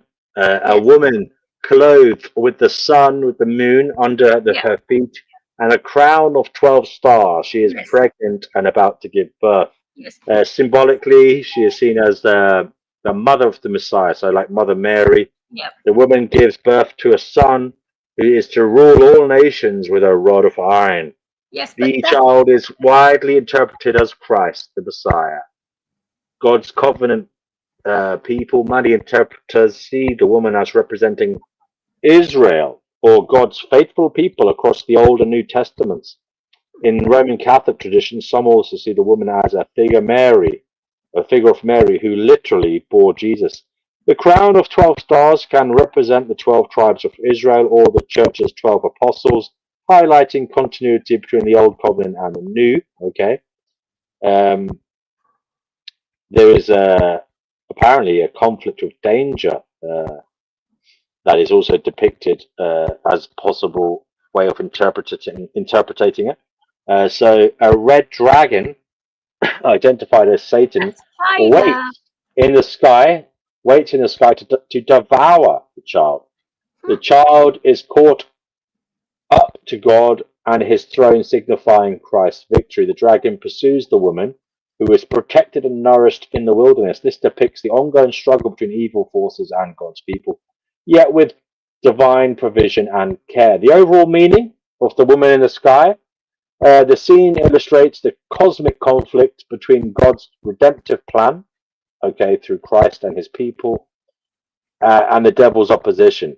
Despite persecution, the woman, which is God's covenant community, endures under God's protection, and evil is ultimately defeated. In short, the woman clothed with the sun, or the woman in the sky, symbolizes God's people, and in some interpretations also Mother Mary, bringing forth the Messiah, and her story underscores God's protection and ultimate triumph over the forces of evil.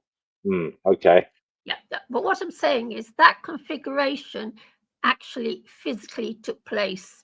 It took place, 2017, and it actually astronomically took place. The whole thing with the 12 stars and the thing, it all took place. It can only be seen as a computer graphic, but scientifically has been proved. Scientists have proved it. That's the weird thing. That's what's so weird about it. And he was told by a man dressed in gold who showed him it on something. It's really weird. Yeah, I can see that. Some people believe that some prophecy enthusiasts pointed to a specific astronomical alignment on September the 23rd, 2017, as potentially fulfilling the woman clothed with sun sign from Revelation 12. So this is in 2017. Here's how it was depicted at the time. So first of all, Dippy, let me read it. First of all, there was an astronomical alignment on that date. The constellation Virgo, often represented as a woman, was aligned with the sun appearing near Virgo's shoulder, and the moon was near Virgo's feet.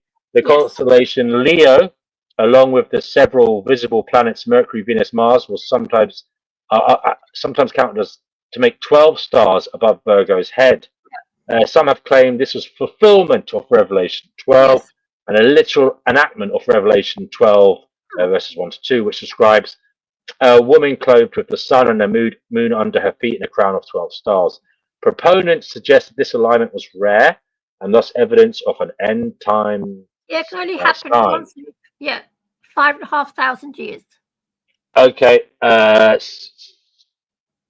Astronomers and many theologians note that similar alignments have occurred before, or involve flexible interpretations. For example, which planets or stars get counted to make the 12? So these are skeptical responses, and I think that's very good to be skeptical in such circumstances. Anyway, many Christian traditions do not tie this event to a definitive end times prophecy, seeing Revelation's imagery as largely symbolic, rather than requiring a one-time celestial fulfillment. In the Book of Revelation, this is in the broader context of matters, the Book of Revelation, the woman primarily symbolizes God's people, Israel or the church, and Mary as the mother of Christ. The message is less about pinpointing dates and more about illustrating the cosmic struggle between good and evil and God's ultimate protection of his people. So basically, the 2017 alignment in Virgo captured popular attention and prompted some to claim it was a fulfillment of Revelation 12. But most biblical scholars and astronomers remain unconvinced that it fulfills the text in a literal one-time sense. The core meaning of the passage, God protecting his people in the face of evil, continues to be its central spiritual message. So they're not convinced, Chippy, but you are. I'm convinced. Yes, I'm convinced about the barcode too. Absolutely convinced. And nobody, I'm the only person I know I've spoken to. Okay, guys. Everything. Yeah, okay. Does anybody else want to come on at this juncture? Because I will be shutting this down soon. Why you can have your say before we close up. I don't understand why the barcode's a sin. I just don't understand why that should be a sin. But it is a sin. It's very worrying. Worries me anyway. Guess I've got too much time on my hands. Does anybody want to come on here as we close up shop for the evening? I mean, it is quite late now, so I do have to go. But if you want to come on here and say your few words before we go, please do. I'll give you a few minutes to do so. But while we're waiting for that, we will talk to Chippy about the mark of the beast. No, I don't know why, but I just believe it. I don't know why, but barcodes is 3 6s. Okay. And it's the mark of the corporation. And one day they've even said one day they will mark us. They've already said it.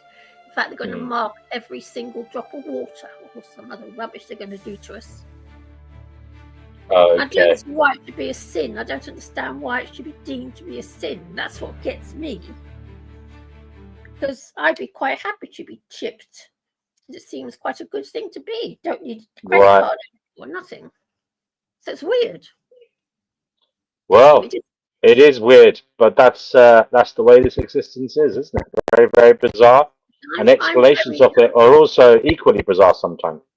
Anyway, on that note, and in recognition of my own bizarreness and this show's bizarreness, I think it's a good place to. It's a good time to bizarrely end the show.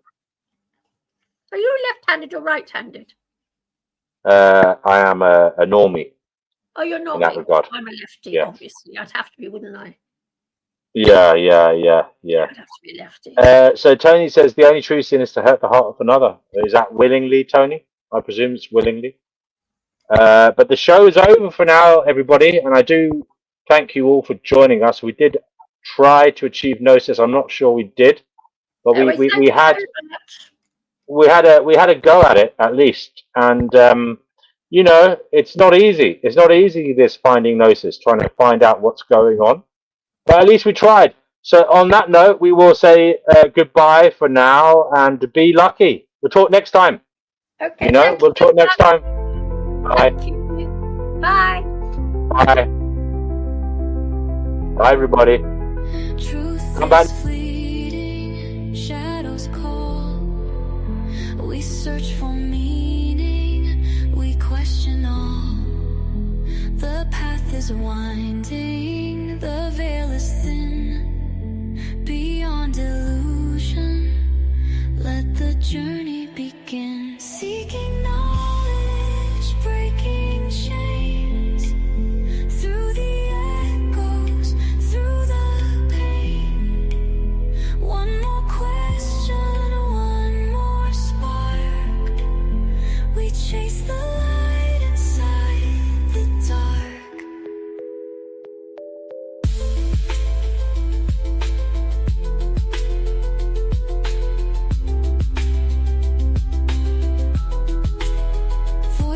is whispered, thoughts collide. Truths are hidden deep inside. The world's a riddle, a shifting dream. Reality isn't what it seems. Seeking knowledge, breaking chains. Through the echoes, through the pain. One more question, one more spark. We chase the light inside the dark. Until next time, keep your mind wide. Stay curious and let wisdom guide you. Let us hope we each seek what we're meant to find. Make Gnosis bring you peace of mind.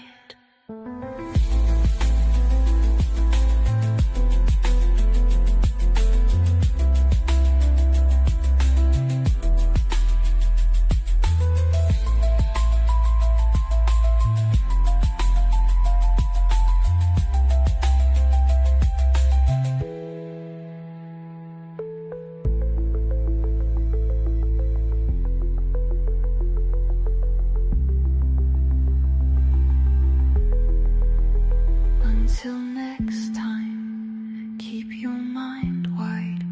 Stay curious and let wisdom guide you.